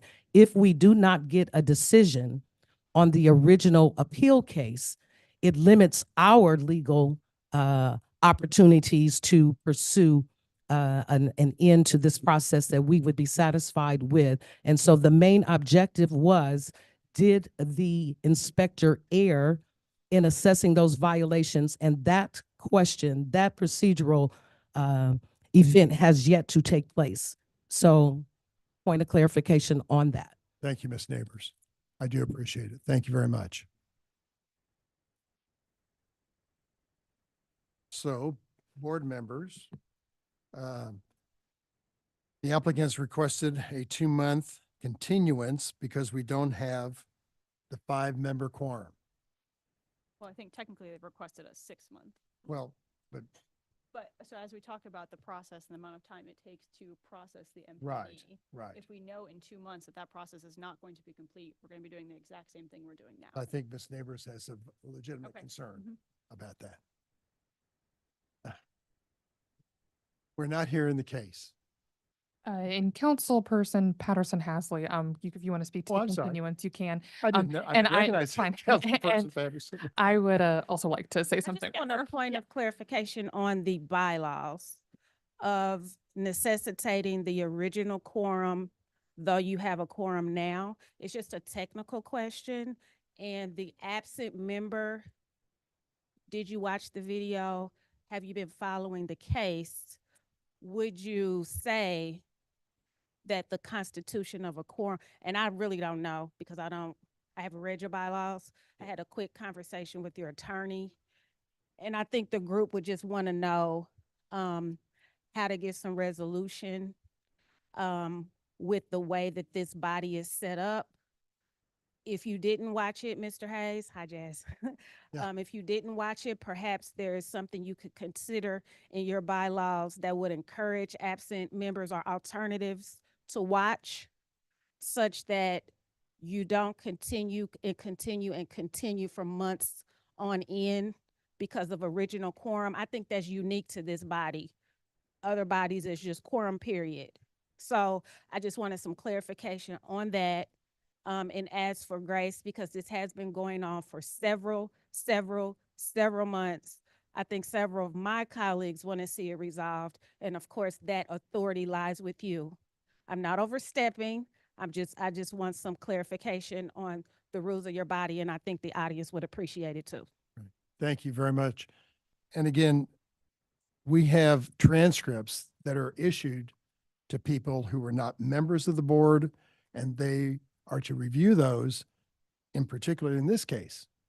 And Mr. Hayes has, or actually, no, actually he hasn't. Sorry. But normally we have a communication if we know there's going to be a quorum issue. I feel like city staff is usually really good about identifying those to make sure we catch up in advance to avoid these types of issues. But I think Anna had some initial statements she was hoping to make in that regard. Yeah. The document that the attorney for the property owner is referring to, it is available on Compass KC, so that is available for the BZA to review. I had intentionally planned to talk about 3 steps moving forward that were not substantive. They were about continuances or dismissals or denials based on where we're at in regards to the relationship with the MPD. Since there was not a plan for a discussion about a rehashing of the whole case, substantive information about the project, the appeal case, which is why the communication to alternative board members didn't go out, because to have a continuance, we don't need for the quorum to be reestablished. So that is why that did not occur. Do we need consent of the applicant to reestablish a quorum? No. We can't Okay. do it. We can't do it with you, Jazz, because you haven't read the transcript. Right. But I'm saying, like, suppose I go home tonight, watch everything, get caught up to date. Next meeting, Yeah. we can reestablish quorum. Well, Ms. Wright will be, in theory, back, so we'd have our initial quorum. Well, back. it sounds like a couple of other board members might be absent, and Well, I mean, August we will be, but not in, well, who knows in September? But Anna keeps track of who's coming and who's not. And then, I don't know if this has happened to you yet, but she'll send out the transcript. Yeah. For you to review. So. Yeah. Right. Well, I no, we would send won't. this. We're missing I guess. if you Yeah, decide. I know. That's right. So you can establish the quorum with somebody else. Right. what would happen procedurally is that I would send the board members an email. It would include a link to the YouTube video for you to rewatch all of the hearings and the staff reports and materials, so you could review everything. And then we would vote to reestablish the quorum at the next hearing. Yeah, my main question was like, would we need applicant consent to do that? Yeah, you wouldn't. Okay. The board could do that at their own free will. One more question. It just seems to me if we're going forward with the MPD process, which is a council decision, I don't know why we would want to have a full-blown hearing and hear this case and make this decision if that's going forward. So to me, it doesn't make sense. I mean, I understand the neighbors want to have the hearing, but they can have the hearing at the MPD process.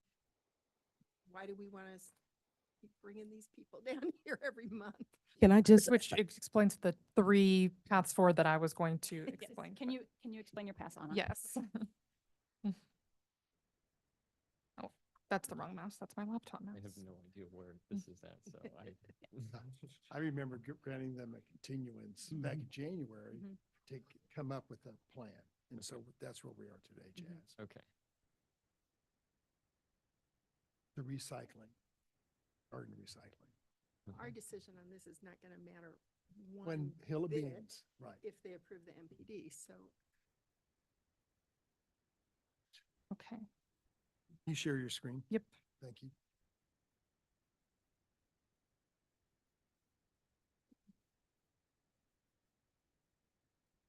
And to be clear, one more time in the audience, we are not hearing this case at this moment. We're hearing procedural issues.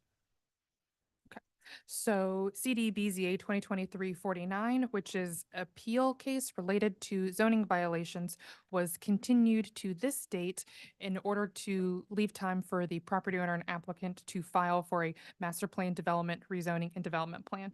That has been filed, is in the process of being reviewed. So there are 3 options moving forward, in my professional opinion, to deal with the appeal case. It could be continued to September 11th. That would allow for the city council to make a decision on the MPD plan. That is how long I anticipate it to take. And then what do we do about the appeal cases, the appeal case after that? So in the scenario where the city council approves the MPD, then the appeal case can be dismissed because theoretically the zoning violations have been addressed from the MPD plan. If the city council denies the MPD plan, then the zoning violations, could also be denied because the city council has made a determination on those factors. Of course, the operations are subject to the conditions and the phasing plan approved in that plan. Second option is that we could dismiss the appeal cases today. The operations related to the zoning violations must be paused while the MPD is being reviewed, or there could be subject to further code enforcement while the MPD is being reviewed. Once the city council has made their decisions, of course, the operations are subject to what's been approved, and then the Board of Zoning Adjustment would not have to revisit the appeal case because the city council has made their final decision. Third option that we offer is that the appeal case is denied, so city staff's decision has been upheld. City staff has acknowledged the zoning violations. In my opinion, the BZA has acknowledged the existence of the zoning violations, thus the instructions to file the MPD, and the applicant has acknowledged that due to the filing of the MPD to remedy those issues.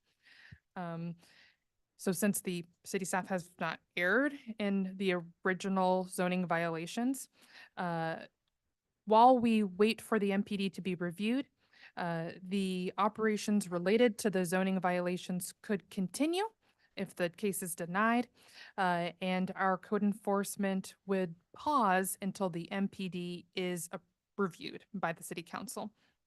The MPD would, be subject to any operations or conditions that the city council approves or denies, and the BZA would not have to revisit the appeal case in that scenario as well. Those are the 3 options. But the last option would require a full-blown hearing. For the city council process, it requires city planning commission If we're hearing. gonna deny the appeal, we have to have a hearing. You've already reviewed the case and taken public testimony, so it is up to the board if they want to reopen the case for that or And we not. wouldn't be able to do that today because we don't have quorum. Four people can vote to deny the case. As the applicant, I'd like the applicant. opportunity to respond to that. Well, and we've always said the applicant has a right to continue. Correct. Yeah. Yeah. Correct. You've already requested the continuance. Yes, And on we're procedural getting grounds. almost, Yes. we're getting ready to grant that. You want to say a few more words? That's Um, great. Yeah, the thing I'd like to say quickly is that filing the MPD is not an admission of the violations, and each violation must be considered individually on the merits. There are 4 different violations here. They will all be addressed through the MPD process. So it is not factual, it is not correct, it's not legally correct that you have already made a decision on this case. You have not considered each violation independently. You have not considered the merits of the case. Understood. So maybe we just grant the 2-month continuance number and then we See what happens. see what happens, see where they are in the process. Well, Anna, you're saying you think that by that 9/11 date, we could confidently have a decision? Correct. I on believe that the, Since so many meetings are still in the works and things are in process. And for those who are opposed to that, they could go to council chambers when that's brought before them. Correct? Yes, yes, Ms. Patterson Hazley. Happening here is you are not going to do your part of the process, which is to make a decision on the violations that the staff is saying have happened. You are not going to make a decision as a body. You are saying that decision, you're essentially kicking it to council. Right. Clarify me and correct me. I will, Miss Councilman or Councilwoman. What we are doing right this second is the applicant has requested a 5-member board of judgment. We only have 4 members. Now, you see us 5 around the table, but Jazz Hayes is not privy to the facts of this case. Miss Wright, who is privy to those cases, is out of the city. Next month, I'm out of the city. Now, that's not to say we couldn't bring someone else up to speed, which is always possible. But the board members around me subject to the motions of 1 month, 2 month, 6 months, whatever. I'm just the listener. So to your concerns, we will not hear this case today because the applicant is requesting 5 members of the quorum and only 4 of the 5 are here.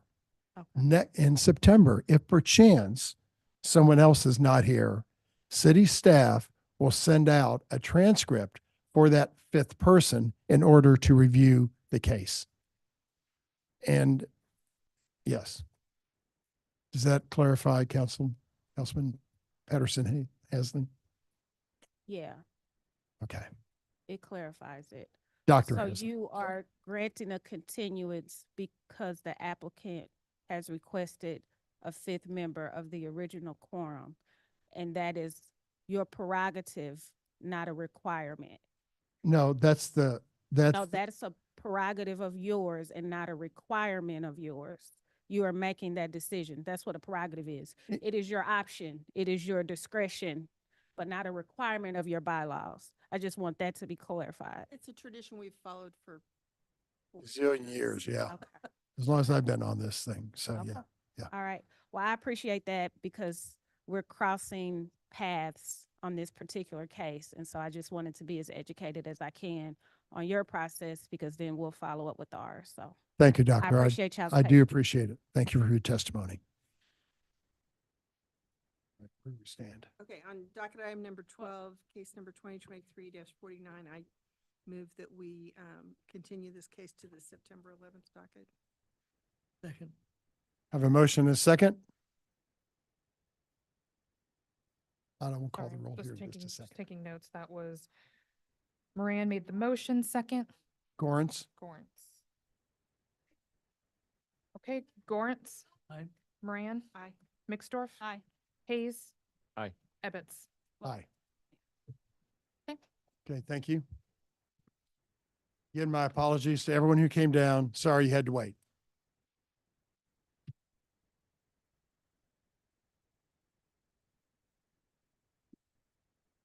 It is now 12:40. We take a 30-minute lunch break. We'll be back here at 10 after 1.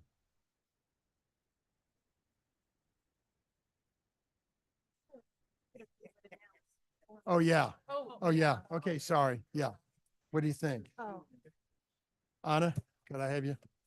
thank you for that reminder. Thank Yeah. you. I'm 25, that's why. Not looking likely for you. What do you think, Anna? So we're only on 13. Yeah. What about major testimony? Yeah, that's. Gone pretty good until this last. Some of these, yeah, a couple we of have any- garages. Do we have any? I'm not sure we're going to get, oh, There's one appeal to talk about. where this one, the number 13. Oh, but that's a late response. Yeah, I understand that one. So I think we're going to make it. I think we're going to make it. Yeah, we're going to cut off at 4. The intent is to hear all the cases today. Great. Try to get them done. Try.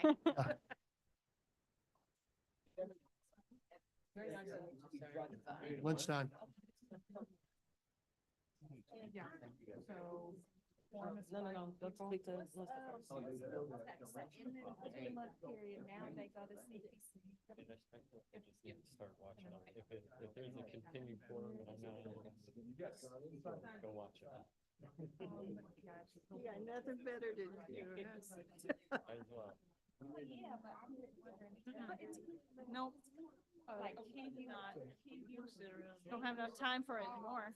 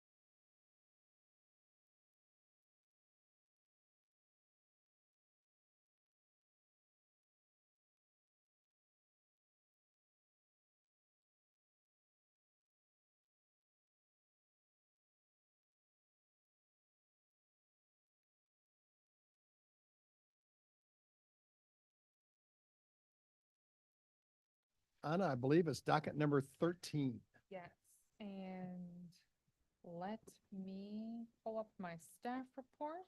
Wait a minute, what's she gonna talk? Not yet. He was so ready. I know, he is so ready. Let's get out of That's here. one of the things I'm not ready. Okay. We've got docket item 13. This is case CD BZA 2024-63. This is a request to appeal a notice of abandonment related to a non-conforming sign on about 1.6 acres, generally located at 8912 East US 40 Highway. This is an appeal case that was filed late. So per 88-575-03B, applications must be in 15 days after the notice is received. And if you look at your memo related to the case, you will see the timeline associated with it. So the notice of abandonment was issued on March 13th. That would have resulted in a filing deadline of 3/28. And the case wasn't filed until April 22nd, so 40 days late from the requirement. So at this time, you are considering whether or not the case should receive a full hearing in regards to that section of code. All right, thank you.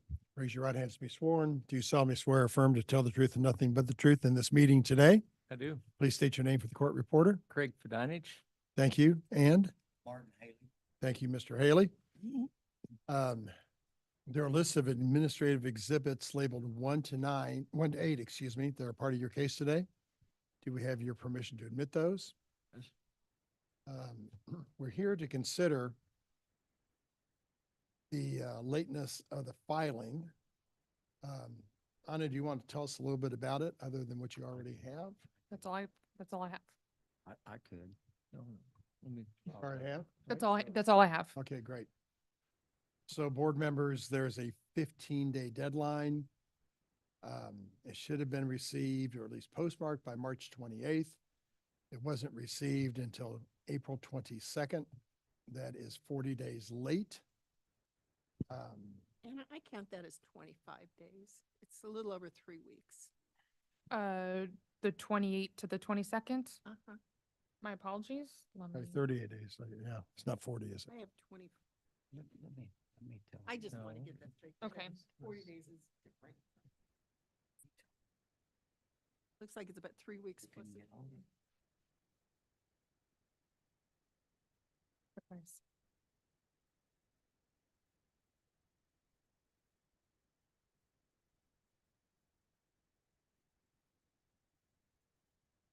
Are you looking up the days? I know you kind of calculating. Yeah, I'm using a calculator because I do not trust myself now.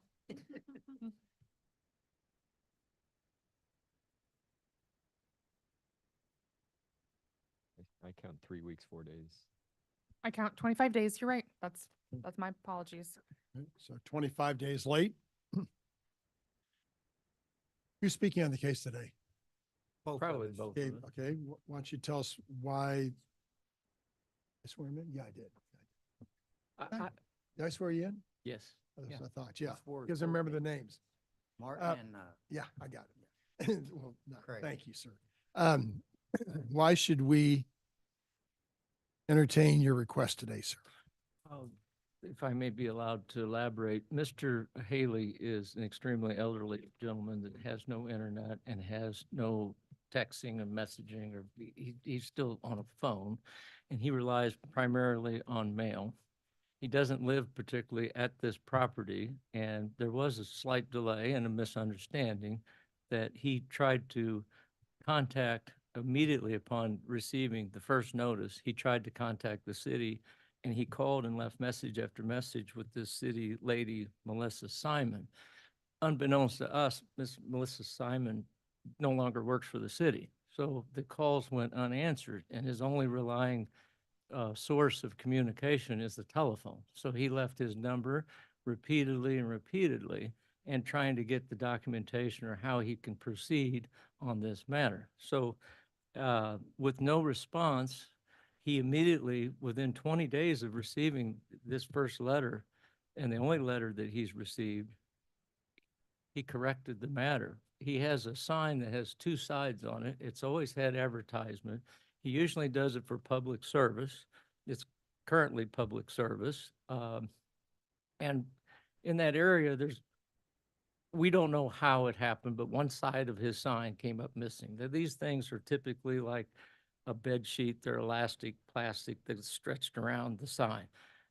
Could have been wind, could have been somebody took it, could have been vandalized. We really don't know what happened to it, but it has two sides. One side was posted. The city has record of that. The other side, obviously, something happened to it. He doesn't live at the site. He owns several pieces of property. This is the one and only sign that he owns. And he does take pretty good care of it. It's been in compliance for the 20 years that he's owned it. He hasn't had any other violations, and he does a good job maintaining it. Upon him finding out that there was a problem with it, he immediately went out and looked at it, saw that one side was down. It takes normally 2 to 3 weeks to order a new printing of vinyl and to have it installed. So he immediately took matters in his own hands and tried to efficiently correct it as quick as possible. Meanwhile, he called almost daily to this Melissa, and there was no return calls. He couldn't get anybody at the city. And finally, when he did reach somebody at the city, they said, "Oh, you're late. You have to go and apply because now you've missed your deadline of 15 or 20 days, whatever it was." So, Mr. Martin, when do you recall getting the notice in the mail? I got it here. I got the paper right here. Evidently they wrote the letter, they postdated it on 13th, whenever they noted it. Right. But I didn't get it until the 20th at my house. Yeah. So whenever I got it on the 20th, I took if I remember right, it was on a weekend, maybe a Saturday or something. And then the next following Monday, I called this lady that wrote me up. And I kept leaving voicemails to her. No one ever called. And I had another friend of mine's involved in this. His name's Tony Privateer with Mark One Electric. Man, them are good friends. He has been in contact with this lady right here. And we couldn't figure out what can we do? Because this signs are, I've had this sign for 20-something years. I've always donated to the Wounded Warriors. That'll be exhibit number 9. What Wounded Warriors I never made a dime off this sign. I never have. My neighbor's back here too. He could probably verify Well, that. what we're doing today is we're hearing the merits of Yes. if the sign was abandoned, if it It was, wasn't abandoned. Yeah. in any case, Yeah. if that's what this board agrees to, Okay. then we'll come back for a hearing on the case itself. We're trying to determine ourselves whether there was an error by the city in notifying you. Did you call on a cell phone? Did you call this city on the cell phone or a landline? Called on my cell phone. You I did? call on my cell phone. So you think around March 20, 21, 22, soon after you received that letter, you started making phone calls? The very next, if I remember right, it was like on a weekend when I got it on a Saturday, and a Monday morning at 8:30, I started calling. Yeah. And I And called. was that, that was this lady you just referenced to? Well, I never talked, I never got a call I back. know you, but you left messages. Yes, And quick question, who's your cell phone provider? T-Mobile. So they would have logs of you making these calls Yeah, on a monthly. yeah, I'm sure I could, I don't know if I don't know if they keep, I'm Well, sure they wouldn't have your message, but they'd have the number, the 816, blah, blah, blah. I've called from that and my home phone, both probably. I use both of them. It'd be on your phone. Can I also insert something? Sure. Shortly soon after that, he contacted me, and I also tried to call, and so did Tony Privateer. We all tried to call the same number, and we received no response. And Who is that person? Melissa? Here, Melissa Simon. here's, It's in our report.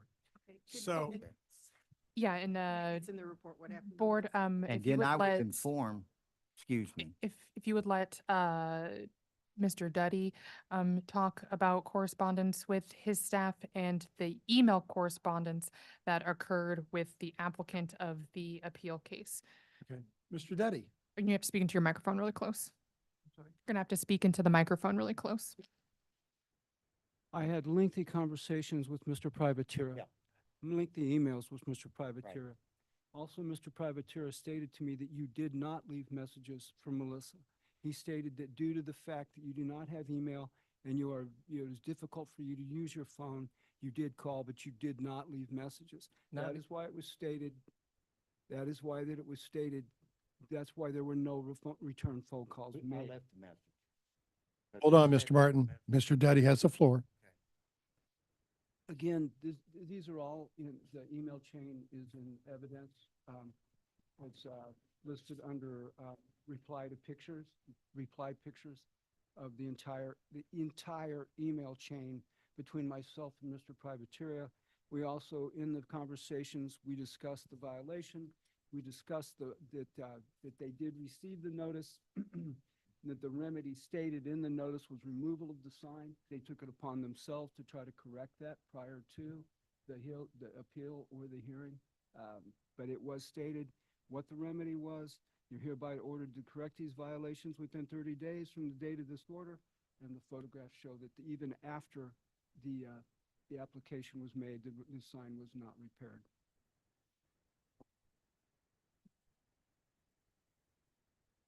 Okay, thank you, Mr. Duddy. Mr. Martin? Yes, I have a sign, I have the copy of the signs where they were sent to the city with this lady, Mr. Privateer and this gentleman here both sent them copies of this on the 8th day of April at 1:50. Right there it is. The signs are on the deals. Could I also insert something? Right here, both of them. Both. It's the 15-day Can I deadline. insert something, please? Sure. This is a letter addressed to Mr. Privateer by Mr. James Duddy, and it does say from Mr. Duddy to Mr. Privateer, the officer involved in the field inspection is out of the office for extended period of times. And it also says that the property owner attempted to contact Officer Simon by phone call many times, and the property owner has tried to contact the officer, and this came from Mr. Duddy. This is the email to What's Mr. the date on Privateer. that, sir? 7/9? April 10th. Oh, I'm sorry, April 10th. If I may, in the email, it Yes. states, the argument that the property owner attempted to contact Officer Simon by phone many times is moot, in that the property owner may have attempted to contact Officer Simon by phone, but the property owner failed to leave voicemail. I left the voicemail.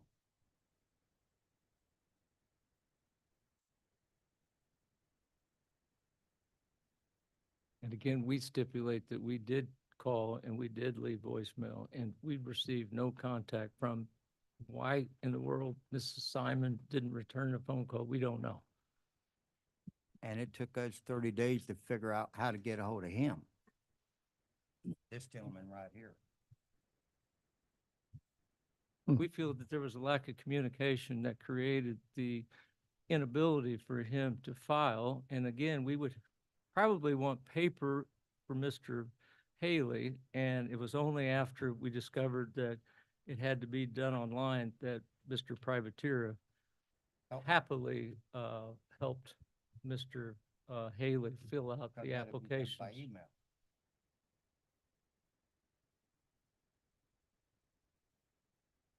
If I may. Yes, sir. From Mr. Privatera, this is an email from April 9th, Tuesday. I witnessed Mr. Haley call Melissa several times yesterday, and out of frustration with nobody ever answering the phone, he hung up and did not leave a voicemail. But that was just one, that's the April 8th or 9th, right? So that's way past the deadline, Mr. Duddy, correct?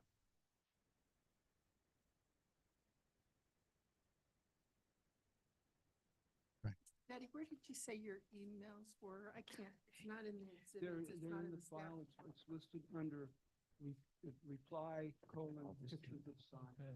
In I can pull them up. Is that an attachment that comes? No. It is an attachment on Compass KC, But not in your, but it's not in the staff memo.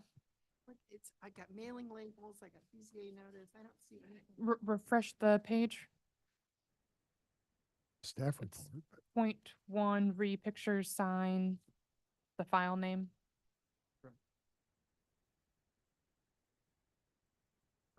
We got all of them right here. Yeah. And again, I think what we just are asking for is just kindly, can we please have the extra days, whatever it was, since he obviously did not fill it out in time. So can we please have, be granted that you would hear the second part of our, request? But the first request is, could we please be allowed to submit our application a few days late? That's really what our first request is.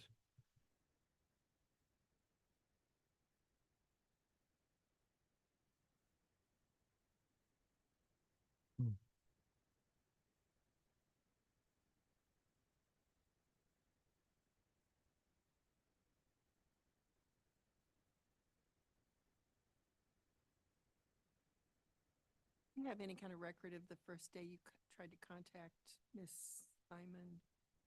I tell you, we had tried to do that appeal. We tried to do the appeal, and it wouldn't take the appeal. We basically had to wait for this gentleman to come back and email us back, this gentleman right over here, what Tony told me. I mean, and here's all the emails where we couldn't get, we didn't know how to do it, for one thing. We didn't know we had to appeal. So I thought I was in compliance, to be honest with you, with this whole thing. But then when we finally found this gentleman right here, it's Mr. Duddy, that I had to apply for a hearing for you people, because they said, no, you need to tear your sign down. Because I abandoned the sign. I never abandoned the sign. I just don't see anything. I before fixed it April. immediately. As soon as I found out it was bad, I had this gentleman order vinyl. I spent, And we replaced we it. replaced it, replaced both sides, so we wouldn't have this problem again. And we are probably getting into the second part of our Yeah, request we are. today. Yeah, Yeah, okay. we're going that. The But, second you know- part of our request would be testimony that we fixed it timely and as fastly from the first notification. So, Well, you don't have your cell phone records today, but I'd be more willing to, if you had cell phone records that would say from March 20 to 25 or even 26, that you made calls, because they will show 1-minute calls, even if you didn't leave a message, sir, they'd show that you made the calls. Yeah, but don't they, all right, this phone number I called from the city, Yep. I left the voicemail, sir. I'm telling you, I'm not lying, I'll That's swear. okay, Yeah. but- I left the voicemail with this lady's name, and she said, if you want to leave your voicemail, and that's what I did. Well, I didn't, well, she said you could, it says on the letter, you can either email her or call her up, and I don't do email. I've got this kind of phone I run right here. We just need the date. Flip of phone, that. right there. That's what I run. And I don't have data on my phone. All I got is hello and goodbye. and again, this didn't go 6 years or 6 months. This man, the first notice he ever got. So if he would have had a notice of violation that you can have 15 days to fix this, he would have done that. If he had noticed that he needed to do something, but the only notice he ever got was that your sign's vacant, take your sign down. He didn't get a chance to procure it. And if you had a house that one side needed painted, they wouldn't make you condemn the whole house down. So kind of getting ahead of myself here, but the minute he was notified, he went out and saw that somebody had vandalized or whatever his sign. So if somebody does something malicious to the sign, he doesn't know about it, the city should contact him and give him a chance to procure it. And he did. And he didn't wait. I mean, 20 days is pretty fast to fix a sign. Right, but we've got to comply with the code. Right, And the right. code gives them 15 days. So I get it. if you could bring us something showing that you tried to contact her, and I don't know when she went on leave, if we could have Did that? not go on leave. The extended period of time is when she goes out and does investigations and then returns back. And as far as stating she's no longer with the division, she only left the division approximately 27 days. Okay, yeah, if we could get all that information, would you want a continuance so we could? Do you have phone records? I don't know. I don't know how I could get a, Use all call I get is T-Mobile, a they'll mail. give you that. Can I ask, is she available to answer that, or Yeah. can we get her records or anything? He is no longer with our division. I think what my fellow board members are trying to get at is, like, if you can have some sort of proof, documentation of good faith effort to communicate with the city, then we would be amenable to Oh. hearing the case. Within the 15 we have proof that we have emailed Mhm. the Within the the 15-day stuff to period you people, specifically. to the city. He even did it off his phone, and Tony Privateer even sent it to the city himself. In April, sir, not in March. No, yeah, that before the, I mean, you said yeah, but they give us 30 days. No, 15 days. No, it says in my letter 30. Mr. Duddy? Yes. There's 30 days to correct the violation, 15 Well, days to we're- file for the appeal. Well, And we corrected it within the 30 days, We because did the it. first notice did that it, he but- got, and the only notice he got, was So, received on the 20th. so again, we're jumping the gun here on the case. I understand what they're doing now. I understand. Yeah, I so- understand what you're saying. I'm a little confused. I'm a little slow on the takeoff. In other words, the letter was addressed the 13th. I didn't get it until after the 20th. Right. Okay, so time I figured out what it was done, by the 8th of April, when we had it done, it already passed 15 days. Right. Okay, no, I'm confused because, if I could, I think it's contradictory that it says you are ordered to correct the violation within 30 days.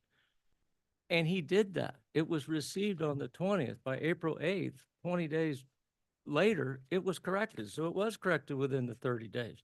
The real argument is whether he has a right to appeal, but he corrected it and he sent photographs of it corrected within the 30 days. So we have complied with the first half of the requirement that says this must be corrected within 30 days. We corrected in 20 days. We're 10 days early. What we didn't do is know that we have to come back and file for an appeal to show that we corrected it. They have records of our email that shows it was corrected, so we really aren't in violation, sir. Anna? Yep. So that statement that talks about the 30 days and the 15 days, that is standard language that goes on all notices. In this unique circumstance with the sign, there is no remedy to abate the violation.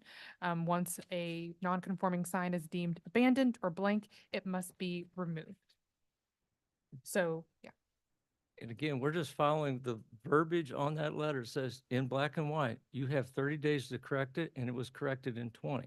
So what part of the letter do we follow? The 15-day to appeal, or the 30 days to correct the matter, or you're in violation? And we've corrected And- it within 30. If the violations were corrected, then there would be no need to appeal. It was And- just and we one side, corrected right? it. It was just Well- one side Well, that blew off. Then Yes, that's yes. talking about the merits of the case, Yeah. though, not about the Sure. logistics of. Only one side blew up. Would you want a continuance in 30 days or 60 days? Could you come back and show us the phone record showing what day he started trying to get a hold of Ms. Simon? Yeah, we can do that. Okay. I did. Let me insert. But we don't have to do He's that, not but- technically savvy, I and mean, I you don't just- know if his, Help him. Yeah, I'll you- try. You could just walk into a T-Mobile office, say. But "Can we get clearly, this?" if we didn't, we still repaired the sign in 30 days like was asked in the letter. And I think we should be allowed to perhaps be granted this first round of can you hear our case? And then we can show all the emails that we corrected it within the 30 days. And Mr. Dudley has the pictures and the photos in the email that said it was done within 20, not 30, not 31, not 41, 20. So I mean, we met the requirement. We shouldn't have a violation. So now we're hung up that we can't, because it went, which is it, 30 days to correct it or 15 days?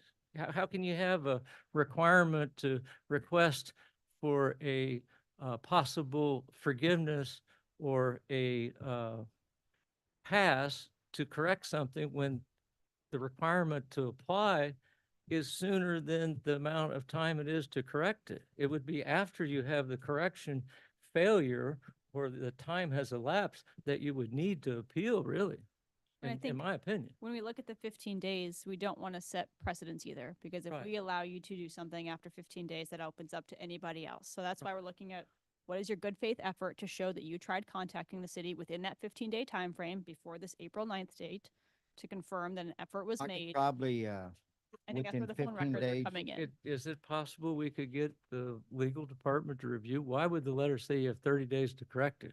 I think Ms. If you Anistey correct it, already you wouldn't need to come explained- back and get the appeal. Is there other information you or Mr. Duddy would like to explain on that, or that? Yeah, we see a lot of signed cases, and that's the standard procedure for Right, signed but I cases. mean, if it says you have 30 days to correct it, and we did in Does 20, that say 30 days to correct it? yes, it does. I can show you the letter. It's So- the exhibit. It's We the submitted. it's the standard form. Logistically, it's a report that gets Yeah. run and that language is on all of them. Can I Well, submit I mean, this? what do you, we're not Can I please lawyers. submit the letter that we received that But shows that's a we have 30 days? It's in our, we already have that. Okay, well, the first paragraph says you have 30 days to fix it, and we did. Well, in this case, would remediation not? So you can't have it, Remediation is removing the sign. Right. but it says you're ordered to correct these violations within 30 days. That's the first requirement. And we met that requirement. Would you want to come back and show us that he made a phone call between March 13th and March 28th? That's the 15-day period. All you need a thing from my phone company. It would with list the this, phone number with of the that phone city. number. It don't matter if it's my home phone or my cell phone. Doesn't matter. Okay. We I- will I try to used get that. I will get that. We will try to get that. But again, the cart goes after the horse. The horse is first. Repair the sign in Right, 30 and I days. think that's an argument for Yeah. the merits. And Okay, For thank for you. clarity, do you want me to prepare a full staff report for that continuance date? You need to decide whether Okay. you're gonna, Understood. so So- can we do it in August or? Yeah, you could. And to have, Somebody else listen in on it. Wright or Meyer listen to this so far. Meyer's online. Oh, Mike, Is? have you been Yeah, hearing it I- all? I've heard the whole thing. Okay, good. So we'll Then, continue Continue to month. to August. yeah, good. Okay, I'll make a motion. Perfect. So what we have, So 60 again, Mr. days, Martin, 30 just so days? you're clear, you're going to bring in cell phone or home phone records that yeah, show that you. I tried- use both phones, I'm sure. It's all right, that you contacted the city sometime before In March that month 28th. period of time. Can you do Not- that by August or do you want till September? I have no idea if he can obtain his phone records. He will make every attempt possible to get them. I don't know if they keep them now anymore. Yes, they do. Do they? Yeah, they do. They can for 1 year. I know that. I think they used to when they sent you the bill. have No, all they this don't listed. send, cause I'm on I don't have. Okay, let's move on. Data. Sorry. Sorry. We'll do a month. So on docket item 13, case number What is it? Give me my pen 88575003B, I move that we continue the case until our August 14th meeting. I have a motion. Do I have a second? Second. Second from Ms. Mixdorf. Anna I need, second from Mixdorf? Mixdorf, Gorance, Aye. Moran, Aye. Mixdorf. Aye. Hayes. Aye. Ebbets. Aye. Okay. We'll see you in a month. I need a copy of. the So what photo. date is, am I August coming 12th. back? August 12th. 14th. Oh, August 14th. August? 14th. Yeah, it's August 14 for sure. I've been good. 12 hours. Did you All have right. his emails from Mr. Yes. Duddy? That's the only one I need. Thank you. You are. And I'll scan it and attach it to the case. Okay. That's two of them, that's both sides. Well, you're okay. Yeah. I need 15 of them for business. He said the 26th. We're doing 14, Anna. Can we do 15 for the interpreter? Oh, yeah, 1 o'clock. Shoot. Yikes. Yeah. Did we have Okay. the date? I'm going to call docket item 15. This is case CD BZA 2024, thank you, 61. This is a request to approve a variance to the infill residential vehicular standards to permit a driveway in the front yard, plus any other needed variances on about 0.11 acres, generally located at 4233 Scarrett Avenue. The applicant is in the room with us, and this is a reminder for anyone else who wants to provide testimony on this particular item to please raise their hand in Zoom now or approach the microphone so we can note you for the testimony for the public hearing. Okay. Jasmine, we're calling docket item 15. Someone who's raised their hand online is for the other docket. Seeing none. 15. Buenos dias. Are we ready? Go ahead. I'm going to raise your right hand to be sworn. Do you solemnly swear or affirm to tell the truth and nothing but the truth in this meeting today? See, say yes, see? And state your name for the court reporter. Araix Suarez Ruiz. Thank you. Gracias. Okay, 1 second. Gotta find the exhibits. We have a list of administrative exhibits labeled, 1 moment, 1 to 9 that we need to admit for your case today. Do we have your permission to do that?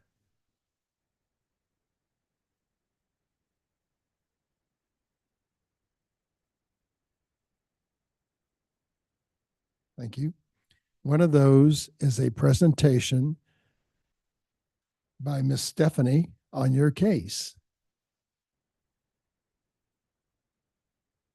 Okay, gracias. Thank you. Gracias. Go ahead, Stephanie. Good afternoon. We got docket item number 15, CDBCA 2024-61, located 4233 Scarrett Avenue, zoned R-5. This is a variance to the residential standards, residential vehicular standards to permit a 12-foot driveway.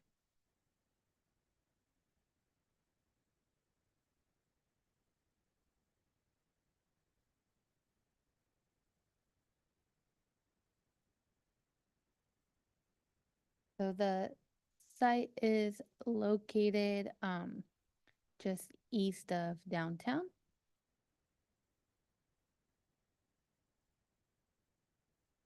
And highlighted in yellow is the property.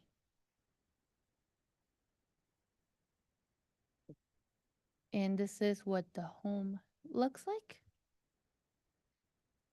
There is currently a shared driveway for both of these neighbors. So this is the site plan. The homeowner would like the 12-foot driveway to be on the left-hand side of the property. So this will be a new driveway in addition to the shared driveway.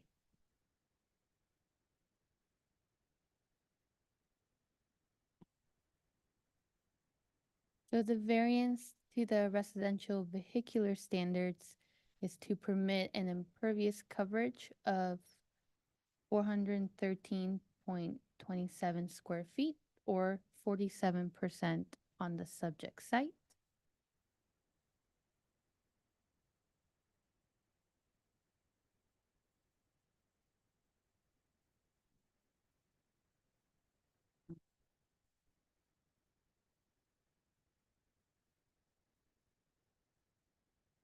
So the variance, so the proposed driveway would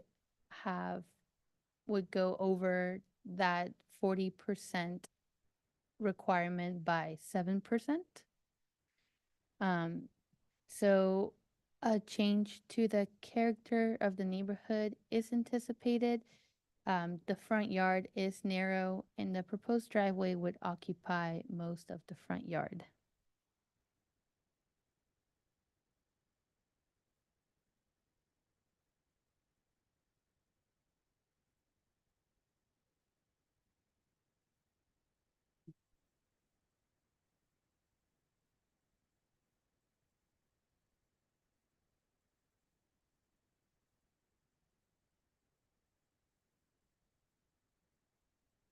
And the difficulty could be obviated by reducing the driveway width to about 9.7 feet.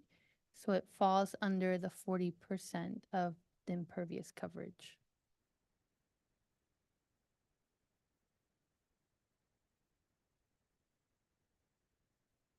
I don't understand the math. It's 47%, but you said it's most of the front yard?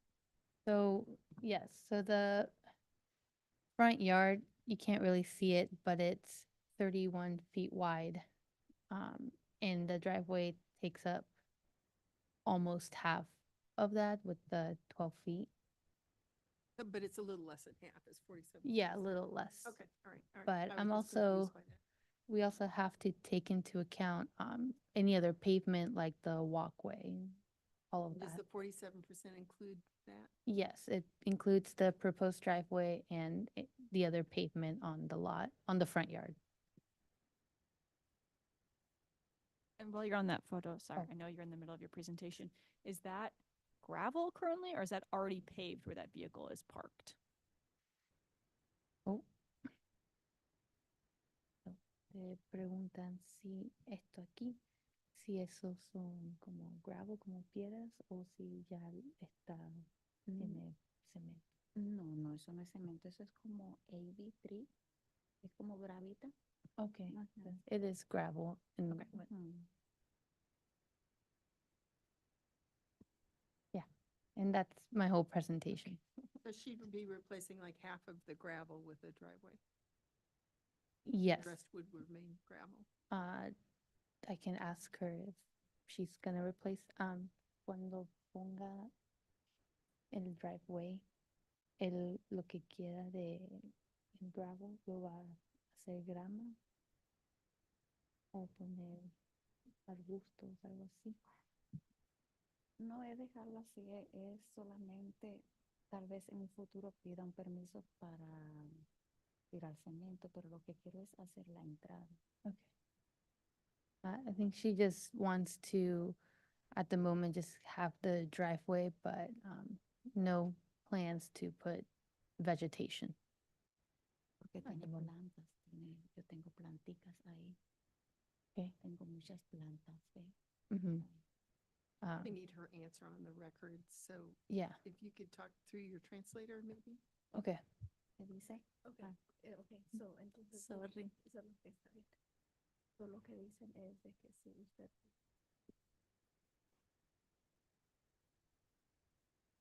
la graba ahí, Quisiera- después de que le hagan, cuando le hagan el driveway, que Ajá. si va a poner pavimento en todo.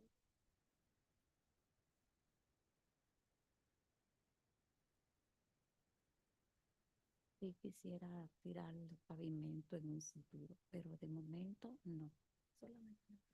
Sí, solamente en el driveway. So at the moment, all she wants to do is just pave the new driveway, and then later on, maybe she paves the entire thing. That would be more of a violation, right? Yeah, she would need another variance for that. So right now, she just wants to pave half of that gravel area or whatever. So just where she can, where they're dividing for the new driveway, that's the part that she wants to pave. And would that be a new curb cut or Yeah, she would need a curb cut permit. I think it would go through that tree? ¿Qué dice? Yeah. Se va a mantener. Sí, es eso. Permiso. And then, she asked if it will remove the tree. O de que van a tener que remover ese árbol. No, yo no quiero remover el árbol porque, ¿qué pasa? El árbol, por ahí hay un de eso del agua. Y, por ejemplo, es como algo del agua que está, sí. Entonces, no, no es de agua, es de agua. Like a water pipe. Ajá, entonces, yo lo que lo quiero hacer es, por ejemplo, un poquito más acá, es decir, que entre solo el carro, va a ver que rompe la banqueta. Es por eso que necesito el permiso. Okay, so she doesn't want to remove the tree. She says that I think there is like a water pipe, like a city water pipe around there, so I don't think removing the trees is good. All she wants to do is probably remove that part of the sidewalk or driveway to be able to just drive in a vehicle in there.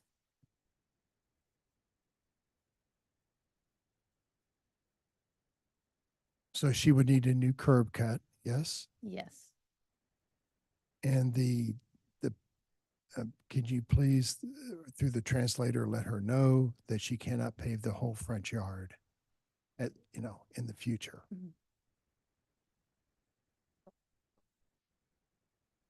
Yo por eso pido el permiso para saber qué es lo que puedo y qué es lo que no debo hacer.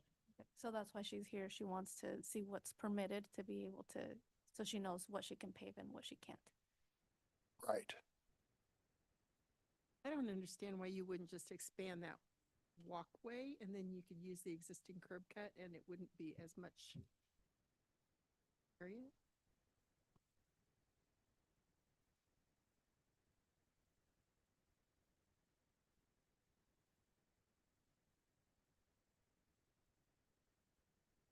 El problema es que el driveway es compartido. Entonces yo quisiera tener mi propio driveway. Ese driveway es compartido. Okay, so she has a shared driveway and she would like to have her own. I'm just one board member, but I feel like the case as it's in front of us, I think the 7% variance is pretty reasonable. Yeah, my main question is around the existing gravel area, and I don't know I don't know if that's in compliance currently or what, but I'm curious about that as well. That would be Stephanie or. Yeah, I guess that's a question directed to staff. So is there any issue with the impervious gravel area existing now and after the concrete driveway is brought in? So the city does not allow for gravel driveways or just gravelled over areas, except for very specific cases. So you would probably just have to put vegetation in whatever strip she doesn't pave.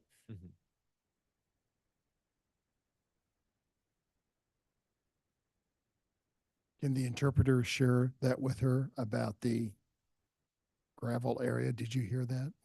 Okay, thank you.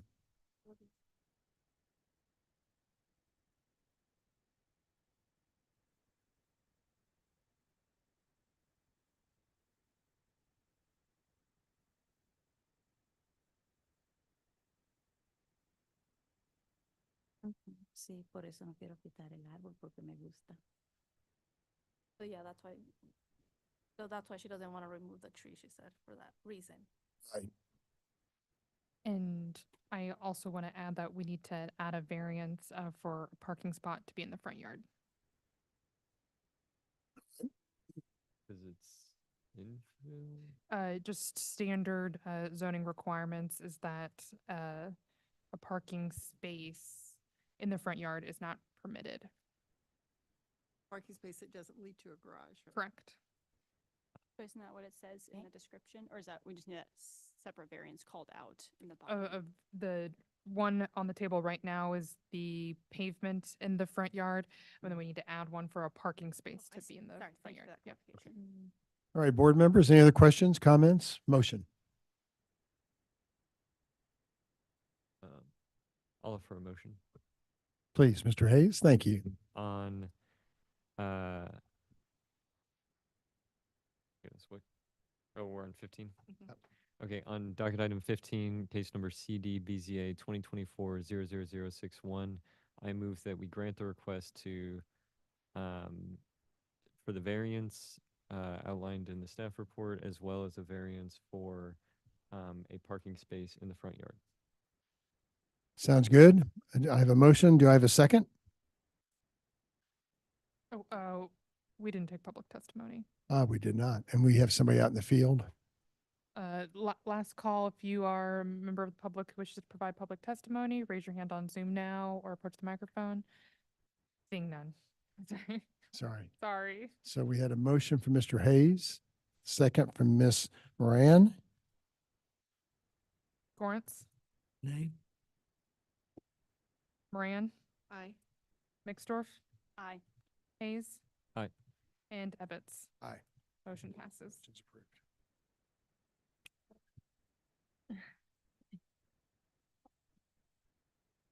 Okay, docket item 14.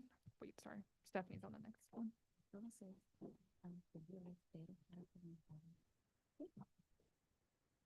Muchas gracias. Thank you very much. Thank you.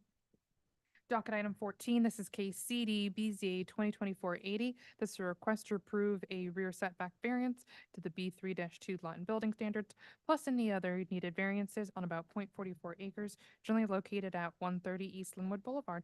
Stephanie Saldari is the staff planner associated with this case, and the applicant is online. Jasmine. This is a reminder for anyone else who wants to provide public testimony on this particular item to please raise their hand now, so we can admit you into the public hearing. There's one other individual online. Minnie?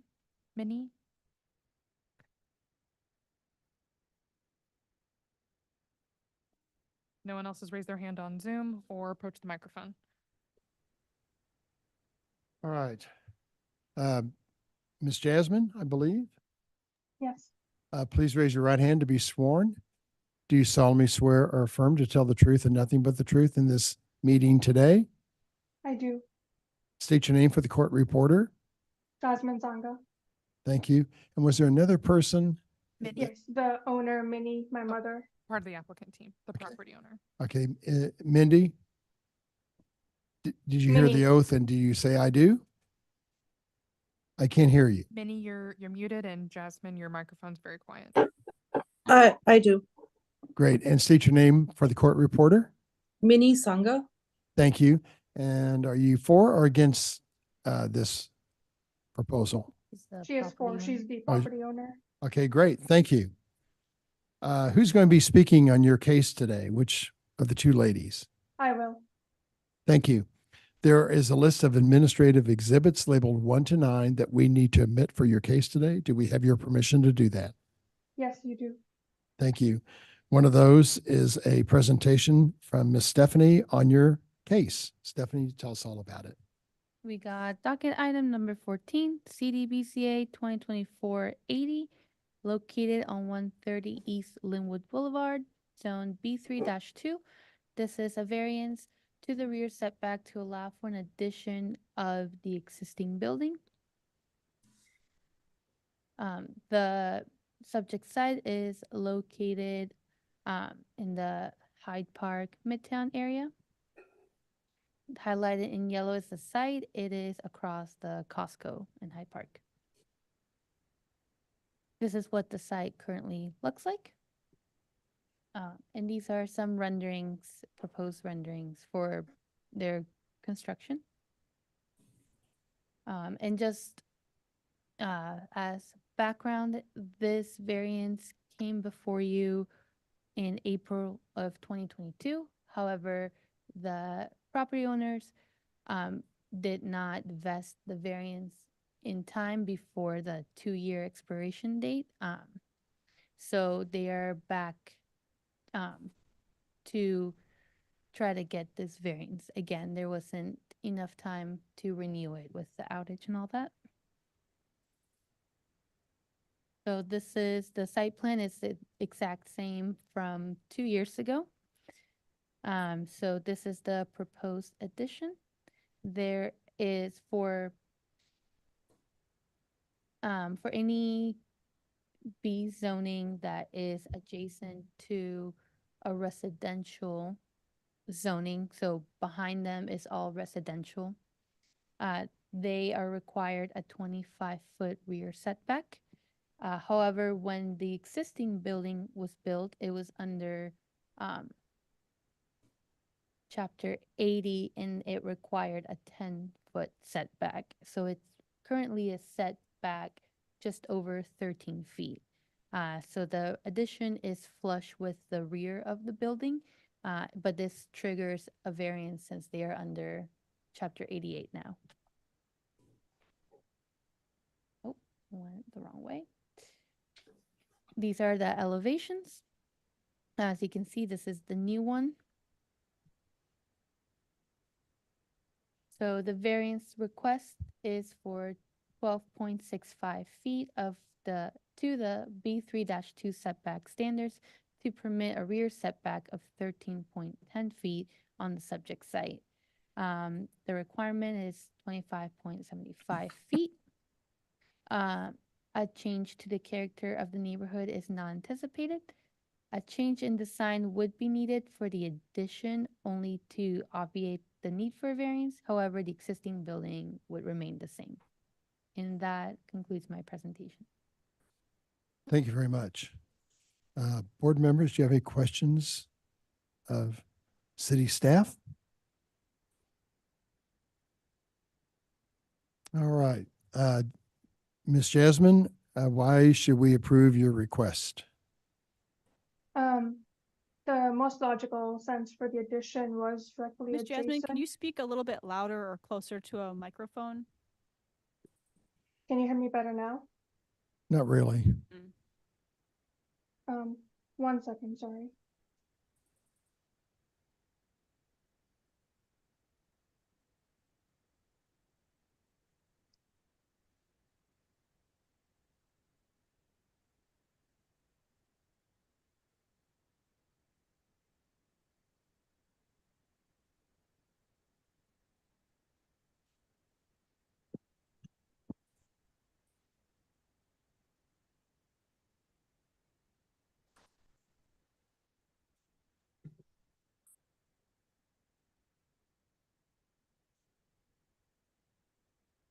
Can you hear me better now?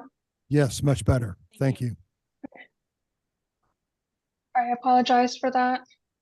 The most logical sense for the addition was just directly adjacent, kind of just extending the footprint of the existing building, just from a utility standpoint and not to drastically change the parking and the lot. And we're hoping not only are we doing the addition, but also renovating the existing building to hopefully better match the character of the neighborhood and to improve the property overall.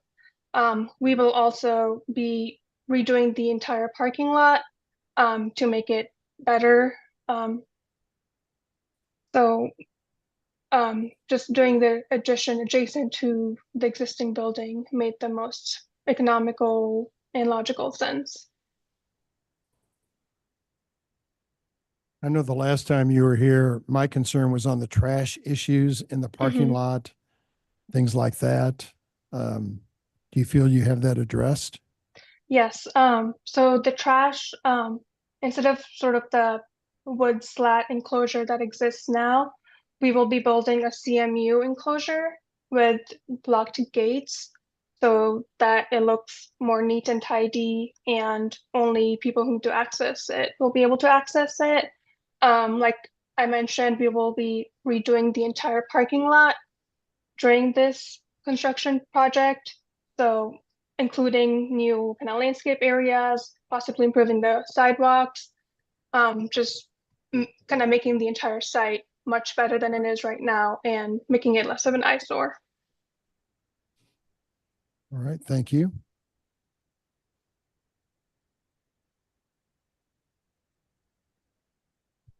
Anyone else with questions or concerns? I assume all of the neighbors are still in support of this expansion? Since it was We haven't gotten any complaints from the neighbors. I don't think we've had any opinions in either direction. All right. We've heard this case before. We gave it approval a couple of years ago. Anyone else want to make comments or motion? I'd offer a motion. Thank you. Ms. Mixdorf? In case number 80, I move we grant the applicant's request in accordance with site plan and staff report. I have a motion. Do I have a second?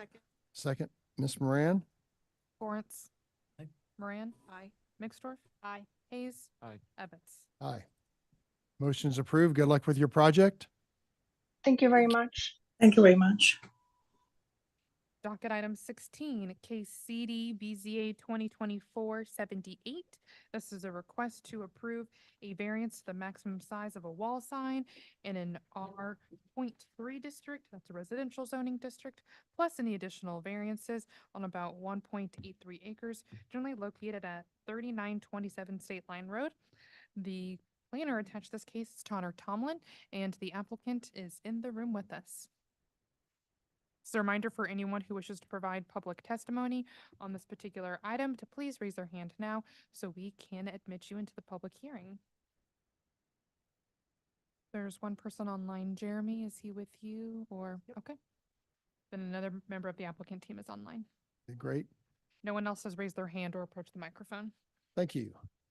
Jeremy, I don't see you yet. Do you want to turn on your camera and microphone? I'm going to swear you in.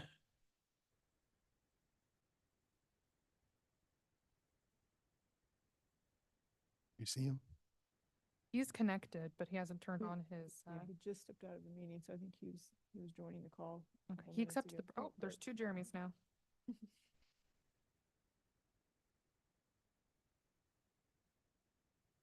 And again, Jeremy, we're going to have you turn on your camera and microphone once you're connected. I think I see you. Yeah, All right. sorry about that. I had a technical Each of you, difficulty. please raise your right hands to be sworn. Do you solemnly swear or affirm to tell the truth and nothing but the truth in this meeting today? Please state your name for the court Yes. reporter. Devin Coffee. Devin Coffey and Jeremy Crabb. thank you, Jeremy. There are a list of administrative exhibits that we need to admit for your case today. I'm assuming Devin's going to be the speaker.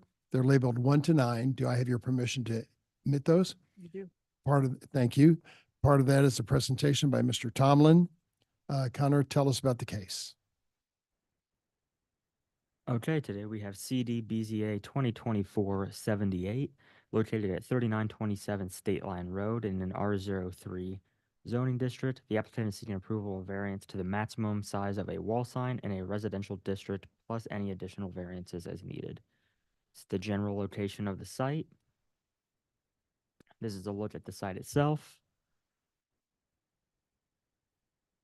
Here's the site plan. You'll see there on the northwest corner of the building is where the sign is proposed. Here's a look at the elevations and the type of lighting the sign will be seeing. And then they submitted a precedent.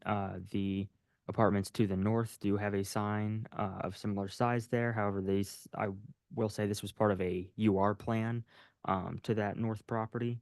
So it would have been part of that approval process, or at least under different standards. The variance request is a variance of 54.66 square feet to the maximum size of a wall sign in a residential district to permit a wall sign at a size of 66.66 square feet. That's a 455.5% increase. A substantial change to the character of the neighborhood is anticipated. As I just mentioned, signs of similar nature are on nearby multi-tenant residential buildings. However, that's part of a UR plan and it's held to different standards than you would typically see in R03. The difficulty can be obviated through a change of design, and that concludes my presentation. Thank you. Anyone have questions, Mr. Connor? Any?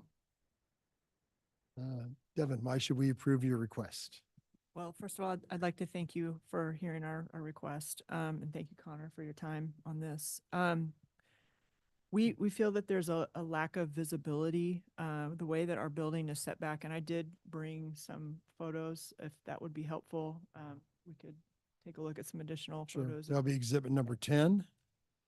If you could just send those over to me after the hearing so I can include it as I close out the hearing. Okay.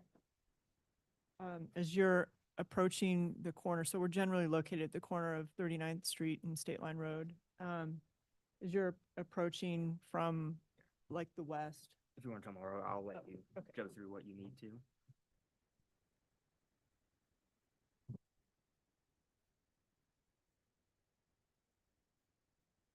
Hey, Connor, share the screen too, please. Um, Thanks. This, I don't think that's, oh, here we go. That's not what's on the drive. Oh, wait.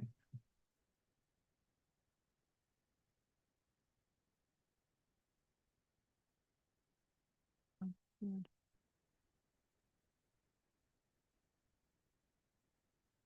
Huh. I have them on my laptop. Is that an option? It looks like for some reason they didn't. Didn't transfer over to the. Yeah, that's weird. They were there yesterday.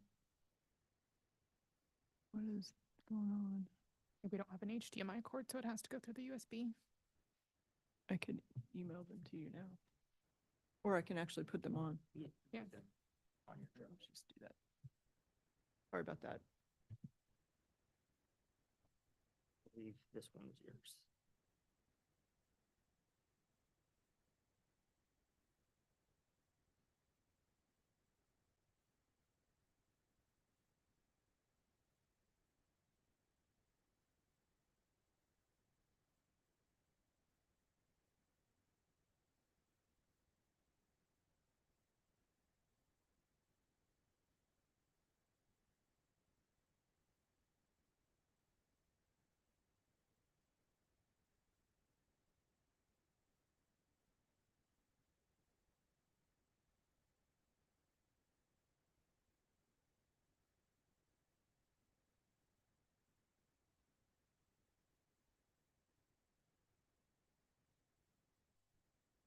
I guess while you're bringing that up, can I ask a few questions? Sure.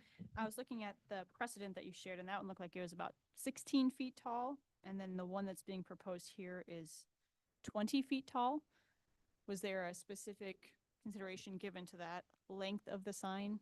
I know you're looking at those other precedents in comparison, but the 20 feet does seem kind of large. Obviously, it's bigger than what we normally allow for signage. So I wasn't sure what kind of alternate, maybe sizing that you may have considered thus far. We were looking really at what seemed appropriate for the scale of the building. And so the size of this building is a little bit larger than the one on the corner, on the north corner. So generally the reasoning behind the request is the lack of visibility of the sign because the building is set back from the corner of 39th and State Line. We're not visible as you're driving along 39th Street because like in front of KU Med, the buildings around KU Med all come right up on the street. Like you're driving through kind of a tunnel. So you can't see our building. And because we're set back behind the other commercial buildings along 39th Street, we feel that this size is more appropriate for the, it would be more visible and appropriate for the scale of the building. I think having a building of such size and a little sign would be a little bit awkward. So that's a good example right there. So this is coming up 39th Street from the west going east. And you can see the new construction just past the gray. That's a KU Med building right there. And without a large sign there, you're not going to see what's on that building. And then just to the again, that's the corner of 39th and State Line facing southeast. You can see the neighboring sign there on the left-hand side. So we're just trying to show here that, we feel like the scale of this sign would be appropriate for the size of the building and the location in the neighborhood. That's another example just of, large signs that are elevated. This would be a large sign elevated. It is not facing the neighborhood at all. It's facing the commercial buildings of, KU and such. So it is a backlit sign, so it's not going to put off like a ton of light and be, obtrusive or an annoyance to any residential properties surrounding. Or just really the hardship here is just trying to demonstrate, that we need to be visible from the main intersection of 39th and State Line.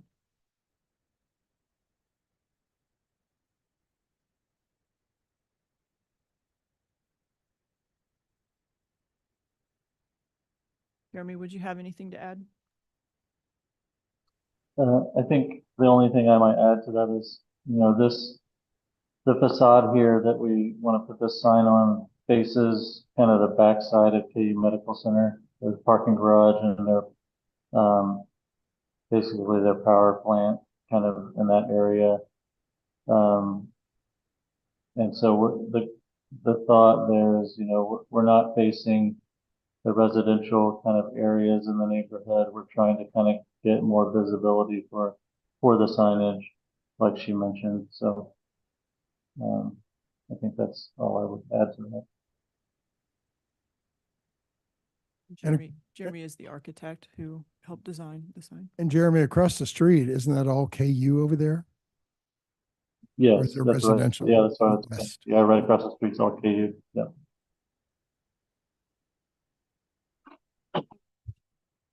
Yeah, and their, like he said, their power plant, there's like, some turbines. and Nitrogen things. tanks, if Yeah. I recall. Yeah. Yep.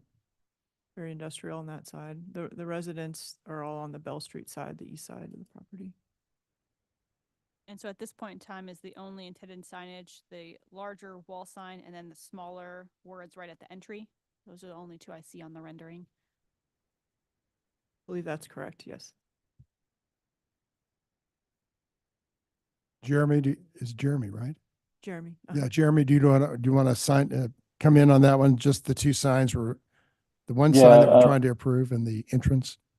That's correct. And the one at the entrance is actually a smaller scale, so it fits within the signage guidelines that the city has. So. All right, thank you. Mhm. Board members, any other questions? Do we think that should be reduced any from the 20 down to the 18? We see a lot of sign cases and very infrequently do we seem as a board to grant things that are this large. So I guess I would be open to something if I understand the scale of the building and the desire for a larger signage and being set back. I see the kind of burden there, but this does seem rather large. So I don't know if there are other options if it was down to 16 or 18 or whatever we could. Does the font of the sign, can you see that if it was, it's a rather thin font. It's not like a real dense, thick, broad font that is, intense. So it is a little bit larger, but it's also more of kind of a whimsical, more delicate. Yes, that's not putting off a lot of, intense square footage. I think since you're going to have it kind of backlit as well, even if it is a little bit thinner font, I think that should help kind of offset things at night to still be able to see it. I'm just one board member, but it's just, I think we've seen a really big trend of really large signs in Kansas City lately, and I'm a little concerned that we keep going down that path. Okay. So I'm just a little hesitant with the current size. I do appreciate the font, though. I like the font a lot. Yes, I don't see a huge difference if they drop it to 18 feet. Maybe that's not enough. I don't know. May just be me. Well, and if it weren't facing a parking garage, I mean, it's not like, I can see why they'd want to try to help people find it.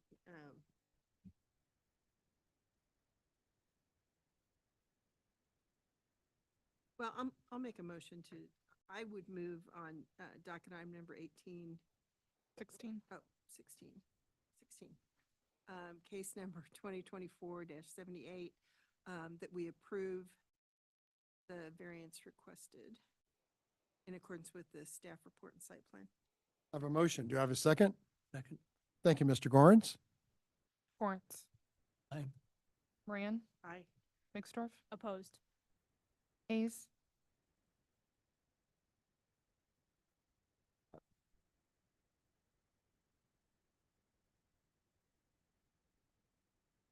Aye.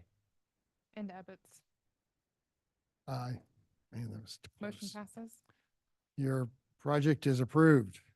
Thank you, folks. I appreciate it. Thank you, guys. Docket item 19, this is case CD BZA 2024-65. This is a request to approve a variance to lot and building standards to expand the front setback plus any other needed variances on about 0.15 acres located at 6645 Edgevale Road. Don't know why that's hard for me to say. Stephanie Saldari is the staff planner associated with this case. If you are the applicant or property owner, please raise your, they are online. Anyone else who wishes to provide testimony on this case, please raise your hand in Zoom now or approach the microphone. What happened to 17, docket 17? Did We continued that. Sorry, I didn't hear Mhm. that. I didn't write it down. Thank you. 14. Oh, thank you. I appreciate that. And Tom. Laura, the applicant for docket item number 19 is connected. Okay, thank No you. one else has raised their hand or approached the microphone. Hello. Can you, Good afternoon. Can you turn on your camera and or microphone? yes, I've turned on my microphone. Can you hear me? We sure can. Do you have a camera with you? Or no? Yes, I do. I am trying to figure out how to turn it on. Yes, hello.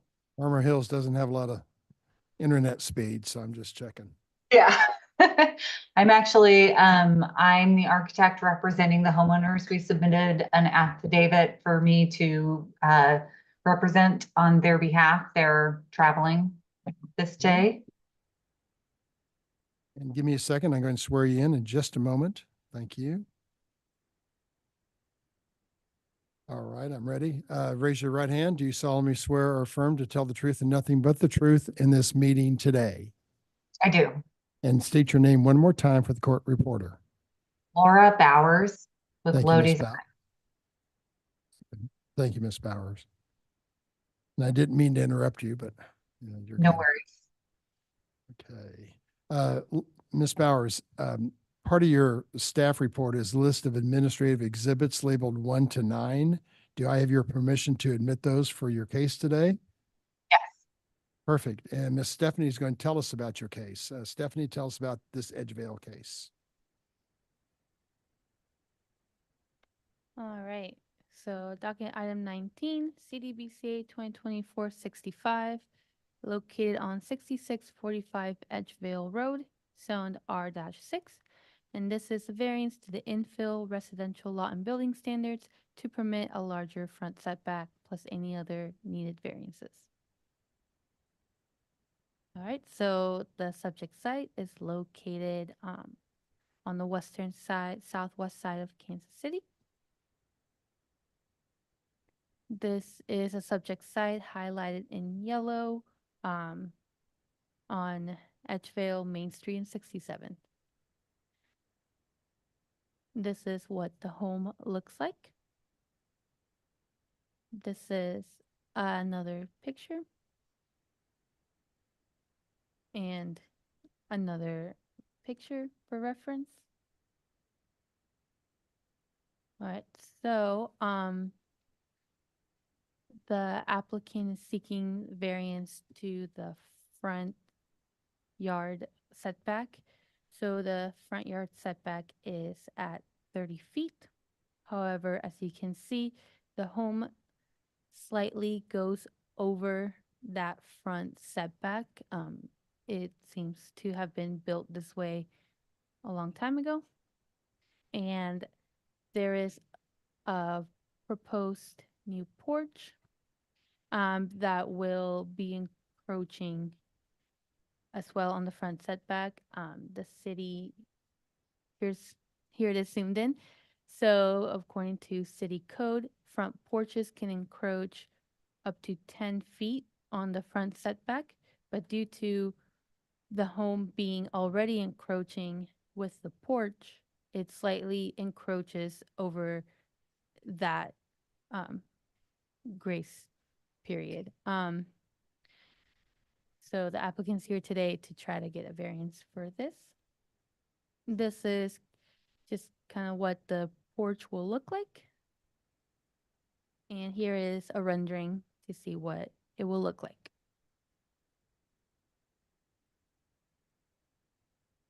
All right, so we got a variance of 4 feet to the platted front setback to permit a front setback of 26 feet on the subject site. So again, the requirement is 30 feet. Change to the character of the neighborhood is not anticipated since it's already been there. And the difficulty cannot be obviated since the building was originally built over the front setback and cannot be moved. The second variance is a variance of 1.4.5 inches to the features allowed to encroach into the front setback to permit a porch to encroach the front yard setback on the subject site. Again, that requirement is 10 feet. A change to the character of the neighborhood is anticipated since it would be encroaching more than 10 feet, but the difficulty cannot be obviated since the house was already built encroaching on the front setback. Thus, any other new feature will also be encroaching on that setback as well. And that concludes my presentation. Thank you, Ms. Stephanie. Questions, board members to staff? Ms. Bowers, why should we approve your request today? Hi, I would change a little bit what Stephanie reported. The portion of the front porch that is encroaching in that 10-foot allowance is the stairs on the side of the porch, which I believe per KCMO zoning ordinances are allowed to encroach on the front setback. So really, we're just trying to bring the existing house as it's built into compliance so that we can replace the existing front porch, which is kind of falling off now. So basically the house was built out of compliance. And so we just want to bring it into compliance with the variance so we can replace the deteriorating front porch. Perfect. Any neighborhood opposition? No. And I can't recall, is this east or west of Warnell? This is east of Warnell. Okay. And west of Maine? It's like just east of Maine. Just east of Maine. Okay, thank you. Yeah, it's kind of on the intersection of Edgevale, Maine and 67th. Thank you for that. Board members, it seems pretty straightforward, just trying to get the house in compliance of what's already there. So there's just one variance or? Two. I thought she said the second one, was it? Yeah, but just to be safe, Okay. I just added that on there. Okay, you want me to make a motion? Please, thank you, Ms. Okay, and Moran. docket item number 19, case number 2024-65. I move that we grant the variances as requested, the two variances requested in accordance with the staff report and site plan. I have a motion. Do I have a second? Second from Mr. Hayes. Computer's frozen. Gorance. Aye. Moran. Aye. Mixdorf. Aye. Hayes. Aye. Ebbets. Aye. Ms. Bowers, tell the Reiners their project is approved. Thank you very Right, much. I appreciate it. Sure, see you. Okay, docket item 20, CD BZA 2024-69. This is a request to approve a variance to the accessory dwelling unit standards to allow for an ADU in the side yard, plus any other needed variances on about 1.3 acres, generally located at 1025 West 55th Street. Stephanie Saldari is the staff planner associated with this case.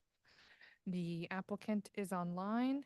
This is a reminder for anyone who wants to provide public testimony on docket item 20 to please raise their hand now so we can note you for the public hearing. John, Wind, are they a part of the applicant team? We have the climbers or who's there? Sarah is the applicant. Sarah, you have to Sarah accept the Kemp? promotion. And then okay. I see another face. Doesn't Yep. look like So Sarah. John Wind, he's public testimony. Grayson Clymer declined the promotion. Okay, Sarah's online now. So John Wind, public testimony. Sarah, applicant team. Sarah, I'm looking for your camera and microphone to be turned on. I see Mr. Wins. Yeah, and for clarification, I'm here to provide testimony as well. I must have checked the wrong box. I apologize. Oh. Are you here in this case, sir, or is it a different one? Yes, yes, this case. Are you part of the property owner or applicant team or public testimony? Yes, architect for the project. Yes, with Sarah. Okay, great. Sarah, raise your right, and Mr. Nguyen, please raise your right hand to be sworn. Do you solemnly swear or affirm to tell the truth and nothing but the truth in this meeting today? Yes. And Mr. Nguyen, say your name again for the court reporter. John Wind. Thank you. And Sarah, did you say I do and state your name for the court reporter? Yes, Sarah Kemp. I can't hear you.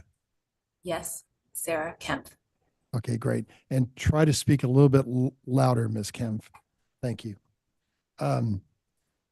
Ms. Kempf, there is a list of administrative exhibits labeled 1 to 9 that we need to admit for your case today. Do we have your permission to do that? Yes, you do. Great. One of those are admitted. One of those is a presentation by Ms. Stephanie on your project. Stephanie, tell us about this one.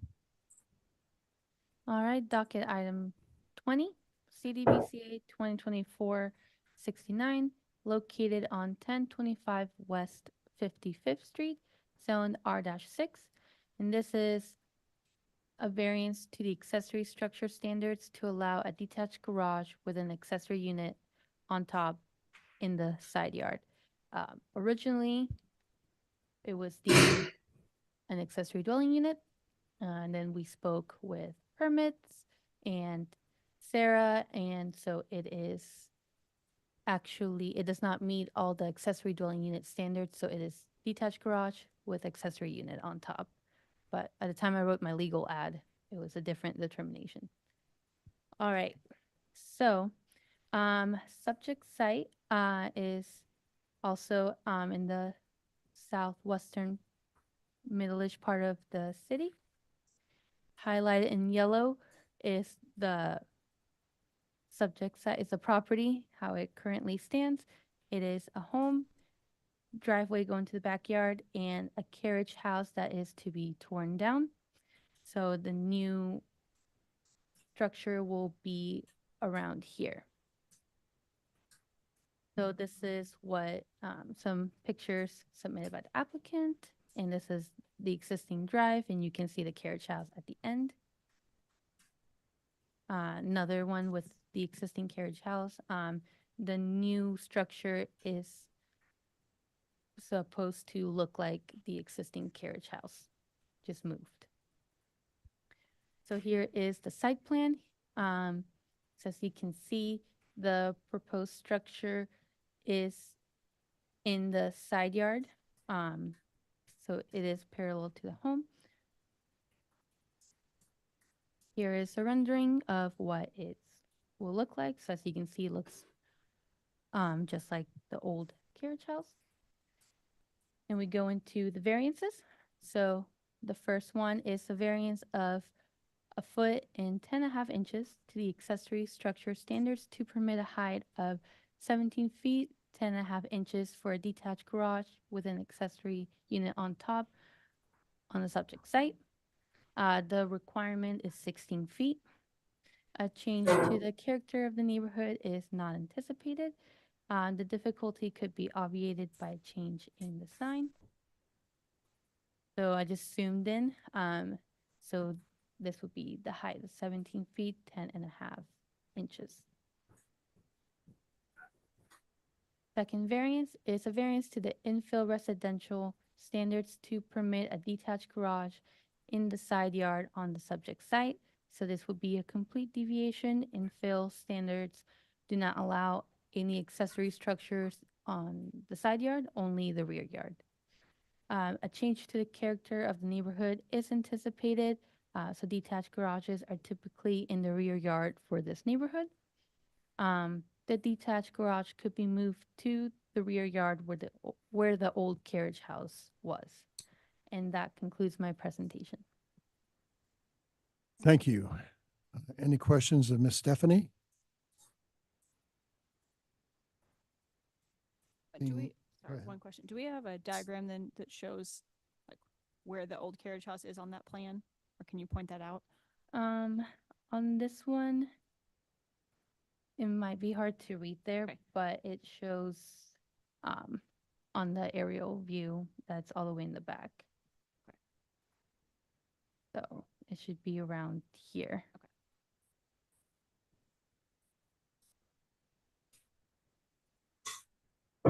Sarah, are you speaking on the project today, or is that Mr. Nguyen? I will be speaking. Okay, great. Why should we approve your project? Well, if you look at that aerial photo as well, there's a large parking paved area on the west side, which is approximately the area we're proposing to move the new carriage house to.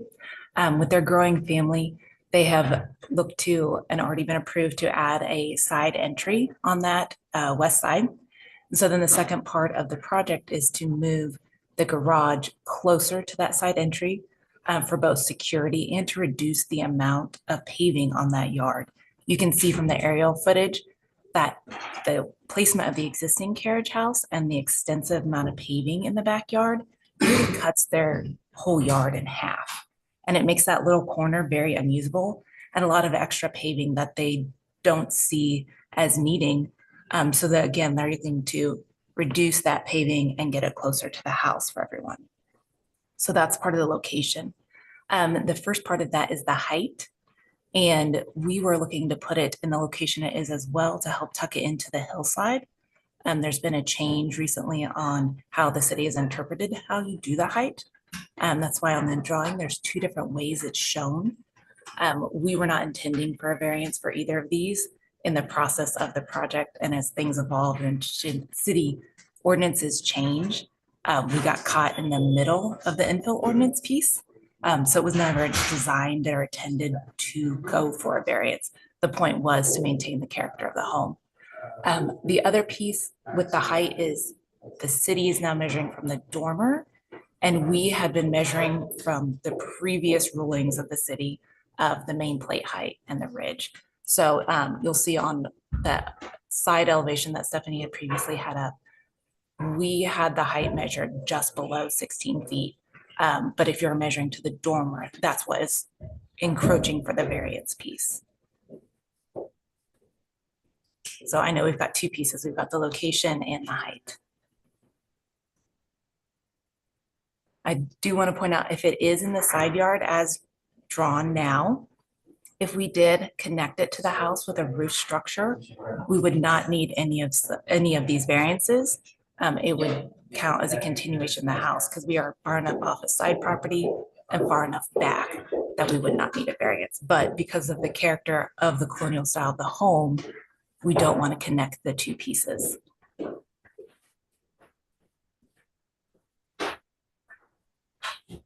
Compared to the original garage, how much taller is this garage? It is the same height. Okay. All right. I think And I might add, pardon me, that compared, as viewed from the neighbor's house, it's actually lower because the new garage is built into the hillside. So the overall appearance and height is less in its proposed new location than it is in the current location. And another reason for wanting the new garage is that it's slightly larger in footprint. The garage doors on the existing carriage house are just small, and it makes it difficult to maneuver in and out of the space.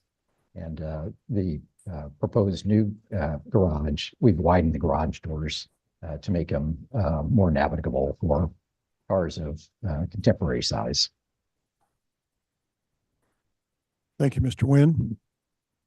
I was just gonna say, my thing is the height seems like a pretty reasonable small variance.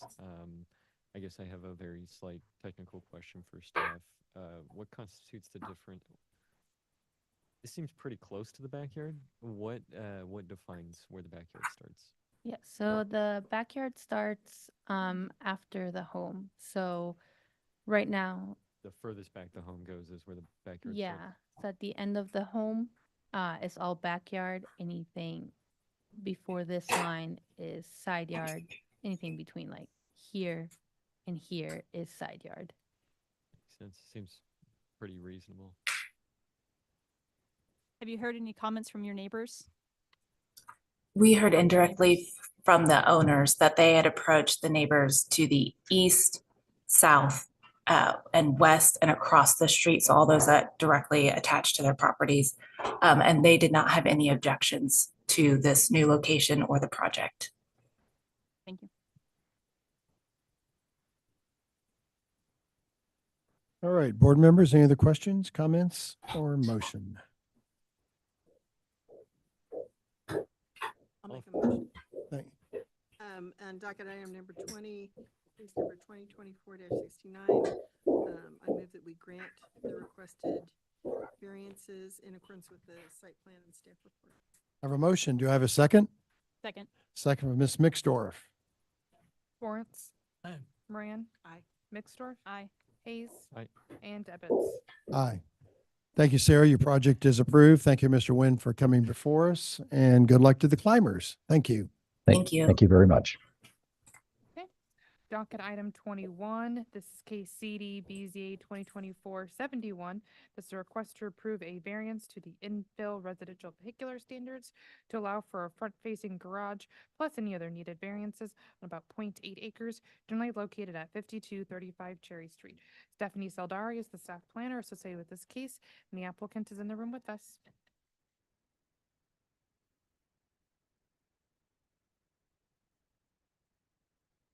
This is a reminder for anyone else who wants to provide public testimony on the site to please raise their hand now or approach the microphone. Seeing none, Mr. Chair. Okay, thank you. I've got to get caught up here just a second, please, sir. Thank you. Almost.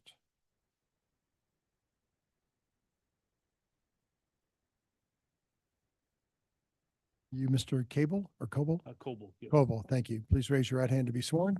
Do you solemnly swear or affirm to tell the truth and nothing but the truth in this meeting today? I do. Thank you. And state your name one more time for the, Preston Coble with Ellswood Smith Carlson Architects. thank you, Mr. Coble. There's a list of administrative exhibits labeled 1 to 9 that we need to admit to hear your case today. Do we have your permission to admit those? Yes. Thank you. Those are admitted. One of those is a presentation by Ms. Stephanie on your case. All right, so docket item 21, CD BCA 2024-71, located on 5235 Cherry Street, zone R-6. And this is a variance to the infill vehicular standards to permit a front-loading garage. So the subject site is located right here. And highlighted in yellow is the subject site. So this is the site plan for the home. The driveway is already existing. This is the garage that will be facing towards the front. This is what the home currently looks like. And then again, for infill residential development standards, this has been effective since last January, applies to neighborhood between before 1954, and this is just to keep the fabric of the neighborhood. The context area, again, all lots within 200 feet of the subject site on the same block face.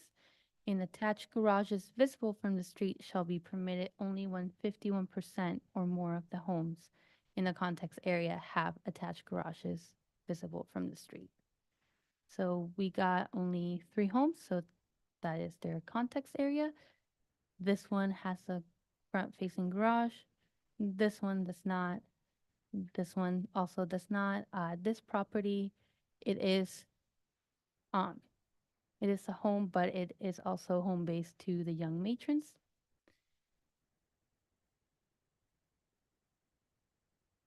So this is a variance of 18% to the infill vehicular standards to permit a front-loading garage on the subject site. The requirement, again, is 51%. So the variation is 33% in relation to the requirement. A change to the character of the neighborhood is anticipated. The front-facing garage would contradict the infill context area. The difficulty could be obviated by having the front of the garage facing south of the property, so it would be access from the side yard, which I believe the current home that sits there has a side access to the garage. And that concludes my presentation.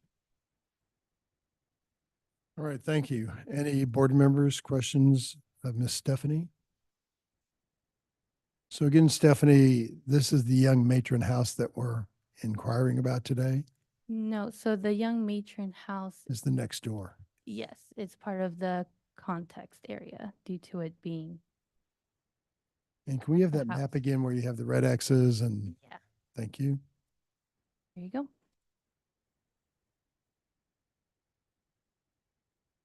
Okay. Questions of Stephanie? I'm sorry. Nope. Mr. Goebel, no, sorry, I'm Goebel, Coble, Weston. Tell me why we should approve your case today. Yeah, well, thanks for hearing me today. I'm speaking on behalf of the clients who could not be here today.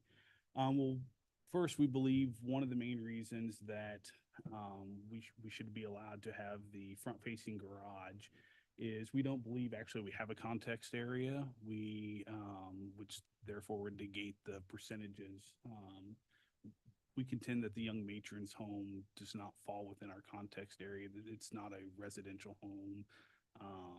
It was never built as a residential home. It was actually, I think, moved there in 2000 and I can't remember, 14 or 15, I believe, to its current location. And as stated on their website in the plaque, it was never built as a residential home. It was always built with the intention of being a meeting hall for the young matrons. We do have two additional homes that do fall within the context area. One of them is indicated by the red X, does not have a front facing. The other one indicated by the green circle does have front facing. It actually has 4 front facing garage doors on that home, 2 in a carriage house that is in a side yard, and 2 in a front facing garage on the property. In this home, we are looking at having a 2-car side entry and a 2-car front entry, sharing the same motor court, not trying to create the pavement going further back into the yard for the clients, opening up more space for other activities in the rear of the home. That would be our main argument, is we do not have a context area. We also don't feel it would be detriment or really a change to the character of the neighborhood.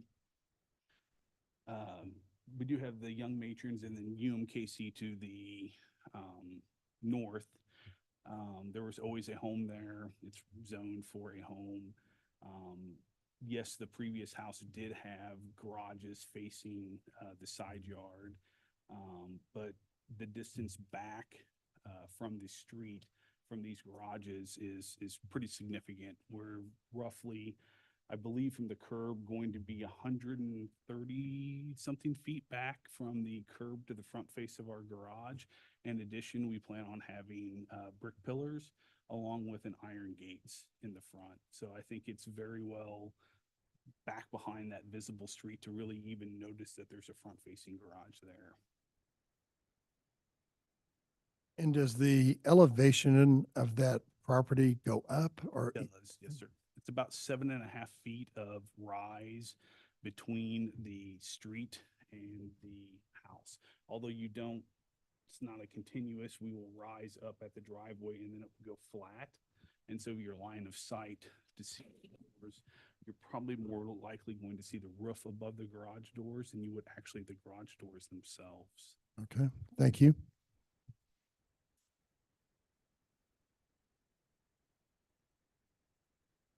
Any opposition from neighbors or support? Either one. I don't believe that the client has, and I'm speaking with talking to him, to my knowledge, I do not know of any opposition.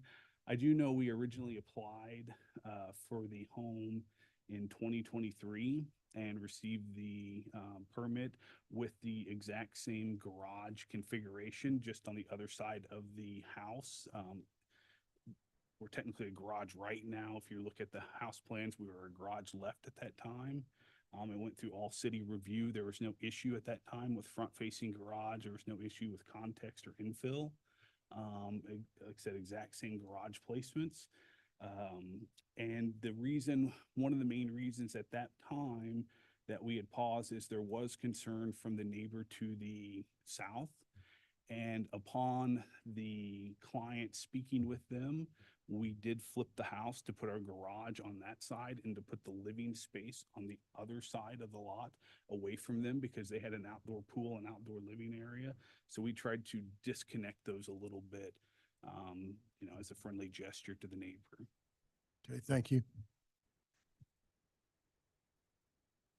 Board members, any other questions or comments? Sounds like last year he had approval, and this year with the infill, you're before us. I think this area is just a little unique since it is kind of nestled into UMKC. Obviously, the point of the infill is to make sure we're staying contextual, but this is a little bit more unique in the kind of size of the lot and then the location, kind of what's around there.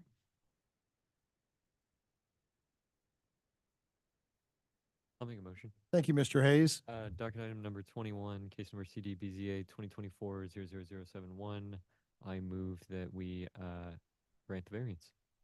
In accordance with site plan and In staff accordance report. with Site plan and staff report. Thank you. Got second from Miss Moran. Lawrence. Aye. Moran. Aye. Mixdorf. Aye. Hayes. Aye. Ebbets. Aye. Your project is approved, Mr. Coble. Thank Good you for your luck. time. To the miles. Okay, 22. There she is.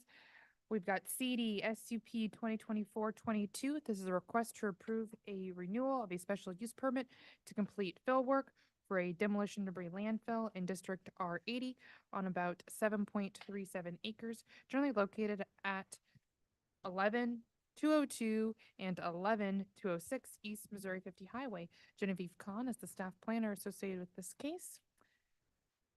Your applicant is online. Okay. I'm promoting Kevin and Jade.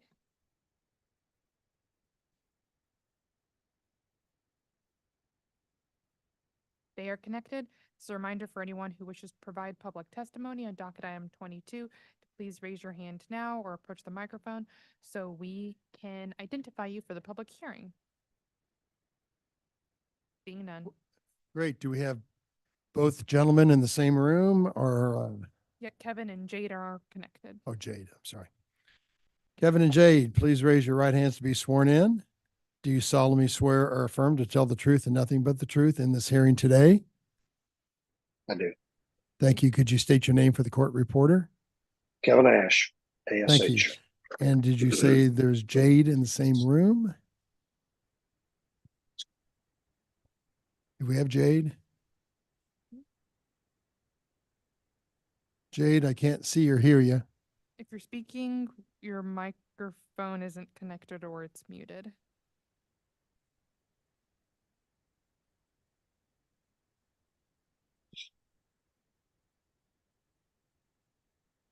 Maybe try. Tipton?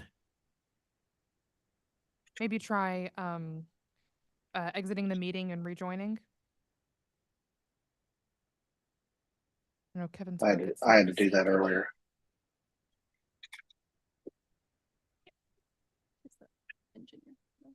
Does she speak at CPC? Okay. We can continue with just Kevin and Yeah. touch base with Jade. So Kevin, let's go with you and see if we need Jade. If we do, we'll bring her in. Okay. There's a list of administrative exhibits labeled 1 to 9 that we need to hear for your case today. Do we have your permission to admit them?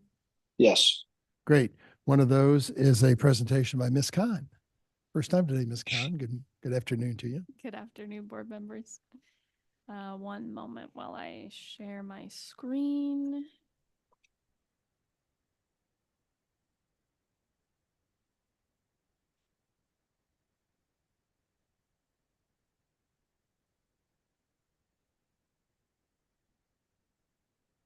Right, before you is docket item 22. As stated, this is a special use permit renewal for a demolition debris landfill. site is located in the very southern portion of the city, just north of 150 highway. And this is the subject site. It's 2 parcels, and there is a stream corridor located just to the north. And just to refresh you on the timeline, there were some violations on this property back in 2022. The operator of this landfill, demolition debris landfill, sought their special use permit in March of 2023.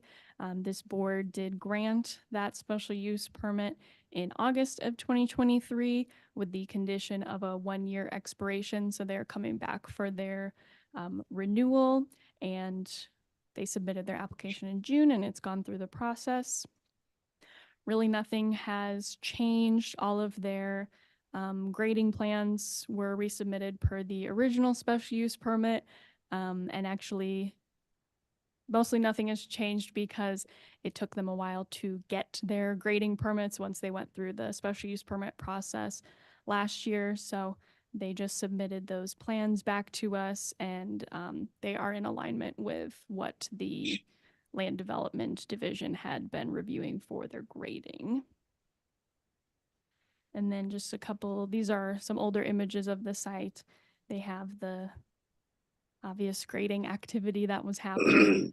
And then just some old images from the violation case reports. You can see that was back in 2022, that they were bringing fill materials to the site, but have since been going through all the correct processes and getting all of the necessary permits.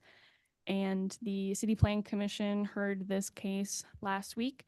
They did make a modification to condition number 6 to change the annual renewal to a 3-year renewal, so they can actually get to work on the site, as this is not a special use permit for the continued perpetual use of the demolition debris landfill, rather the continued use until completion, which is identified on their grading. So the CPC just decided to give them a little bit extra time. They are anticipating about 3 to 5 years to complete all the fill work. And with that, the CBC and staff have recommended approval subject to those conditions. And that concludes my presentation. I can take any questions. Thank you. Any questions of staff? Mr. Ash, why should we Yes. approve your project? Well, we really, because of the process of getting an original permit, we just got started about in May, early May, to get the process cleaned up from before, and now we're really ready to move forward. And that's the main reason, to continue filling it. And we've had inspectors out there as we did the process, and it looks great, and we're ready to keep moving forward with it. What kind of landfill is it?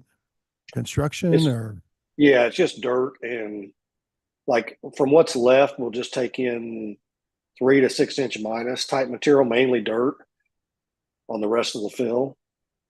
We have one deep area where we can put, I think they allow us to go a little bit bigger, but most of it is just concrete and dirt type fill, construction debris. Thank you. Yes, sir. Do you have any issues with the conditions as stated in the CPC letter? No, not at all. And the 3 years will really help us to not be right back after this next year. So we appreciate that recommendation. All right. Board members, any other questions? Have you had any other comments from neighbors? We met with the pastor from the church next door. Really, he's leaving, being moved to another church, and he told me there'll be another person taking his place and would let us know who that is. They were just, he hadn't seen the plans. He wanted to see the plans and wanted to see really what the plan was next to their property, which we showed them. And then there's a new neighbor across the road who's a new person. They just bought the property, and same thing. He was just didn't really know what was going on, wanted to know what was going on, but no issues with anybody. Thank you. Yes. All right. Board members, any other questions, comments? Or the favorite motion? I'd offer a motion. Thank you. Ms. Mixdorf? In case number 22, I move we grant the applicant's request in accordance with site plan and staff report and the conditions therein. I have a motion. Do I have a second? Thank you. Mr. Gorens? Lawrence, Aye. Moran, Aye. Mixdorf, Aye. Hayes, Aye. and Debbitz. Aye. Your project is approved. That's a 3-year variance on that. We'll see you in 3 years. All right, thank you. Renewal of Or the 3-year renewal, excuse me. Yeah, 3-year Yes. renewal. Sorry. Okay. Thank you. 23, CD, CPC 2024-64. This is a request to approve a setback variance to the infill residential lot and building standards, plus any other needed variances on about 0.15 acres, generally located at 8255 Paseo. Stephanie Saldari is the staff planner associated with this case, and the applicant team is in the room with us. This reminder for anyone else who provide public testimony on docket item 23 to please raise your hand in Zoom now or approach the microphone. Seeing none. Okay, thank you. Are you Mr. Martin? I am. And next to you is? This is Carrie Duke. Thank you. Please raise your right hands to be sworn. Do you solemnly swear or affirm to tell the truth and nothing but the truth in this meeting today? I do. And please again state your name for the court reporter. Dan Martin. Harry Duke. Thank you. Who's going to be speaking on your case today? I will. Okay, great. There's a list of administrative exhibits labeled 1 to 9 that we need to admit for your case today. Do we have your permission to admit those? You do. Great. One of those is a presentation by Miss Stephanie. Stephanie, tell us about the case today, please. Yes, so we got docket item 23, CDBCA 2024-64, located on 8255 Paseo, zone R-6. And this is a variance to the setbacks in an infill residential lot, plus any other infill-related variances. All right, so the subject site is located on the southern part of Kansas City. Highlighted in yellow and green is the site. So these used to be 2 separate lots, but they have consolidated the lots and now will be one L-shaped lot. The home proposed will be facing Paseo. So right now it's vacant. So these are some pictures of the lot. Again, infill standards effective since last year, applies to neighborhoods annexed prior to 1954, and this is to maintain the fabric of the neighborhood. So for the context area, again, anything within 200 feet. However, any residential lots on block faces with 2 or fewer developed lots shall follow the conventional development standards reduced by 25%. And this applies to this lot. So there is not enough for the context area, so it is reduced conventional standards. This is a rendering of what the home will look like. So here is a site plan. So this will be the home, again facing Paseo, and on the back there'll be a driveway with some parking for this home.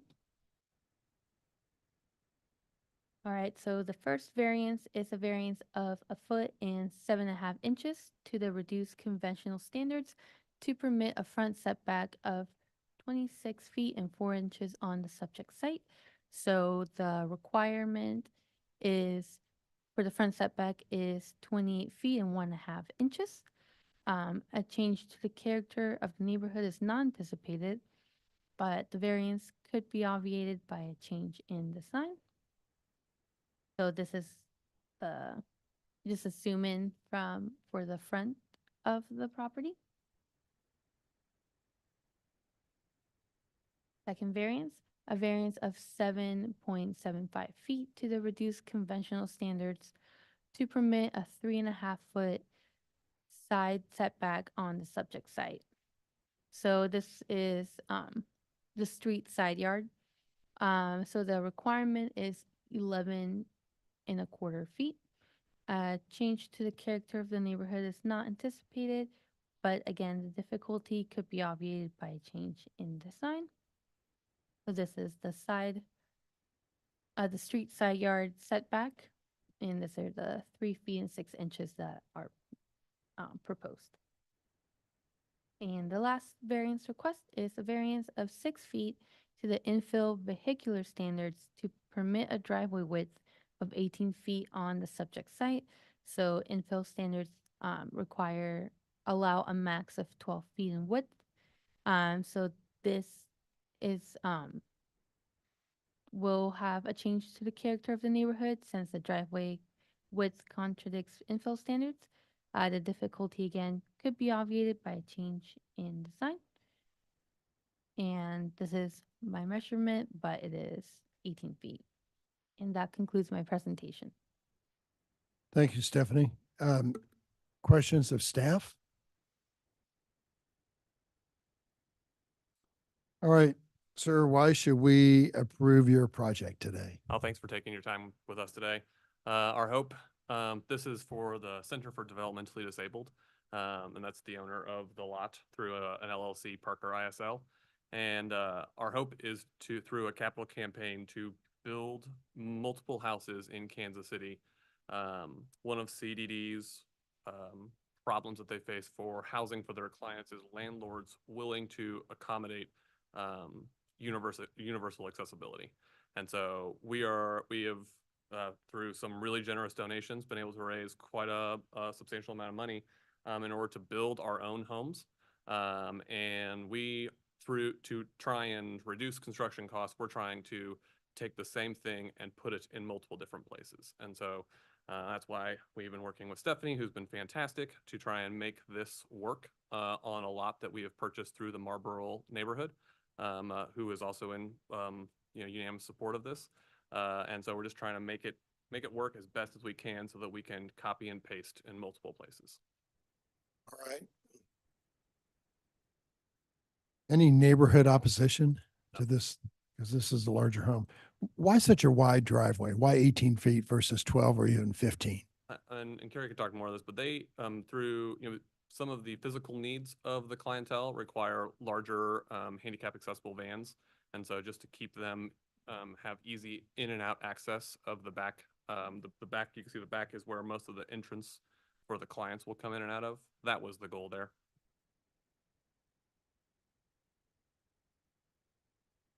All right.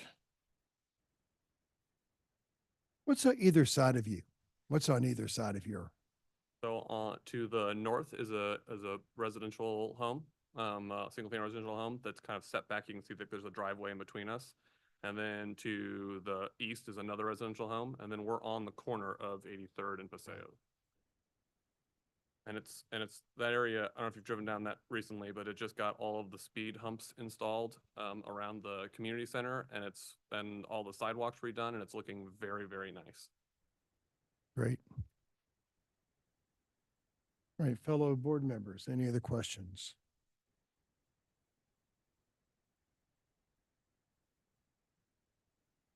I have a motion. Thank you, Ms. Moran. On docket item number 23, case number 2024-64, I move that we grant the requested variances in accordance with the site plan and staff report. I have a motion from Ms. Moran. Second. Second from Mr. Hayes. Lawrence. Aye. Moran. Aye. Mixdorf. Aye. Hayes. Aye. And Ebbets. Yes, good luck with your project. I appreciate it. Thanks for all your help. Thank you. Thanks for coming down. Thank Thanks you for your all help patience. too. We only have 2 more cases. Do we need to take a break or are we good? Power through it. Let's power through. We okay? Away we go. 25, CD BZA 2024-28. This is a request to approve a variance, the maximum width of a driveway in an R7.5 zoning district, which is a residential zoning district, to permit a driveway width greater than the code allows, plus any additional variances on about 0.61 acres, generally located at 8900 North Marsh Avenue. Connor Tomlin is the staff planner. The property owner is in the room with us. So a reminder, if anyone else wants to provide testimony on docket item 25, to please raise their hand in Zoom now or approach the microphone. Seeing none. Great. Are you Miss Hendricks? Yes, sir. Thank you. Please raise your right hand to be sworn. Do you solemnly swear or affirm to tell the truth and nothing but the truth in this meeting today? Yes, sir. Please state your name for the court reporter. Linda Hendricks. Thank you, Linda. There are lists of administrative exhibits labeled 1 to 9 that we need to admit for your case today. Do we have your permission to do that? Yes. Great. Those are admitted. Part of that is a presentation by Mr. Tomlin on your case.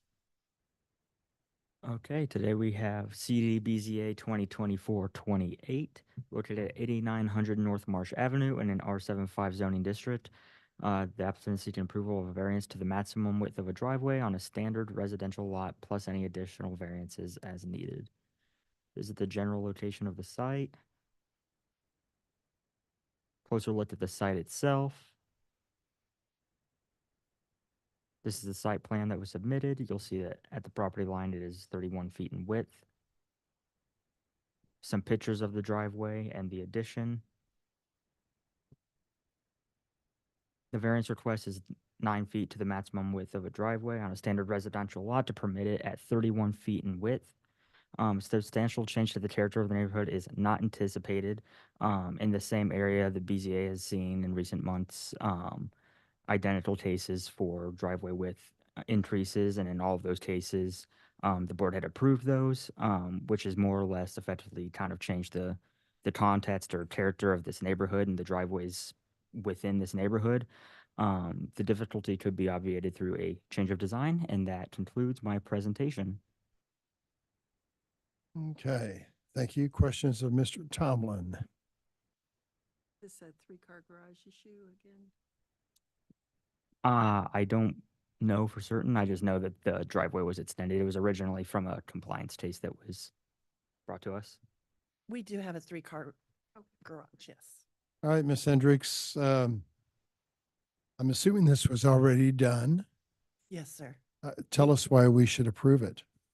Well, really, I mean, we did it for personal reasons at the time. We do have a swimming pool in our backyard.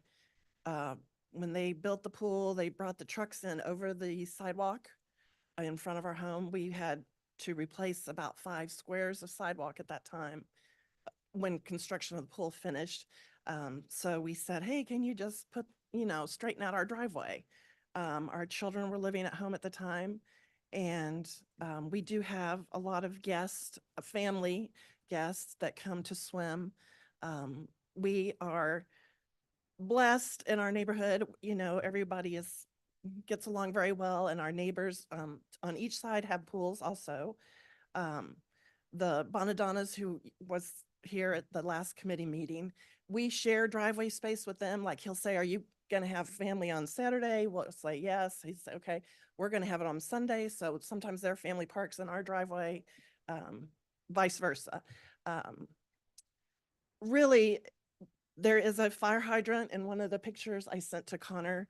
There is a fire hydrant between our home and the home of the Bonadanas. There's also that curve.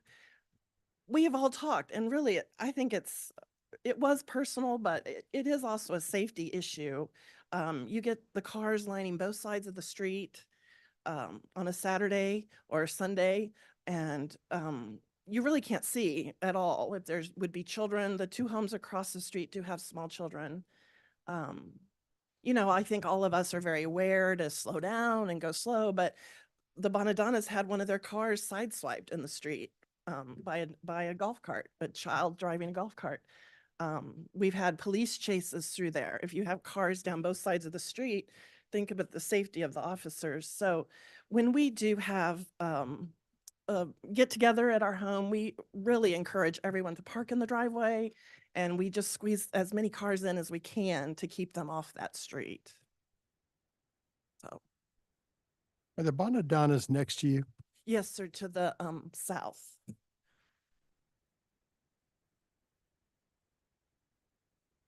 how long has it been poured this way? We did the pool in 2019, so it was in the later summer months.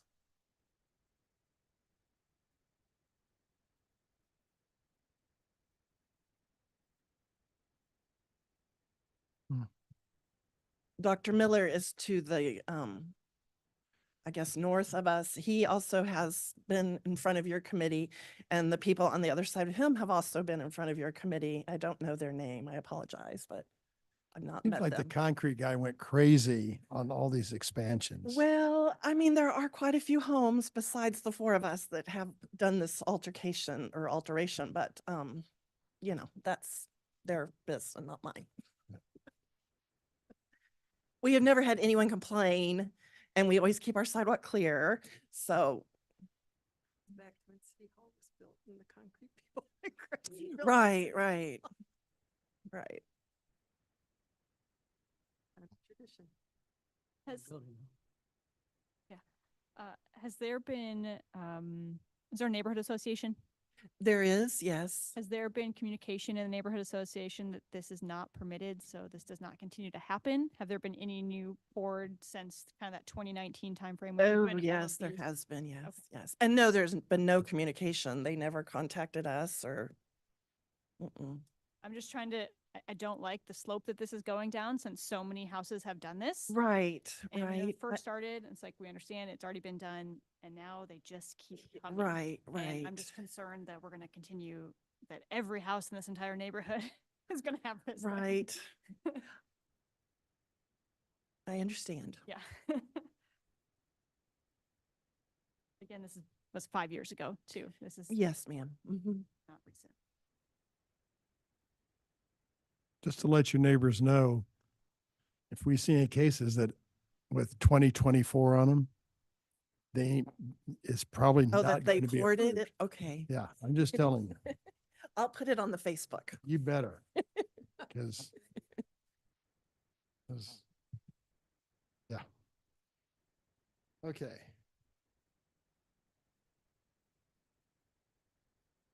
Hey, I hate to ask this. Do we have anything next month or the month following on another driveway case?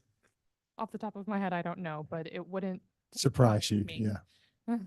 It was, I mean, my understanding, just through neighborhood gossip, is it was just the four of our homes that were reported. Right. So I guess since I'm the last of those four to come in, you should be done with us, I hope. You sure of that?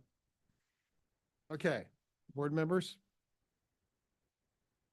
Ready for a motion? Sure, why not? Docket item number 25, case number 2024-28. I move that we grant the request in accordance with the site plan and staff report. I have a motion. Do I have a second? Second. Second for Mr. Gorence. Lawrence. Aye. Moran. Aye. Mixdorf. Aye. Hayes. Aye. And Debbitts. Nay. Oh, gosh. Mhm. You only needed one more would to be ripped out. Okay. Yeah, motion passes. Sorry, he was joking with you there. But no, you need another nay and it would have been, I it am wouldn't a have gone. rule But follower, you're I okay. promise. You're I good. am. You needed 4 and you got 4. Well, thank you so much. I Okay. appreciate it. And I Please- appreciate Connor's, all of his help. My goodness. Tell I your don't- neighbors. Yeah, please communicate to the neighbors. I that- will. I will. Thank you. Another fine. Yeah. A what? Pardon? No, we're kidding. Just reel me in. I'll fall for anything. Good Thank you so much. Okay. Good one. Thank you, Ms. Hendricks. Thank you. Okay. Last docket item, 26. Oh, and then chair and vice chair election.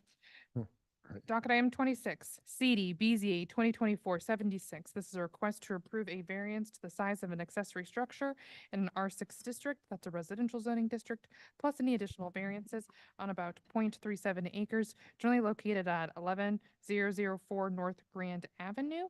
The Alec Gustafson is the staff planner associated with this case. Looks like we have the applicant and property owner in the room with us. This is a reminder for anyone else who wants to provide testimony on docket item 26 to please raise your hand and Zoom now or approach the microphone. Seeing none. Okay, great. What's your name again? I'm sorry.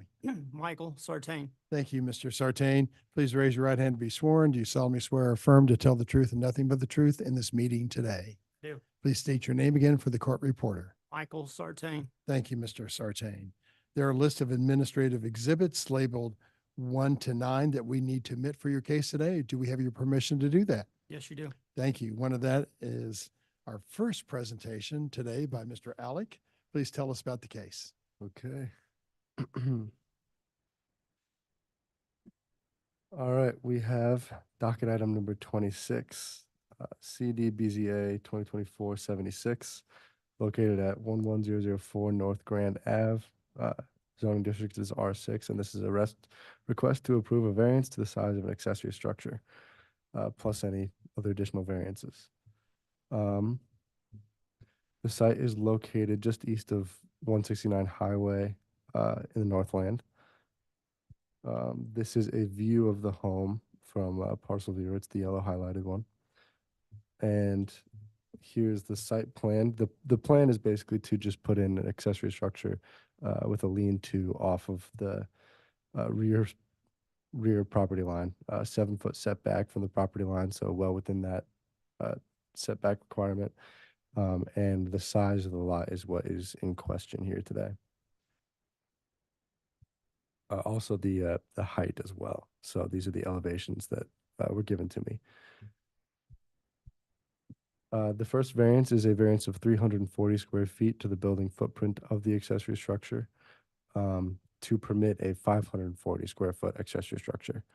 The variance is 170% increase to the 200 square foot requirement. A substantial character of the neighborhood is anticipated because other properties within the area generally have sheds that comply. And the variance can be obviated by a change of design. And then the second variance we have is a variance of 2 inches to the height requirement to permit a height of 10 feet, 2 inches, as it's measured from the base to the midpoint between the apex and the what is it? The mid plate. Mid plate. There we go. That's the word. So it's a 2 Mid-plate, inch. Yeah, it's a 2 inch difference, 2% increase from the variance standards. It can be changed by an obviation of design. So if you have any other questions, I can don't have answer any. them. Board members, questions of staff? Mr. Sartain, why should we approve your project today, sir? Well, sir, as you can see on my plat there, on the south side of my residence, I've got 3 easements. 2 are unlabeled and 1 is a drainage easement that drains into Pine Lake. Initially, when I bought my house in 2005, a short time after that, I tried to get those unlabeled easements vacated so I could build a 3rd garage onto my house. That was denied. I was unable to do that. So they've got the drainage in the, whoever has the unlabeled one, I don't know. I sent letters out to all the utilities, but I did get a denial that they would not vacate those in order for me to build a 3rd garage. I did have a smaller shed in the back, has since been taken down. Since I can't build a 3rd garage and I've contacted my homeowners association, they would prefer me not to have multiple sheds. They would prefer it to be one structure. There's a couple of houses in our neighborhood that have multiple sheds and they're trying to get away from that. They did approve me for a 24 by 25. And once I plotted that out in the back of my yard, it was too big. It just didn't look right. So I shrunk it down to the 18 by 20 with the lean-to. The HOA agreed to that. I've talked to all my neighbors. All of my neighbors are 100% behind me. And now I'm here in front of you guys asking to build this shed. Okay. Board members, questions of Mr. Sartain? What are kind of the sizes of other sheds in your neighborhood? Most of them are 10 by 20s. The 200 square foot? Yeah, they're the 200. I mean, if my understanding of it is you can have multiple 200 square foot sheds. Like I said, I've got other neighbors that have multiple. It just wouldn't look right, I don't think, for the layout of my property. I think by having one shed aesthetically is going to make it look better with the lake right there. They use my side yard with that western look down the lake inlet where we have a fountain toward the dam. They use that a lot for promotional aspects for our neighborhood.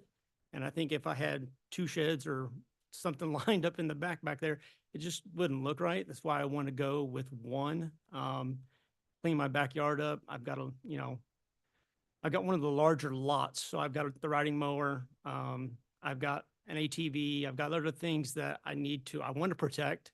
And I want my backyard to look clean because I do have a lot of people walking around the lake, fishing and whatnot. And that's why I'm requesting a little bit larger shed to protect my property. And city staff, can you confirm, is it one 200 square foot accessory structure, or can you have more than one? You can have more than one. There's distance requirements, and then so much of your backyard can't be filled up with them. Like there's like a cap. I think it's 40%, which would allow me to have like 17 sheds.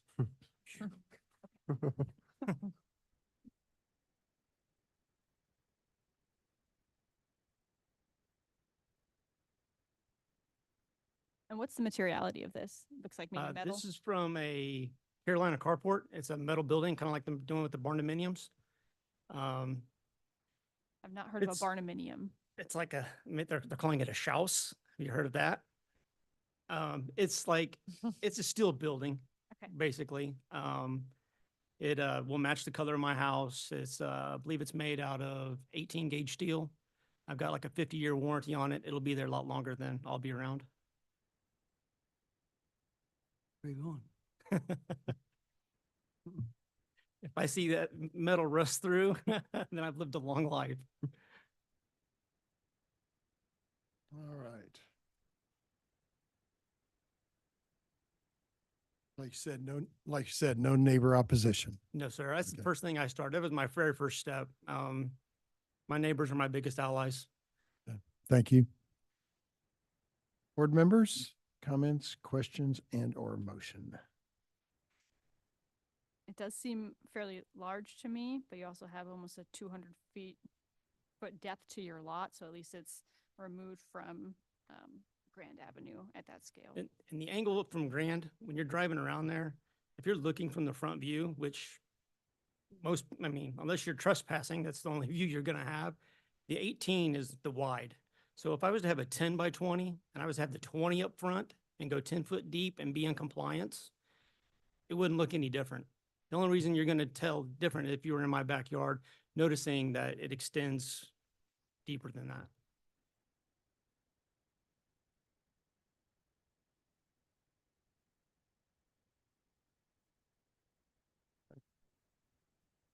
Anybody? On docket item number 26, case number 2024-76, I move that we grant the variance requested in accordance with the site plan and staff report. I have a motion. Do I have a second? Second. Second from Mr. Gorens. Lawrence, Aye. Moran, Aye. Mixdorf, Aye. Hayes. Aye. And Ebbets. Aye. Your project is approved. Good luck with it. Thank you for coming and waiting out the entire day down. Thank you. I got to be at work at 6. Okay.